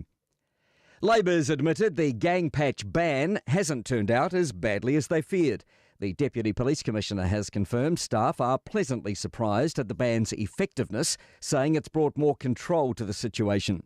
It comes as Gisborne Police are given more powers to deal with gangs.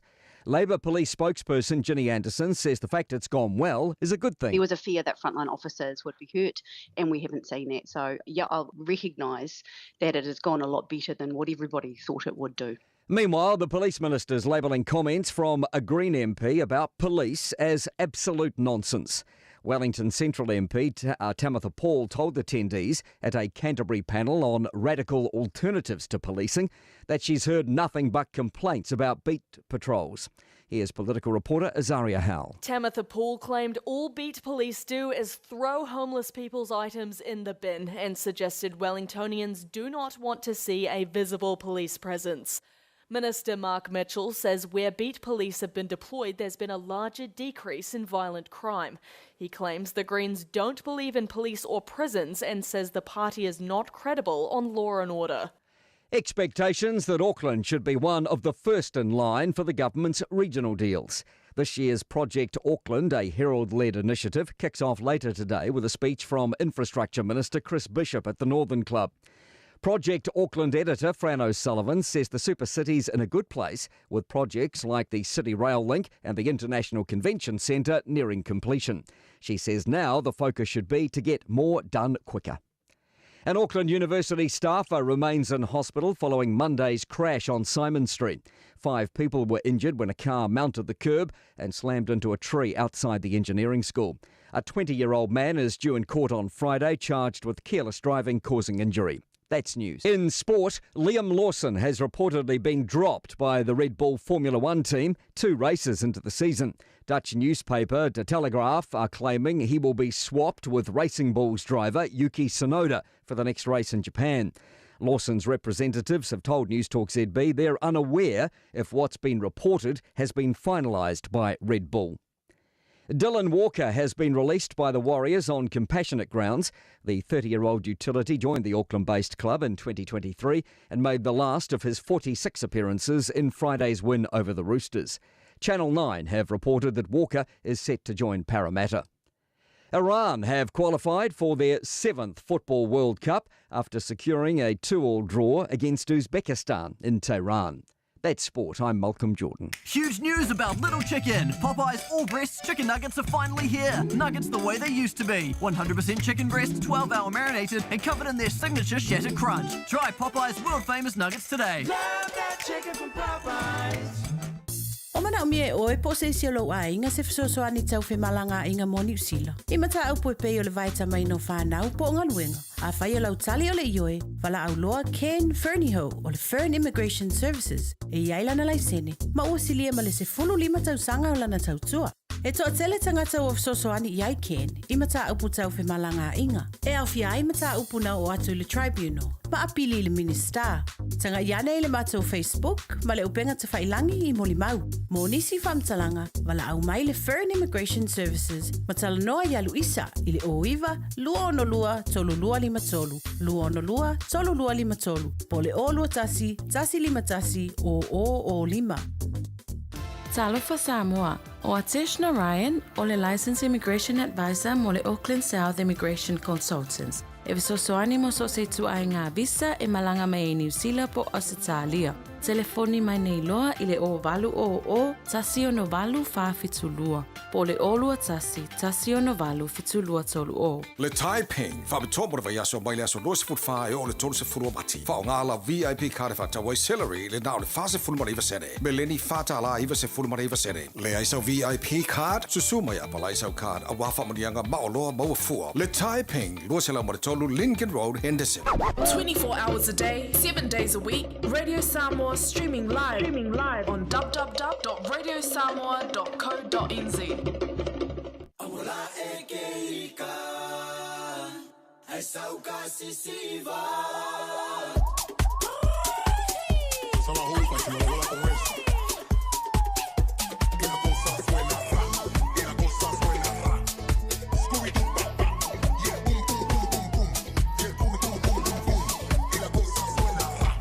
La cosa suena rap, Scooby-Doo papá, y el pum pum pum pum pum, y el pum pum pum pum pum, y el pum pum pum pum pum, pum pum pum pum pum pum, y la cosa suena rap, Scooby-Doo papá, y el pum pum pum pum pum, y el pum pum pum pum pum, y el pum pum pum pum pum, pum pum pum pum pum, DJ, hey.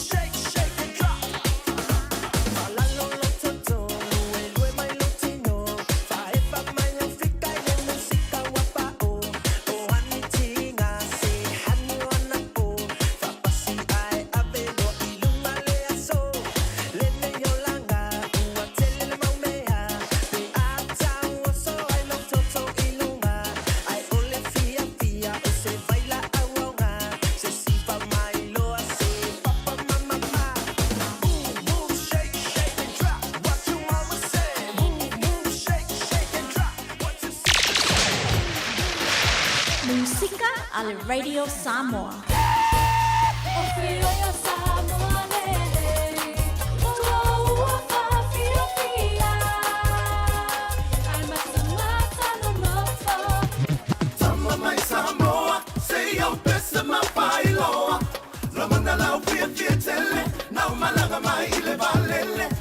Open your heart, it's so much better than being down.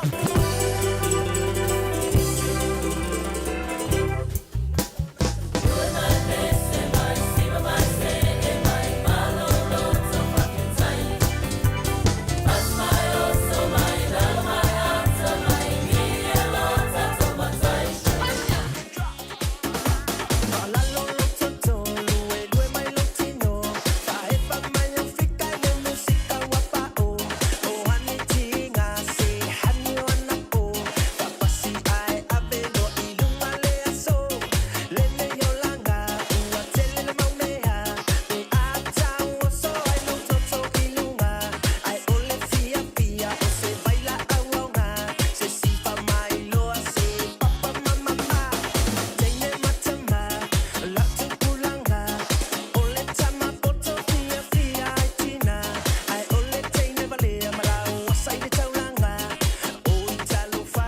Tātou whawhiawhianga le teimio le te ao, leo se bali teimio wati se football e ono miru te, leo te edele July se football tasi.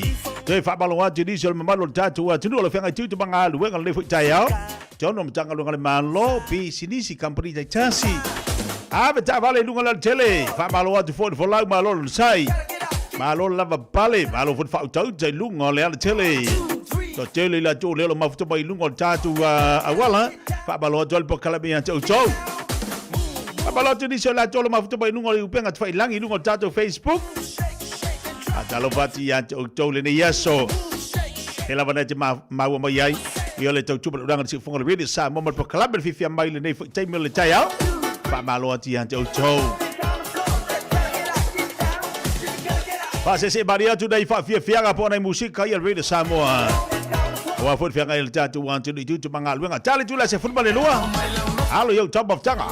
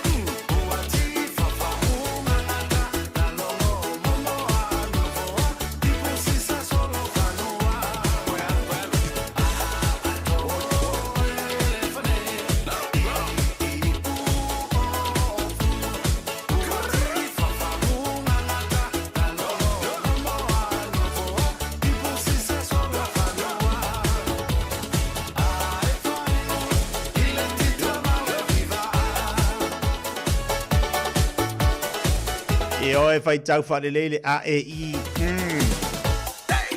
Pai po whenga wo o iei lau whai tau ngā AEI.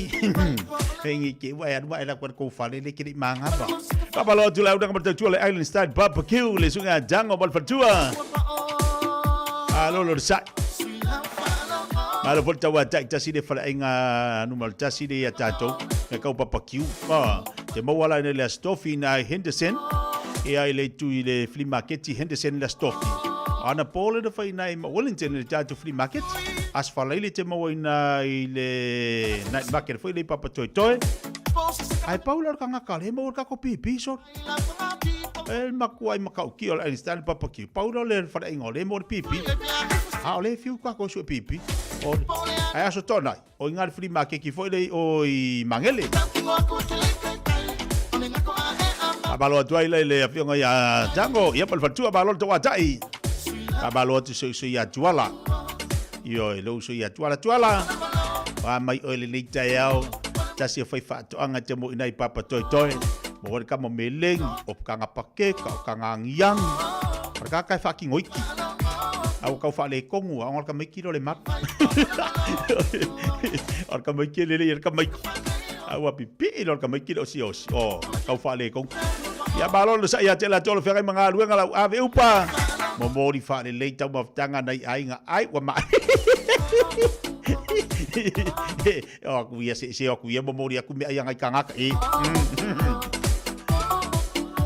oi la tolo fere manga luenga tolo fere ainga ese de manga mo mori vivela nga ya on sai pe vivela lo nga ya le vivela du ngor sedeng oi ka ko vivela du ngor sedeng ai vivela la que vivela con lo ia o ide aila que vivela con lo ia fu fa mo mo pengifiki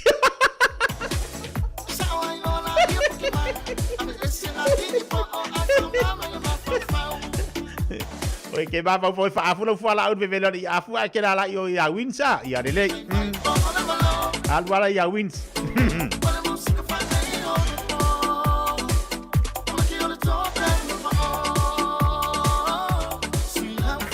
Papalo tini sol tatu watu dolo mafuta mai nali tatu malai va lele. So de kalo fai au ngalu dole malai va lele. Ya malo le ongo sai. Tele yo ngalu nga ese tolo malai va lele. To tele fu yo tama fana o tatu watu no le lo mafuta mai ai. Patalo fatu po kalami ate ole ne yaso. Afa pe na wa fai lo malo longa de le. Falo loa o des fulu lima menguki. A o vakwasi ngarima fa lu se fulu ai. Ya mo ila to fu yo life yang ai male sokanga ako. Kiri vanga ako e malai ile valele ave ngai o le malai valele o ila ku mo o lua fo e si ingo me mama fa malo atu e ila bangiso ila ku fa inga luenga kong ofisa o ka ile se le manga yo lokala ku se ofisa aku le me se sa mo e mama lo sa ili malo so swane ile tasi sa mo ile tasi sa mo e wor ki ngai sa mo ele le mau lo fo lo kula ga mo lunga ya nga ese hai nga so nga hai ya le ama ai de ke va ai fu disi va nga ngai lalo le ai fa tino e nga luenga masani ai fa pe o lo tu langa na nei te lo fa finga luenga fa tino e nga luenga e fa ya lo fa foi yo pe ya lo fa foi ya la fa pe la ka lu foi lalo le fa pe le pule Kakau nga fale mele le au finga luenga. Ala ka kia la koe wakul whakongu nga fule au finga luenga. Pai mai le pule, ia vaila limunga kaika. Mai, wakalu nga mua runga ia langa luenga. Ori fia kenge ia. Ori fia kama mamafa, ori kia fia kenge. Pea kuai foi.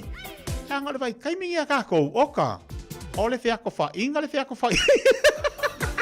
Le ai, vai, whaatina o ngā ruenga. Whaia o ngā ruenga pia na masani ai. Ona, o le awanoa nei te whai ngā ruenga hai. Mau whaina kaimi. Karkalangoa mai la ko. Se le ia se vale la le langi, ai pa wale me ia fia nga duenga. Ai le o le fai ko afa mai ava ku dalo. Coconut. Los full family ta tele tula sumatasi.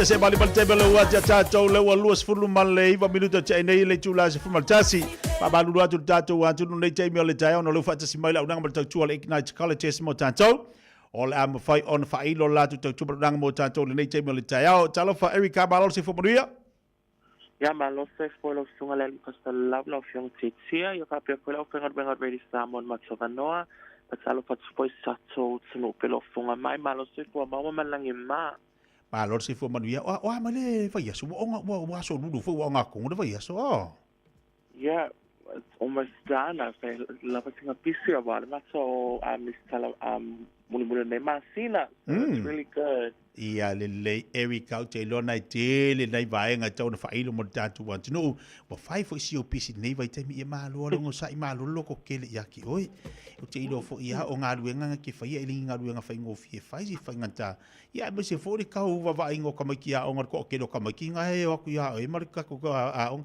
le la fa tu le vai ngal ta ya a di vai nga tau fa mana tu fa ilo mo tatu wa no le tatu e le vai so mo ni ma sina lon tol yeah fatala mamla sobanoa yeah wala maswa ongalo ofo ina yo polo kala me mo sanga sai lo mana mi fiswani awa ya sila tsanga what's it called qualifications but before young aluwenga o lo mana mi inga luwenga lo ma pe ya ba no maswa onga I olo mawaya ba no as I mentioned last week mo alo mafana olo mai le su sanga suno ile luafa o lo mawaya polo kalame po courses e fuli ele situtongi la po nei polo kalame so polo kalame le o lo ofo ina matsoa o ngole healthcare o le vai ngotanga tamatsua I clinics pa before fale mai ma rest homes hospitality o lo mawaya ba no le maso hospitality pa before ile matso police and defense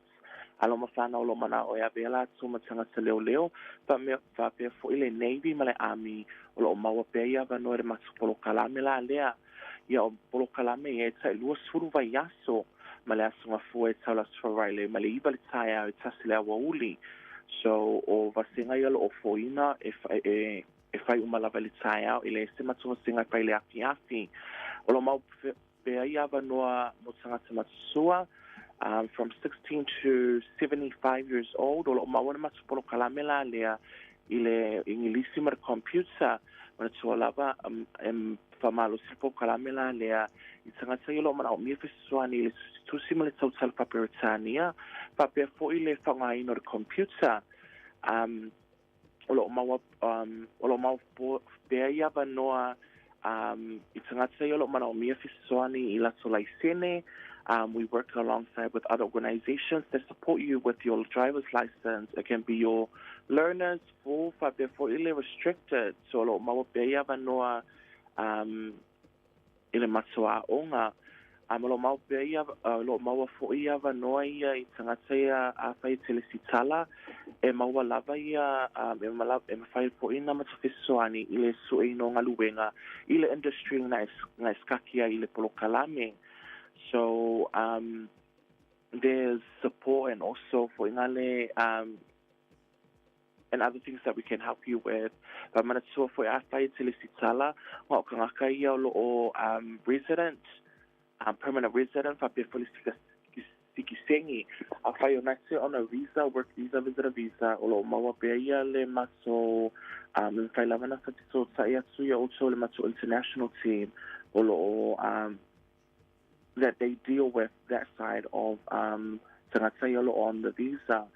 Pa o le polo kalame lale o le English na computer si fulu vai yaso o lo mau pe ia va noi i le maso va singa lale fali tai o le iwa le tasi pa pe foi maso va singa kai le awa uli mai le tasi i le afarifa i le afi so lo mau pe ia va noana o maso va singa e ma fai la o mau e mau fo ia va noi ia mo tangata ia o semu mo lale o study ai e lale me lale o le call fees free o lona winga e soli lava le malo ia so qualification for those studies so o lo mau pe ia venona na i le maswa unga fatsai tia alo va te tele lava Erika mo niso vaenga pe fa ile mo tatu tunu tu langa lo ele tu mo le tatu onga tatu telefoni mo tu si fa mo Erika. Yeah, ma fai lava na fa so ta mai ma so ina ma so ofisa le o valu selau lu selau tolu fa lima o le o valu selau lu selau tolu fa lima ma fai foi na fa so ta mai le tanga solo top salato o air kavan sau ile o lua lima fa valu tasilima lima ono o le o lua lima fa valu tasilima lima ono e ma fai foi na so mai ma so ofisa o le ma so susi o le iva valu Curse Road o le iwa valu Curse Road whamanatu atu foi o fai we are giving out referrals so referrals a lea a fai te le sitala ma spokalame ai sa mo sitangata e le sitala e maolo lima se lau tala per referral so lo mawai incentives for perks for ingai matua o nga whakataing alo whaktai Erika mani a tele tiu te mga luanga lewa yaso ia whapena foi tia yeah, so if we are live, I'll want to telephone over se lau tolu fa lima, over se lau tolu fa lima. Le tatu tuatu si o le iwa valu Kids Road i Manukau, e le mamawa tu maltantu ofisa pe ona e whaafunga mai le tatu pokala veliti mo le taeao. Tolu os fulima blita chalo le tula e se fulma le lua, tani tula se fulma le lua, whamtoni fo ile se tau tua mo tantou. Ia e whaamalo atu nisi o la tou ia whatu anga i antu mo ngā luenga lauli. Malua le ngusai. O nisol tatu watu no le fenga i manga duanga tu no forma. Pa malo atu ila po kala mia tu o la tu o lo fata o toni fo ngase ngase tino i te tono mo tanga ngase a tono lo anga tu na fa fianga mara musika fa no fo file muai o to ya afenga i mama o tino le nei fo te mo le holi ya mal auto si mai na lo fa malo atu po kala me auto si mai ese le ko le de ki o ko fo ngofo fa mai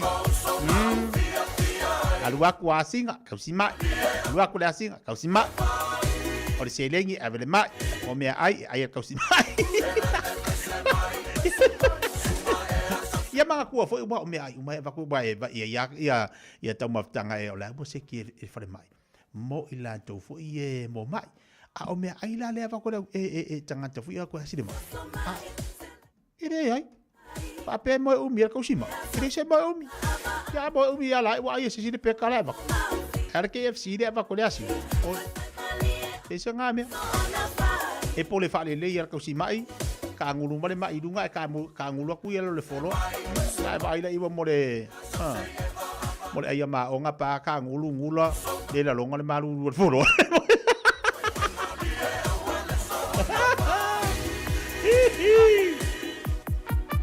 ko se fua ko le suka le ole mai e alu ilalo ai fua ko le suka ko si mai alu nga Luas futole tolu sutol mi te chala tula sima lua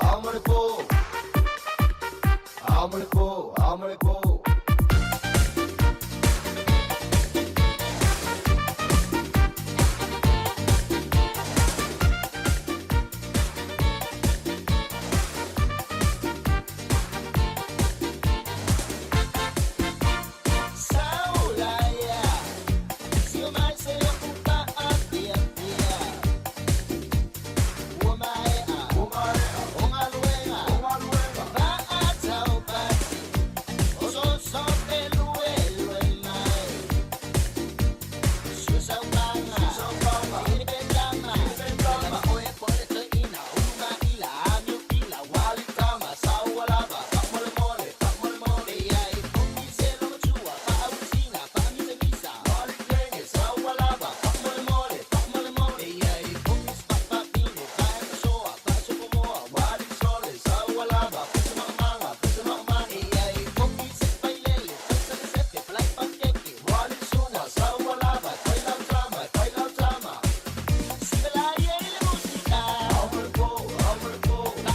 sila fia me e whaatino e mawhai ona e umia ai so fale motu le lumanai. A whai fo i o so fale motu o e sila fia mawhai ona whaatino ni isi o fuafuanga e whaonga aile equity o lo fale. A wane e misia le por kalame o le malu I fale. Ia fiafi o soruru taitasi le se fulu e te aile whaa. O le a e sila fia ai au wala e mawhai e ona e umia se fale motu le lumanai ma au wala e whaonga aile equity o lo fale motu e whaata wai se isi o fale. Le por kalame o le malu I fale. Ia fiafi o soruru vai aso taitasi se fulu e te aile whaa. Talofa Samoa, o Ateshna Ryan, o le Licensed Immigration Advisor mo le Auckland South Immigration Consultants. E visosoani mo so se tu ai ngā visa e malanga mai New Zealand po Australia. Telefoni mai nei loa I le o valu o tasi o no valu wha fitulua. Po le olua tasi o no valu fitulua tolu o. Hei, au ona ia vea oe pei o isi tangata e manatu mā I le wha iti ngā. Ele na o le inu le vaiti polo na seki ai lea. A le vave tonga fitia le wha iti ngā. E ono o le tūlanga e maua I le fever rheumatica, ma e le ai lava se tasi. E mana o e o se e pele le nā tūlanga. Aia. Ave loa nei o walo, e whaile siaki le fō mai whale ainga, o le tausi mai le aonga, po le whale talavai, e vave, whaingo o fie, ma le mea sili o na tāua, e le totongia, e ma whai foia na whaile tui o le paicillin, e ki lia atoa ai. Saula ia Samoa, I le nei vai tau o le tau mawhanawhana, ia tau sia le leina I o tātou alo ma whanau, whaile siaki, ma whai loa le tongu fitinga. Mo nisi whamatalanga, sa iliana I lunga le social media, Stop Sore Throats, pe asiasi I lunga le upenga ta whailangi, stopsorethroats.nz.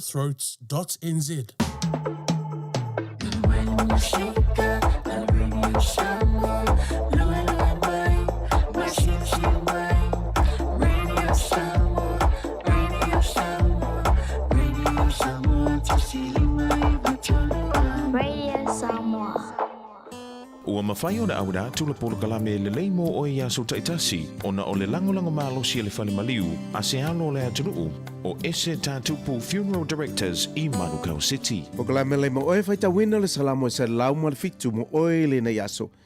Vivi ia tuia o tau ia Iova, o wa ele lei lava o ia, a wa e whaava vau lava lo na alofa. I whaapea lava oe ua whaolaina Iova. Oi la tau na ia whaolaina, mai le lima o le whaasawa. Ma ua whaapotopotoina I la tau mai nuu. Mai sa sae ma sa sifo mai le tui mātū ma le tui tonga. Na whese a I la tau I le vao I le ala I le iuia. E le maua I la tau se a ai ena nofo ai. Sa mate la aina I la tau ma fia feinu. Ua lai loa o la tau loto I to tonu ia I la tau. O na aala langa leo I la tau ia Iova. I lo la tau puapua ngā. Na ia la vea ia te I la tau mai o la tau ti ngā. Ia vivi I atu I la tau ia Iova. Ona olona alofa. Ma ona vavenga na whai le whanau a tangata. Wā ua na whaamalia I le tangata fia inu. O le tangata mate laina fo'i. Ua ma ona mai a te ia I le mea le lei. O e no nofo le pau liuli ma le ato le oti. O e no tia le ti ngā ma le ua mea. Wā ua latou fo vale I a fionga le tua. Ma latou ino I le pule a le sili ese. O le mele na ia wha maula lo inai o latou loto. I le ngaluenga mamafa. Na pa uhu I latou ai le ai se fesosoani. O na latou ala langa atu ai le ia Iova. I lo latou puaponga. Na ia wha ola ina I latou mai o latou tinga. Na ia au maia I latou na I le pou liuli ma le ato le oti. Wana motu sia fo I o latou noanga. Ia vivi atu I le tua ia Iova ona o lona alofa. Ma ona vavenga na whai le whanau o tangata. O tangata wā lea, o lo latou soli tu la fono, ma la latou a meo leanga, ua wha ati ngai nai I latou.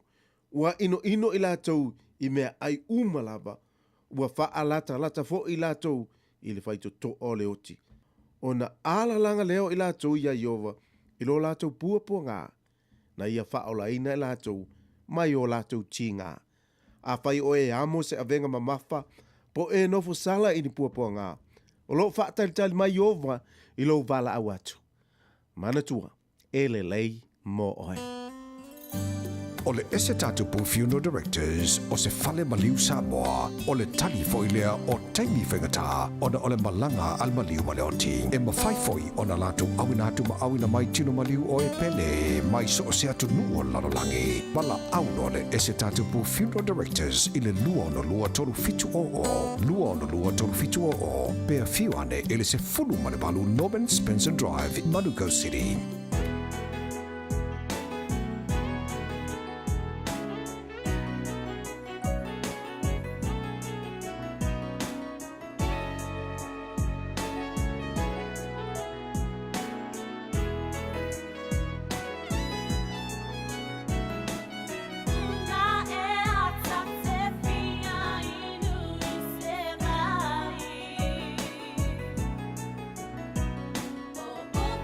Lama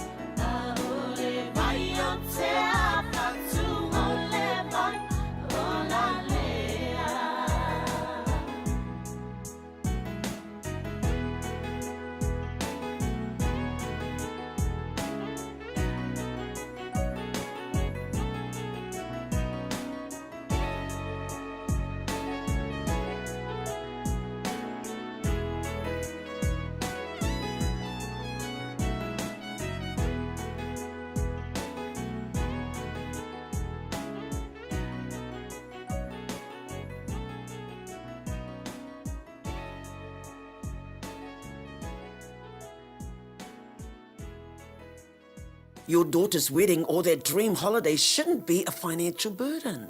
I'm Api at Finance Direct Limited, and I help homeowners like you turn plans into reality. Whether it's a celebration or a well-deserved break, I offer tailored financial solutions to make it happen. Call me today on Oluolua or Valufafa Lima Tolu Tolu, and let's create unforgettable memories together. Api, Finance Direct Limited, where your dreams meet my support. Talofa Samoa, o Atishna Ryan, o le Licensed Immigration Advisor mo le Auckland South Immigration Consultants. E visosoani mo so se tu ai ngā visa e malanga mai e New Zealand po Australia. Telefoni mai nei loa i le o valu o tasi o no valu wha fitulua. Po le olua tasi o no valu fitulua tolu o. O le aho nanga le sabe mawai o loa nanga tae peo TV, speaker JBL, telefoni Samsung, moenga Sleepwell, City no 4, pusa aisa ma o loa ngā i leo mukuka. Maua foi o lotu aisa, vai tau mawha maisi. Tutongi i nei New Zealand e pike lau ai ngai Samoa. Whapsota mai le Facebook po le Instagram a le Sapa Pia Samoa, pe emaili mai i le buy@sap.ws. SAP, lau fale o loa numero tasi i Samoa. Le Taiping, whabitomo vai aso mai le aso losi futwha o le tolu se furu mati. Whao ngāla VIP kare whatawai celery le nao le whase fulmara iwa sere. Me leni whata la iwa se fulmara iwa sere. Le aisau VIP card, susu mai apa la aisau card, a wafa manianga maoloa maua fua. Le Taiping, lua se lau mara tolu Lincoln Road, Henderson.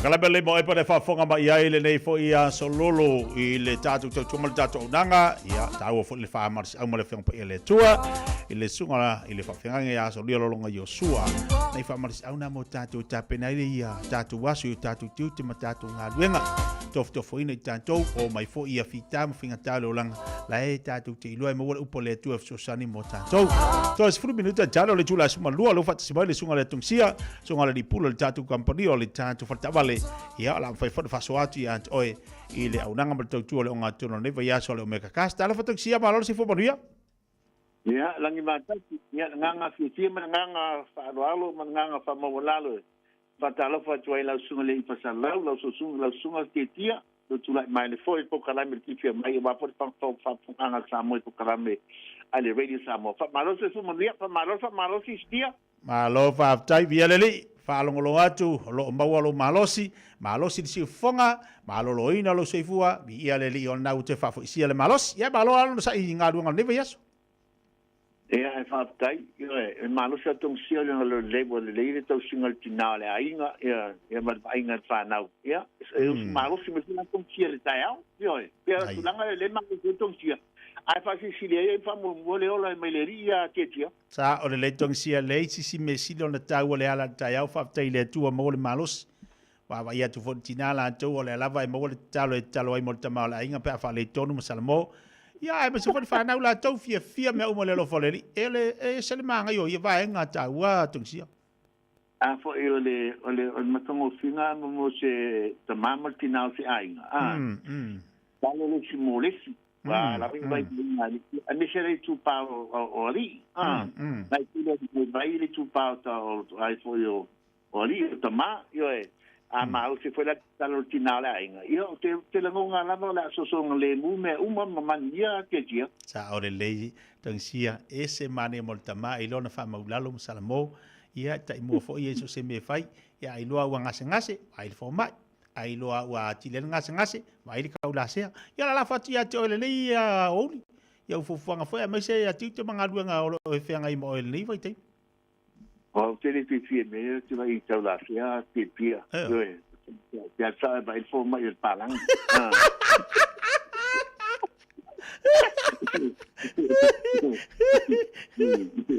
Una pensa vai vai palang ipole sainga foi. Vai leia so mai leia leia sia. Ai, angai le saua ngai kere fa ngame ka oivi. A fa yaku le video oi lau ngongu malau pua a fa mai e. A fa yaku le fa mai angai le sau ngi le vai fo mai pa.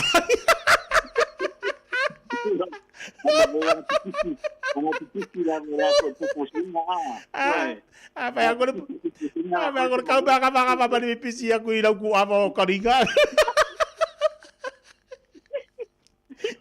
Kaya le foi fiale vai fo mai palangi anga ia ku ia lo ku apa ngale pe asalu mai la wo ai fa ingoi oi.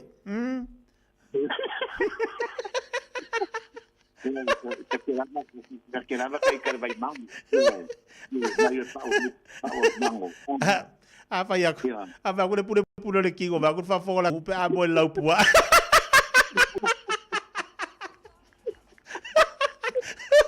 Ai me ve ale vai fo mai palangi. Ia wale lei fo mai palangi.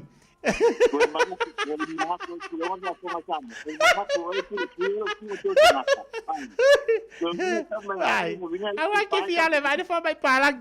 Ore mere a fai aku fai ngule la ole. A fai mai salu mai el pa we se fai ngole. Ia balo le sua le sua le dipu le ka. O me ai fa mangaku a saudi le ia oi. Wa ka ko mai ngi maka ko voi vai fo mai. A ore ia se mangaku ang el ngongu. Ia se mangaku. Ia ia. Me matongo ki ia titi. Ja. Eu tulonga fa fonga so tatu tu. Pero masangelo pa ia foi i vai Samoa. Kong isia, vai. Ele ia se o kako ele isa nga mea. Ele ia se nga isa fa ko ai kangong ia ile la fangu palangi. Oi, ore kasi dia upo.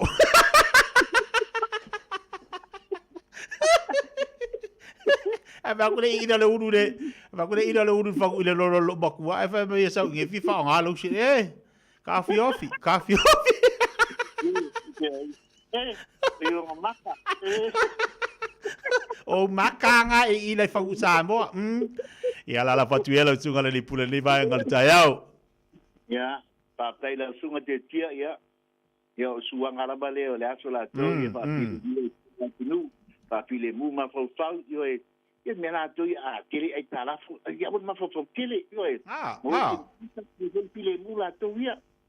Ya, tu la tengana to ya de pi fo ile tua. Ya, la se me silia tu na ngatu on pa pe ta to se mo mata pa ule lang. Ya, mo file mu ai fa tai lo sunga te tia. Pa tai te la mo lo manto mo fa avo fo le tu la le taiao. O te longa se temi wo sola wa wa mai on a fo le fala.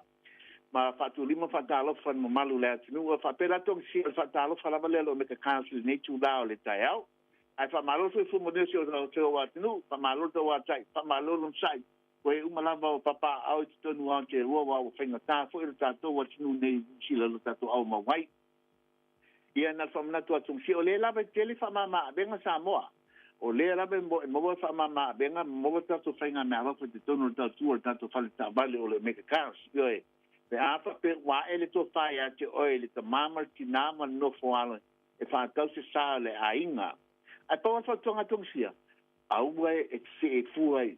Ia fo I au se fo I meeting pasa langa fo ile fifa tongo tale ma me fo ile mawai e muguriane ia ona safara ia pe stock fo ile domina itana fu ale fo tu ala vale tong sia pe a fa a pe e mana o mie se tavale lai ia mana tu o meka pe man tu fo le ngotong sia mana kere fa mama benga telefon so sanga tong sia fa mama me tu nga mala me to finance ai fa ti mona talo sanga pe su mai matala mai au.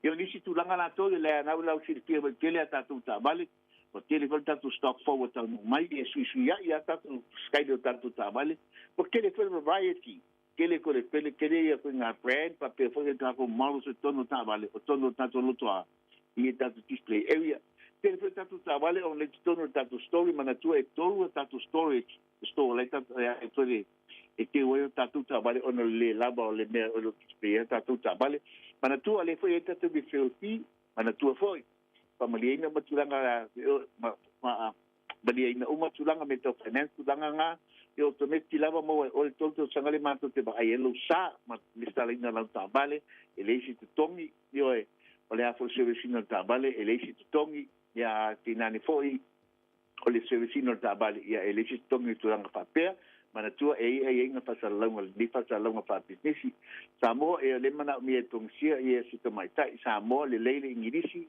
le leile fa samo mata ata ancha mata tau safia le leilo na mana malama me ka media fo i tulanga fo i na vo da si le pier po tele o ai fo alum fa na o tatu wa tnu mo tulanga fo i le lei fo i lana pai fa fo mutangata yo e mata ata pain pa pedo el mamalu na tunu mamalu tato la tele la tunu ni ya telo mara bien así tan fa pe si te mai tai fa mon mole para au tato telefoni pe su me mata la mai au le luz la que ministra ni papa to luz la que ministra pe val au me fo tanto landline ole oiva lua fitu lima balu te sua oiva lua fitu lima balu te sua e por telefoni te da ya tonsia ole o tasi pa tono lima pa tasi o tasi pa tono lima pa tasi ya mandio faiva te tia ni aso pa tua por terminei pa to fai te lo so te tia pa te tele tong sia pole unanga alo me ka kaspa fa fonga ba yai o lo tasi fa fitono lima fa tasi te ulunga to mas tu mo malu tatu watunu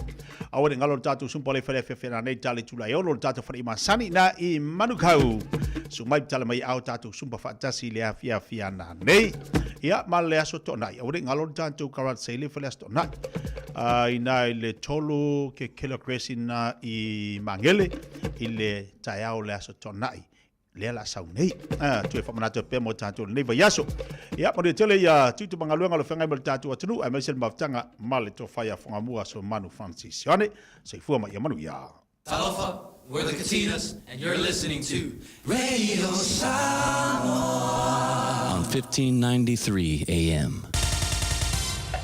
Usi mai alau whaafafonga. Telefon mai Samoa ya so taitasi. Wa au mai amo oe ona o le langolango mai a le talofa voucher. O te whatalofa fo i lo tātu watano, o le o ngā tutonu le nei vā yaso wa tātu mafutai o tala mai Samoa. I le tō whao i la tōu na whaia i aile whiriwhiringa, wa tusi a ao le mālo e ala i se whaai unga le kāpeneta. E whiriwhiria se whaurulunga fōu po se ofisa sili, mo le pulenga o se tasi o nanga le malo. Le whaalap tonga leo le whaaputu ngā tupe teu whaafai ngā luenga o māwaenga tausia Samoa, le Unit Trust of Samoa.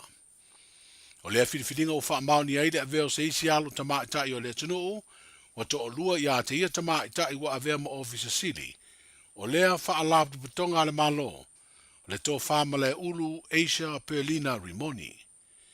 Wa suitulanga o ia le tō whate vanga viane tangi lima, wa ono tau sanga o avea ma whaurulunga o le utos, pe tai ua whaailoa le ofisa so upo le malo, e le i toe tālu sanga lea tamali i le tofinga ofisa sili. O malai ulu Asia ua lua ana no fua inga te tolu tau sanga i le tūlanga le ofisa sili langolanga o le utos, e peon sanga lue ai o se Chief Investment Analyst.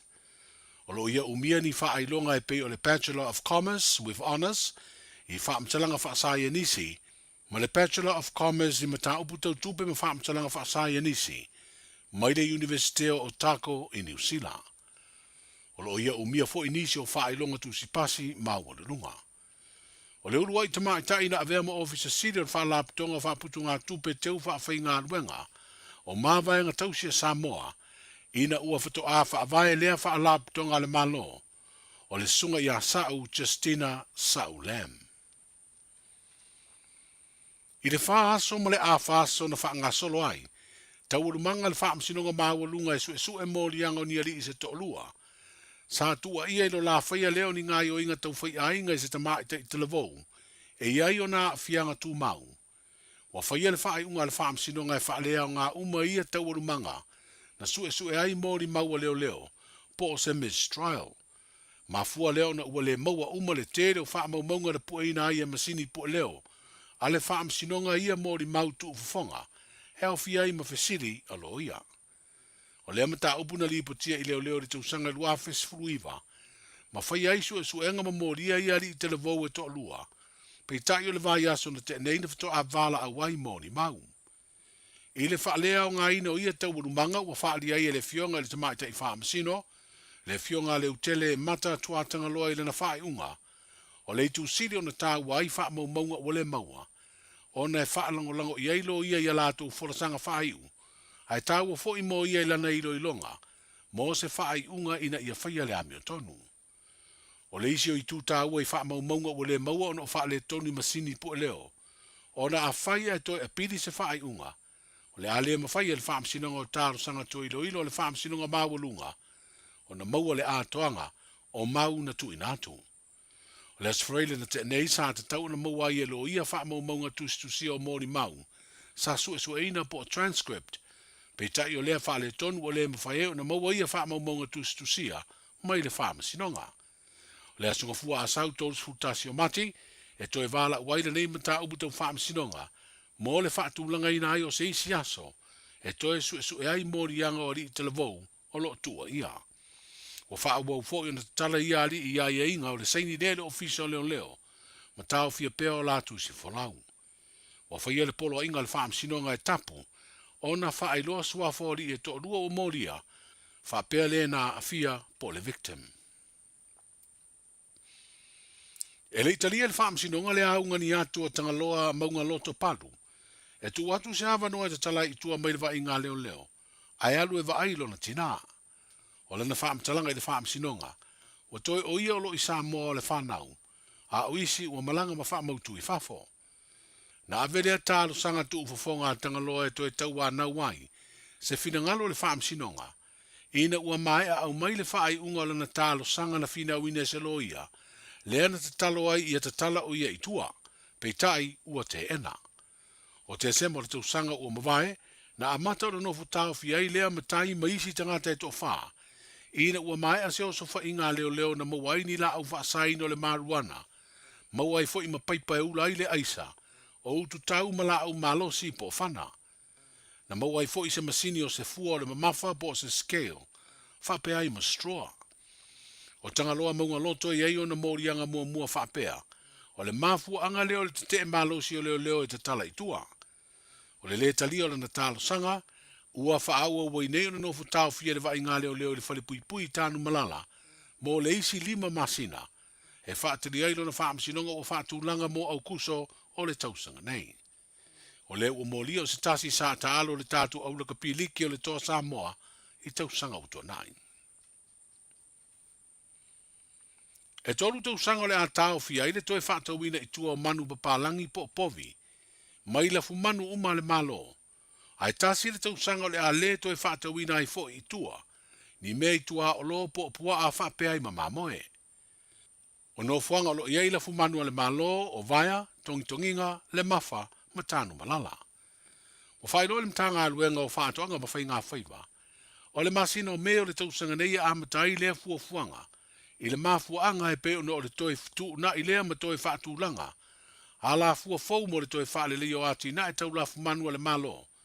I le naunau tainga, e te tau na ave iai le wha mua. Ua fua e wha ngā ina me to tia wha teknolosi, mo le wha whiusua i no manu. Wha uru whale mai o i tu a inga fau o manu mai atunu mamao. Ai mai se inisi o i tu a inga o manu papalangi, e sili o na de leima mauti noa le ola malolo ina, i le tau i Samoa.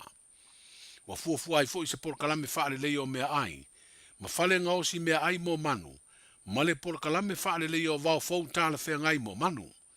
Ma ua wha lia mtanga aluenga o se tasi leo lu i tau o whea ngai nei mala na au nanga, ma ua hao ai o na whaia ni suinga le lei, ina ia mawhai o na tali atu i whaafi tauli, o whea ngai nei, o le lava leo manu a wāti na e le mamalu, o le au whaila fu manu. Wa talo sangai le mtanga aluenga i le atunu i a lava papale, a o toe ta pena e whaatino la na pito la au, e peo na fua ma whaata oto i le teime nei. O whamawina pere maua lunga o le tūlanga wa yeile ati na e o le taa longa si i ua mea ma mawhai lo tātu utino. Pe ama si atu i taa longa whawao malo. O le vai aso umawai, sa tausini o ai Samoa i sa ilinga siampini, a tunu o le Oceania, na whaia lea i Amerika Samoa. Ma o toi tali umai ai alo le tātu utino na tausini o ai, ma pine e fitu, le 5 ia pine euro ai lua siliva. O pine euro e tolu o Samoa, Na manu malo ai Shane Palemia, i le vaenga o le ivas furufitu kilo kalama, i le vaenga o li. Ai o le lua pine aulo mo le pine siliva e tasi, na manu malo ai ngaku a kasawa. O le isi pine siliva, na manu malo ai Jeremiah Tipama. O le falitupe le National Bank of Samoa, o le lango au tu leo au si ua mea mafa Samoa e le ngata o au masi i fafo. Ai fa pe foi, i le una ia malosi, o le ati nae o le ata longa. O talai o le nei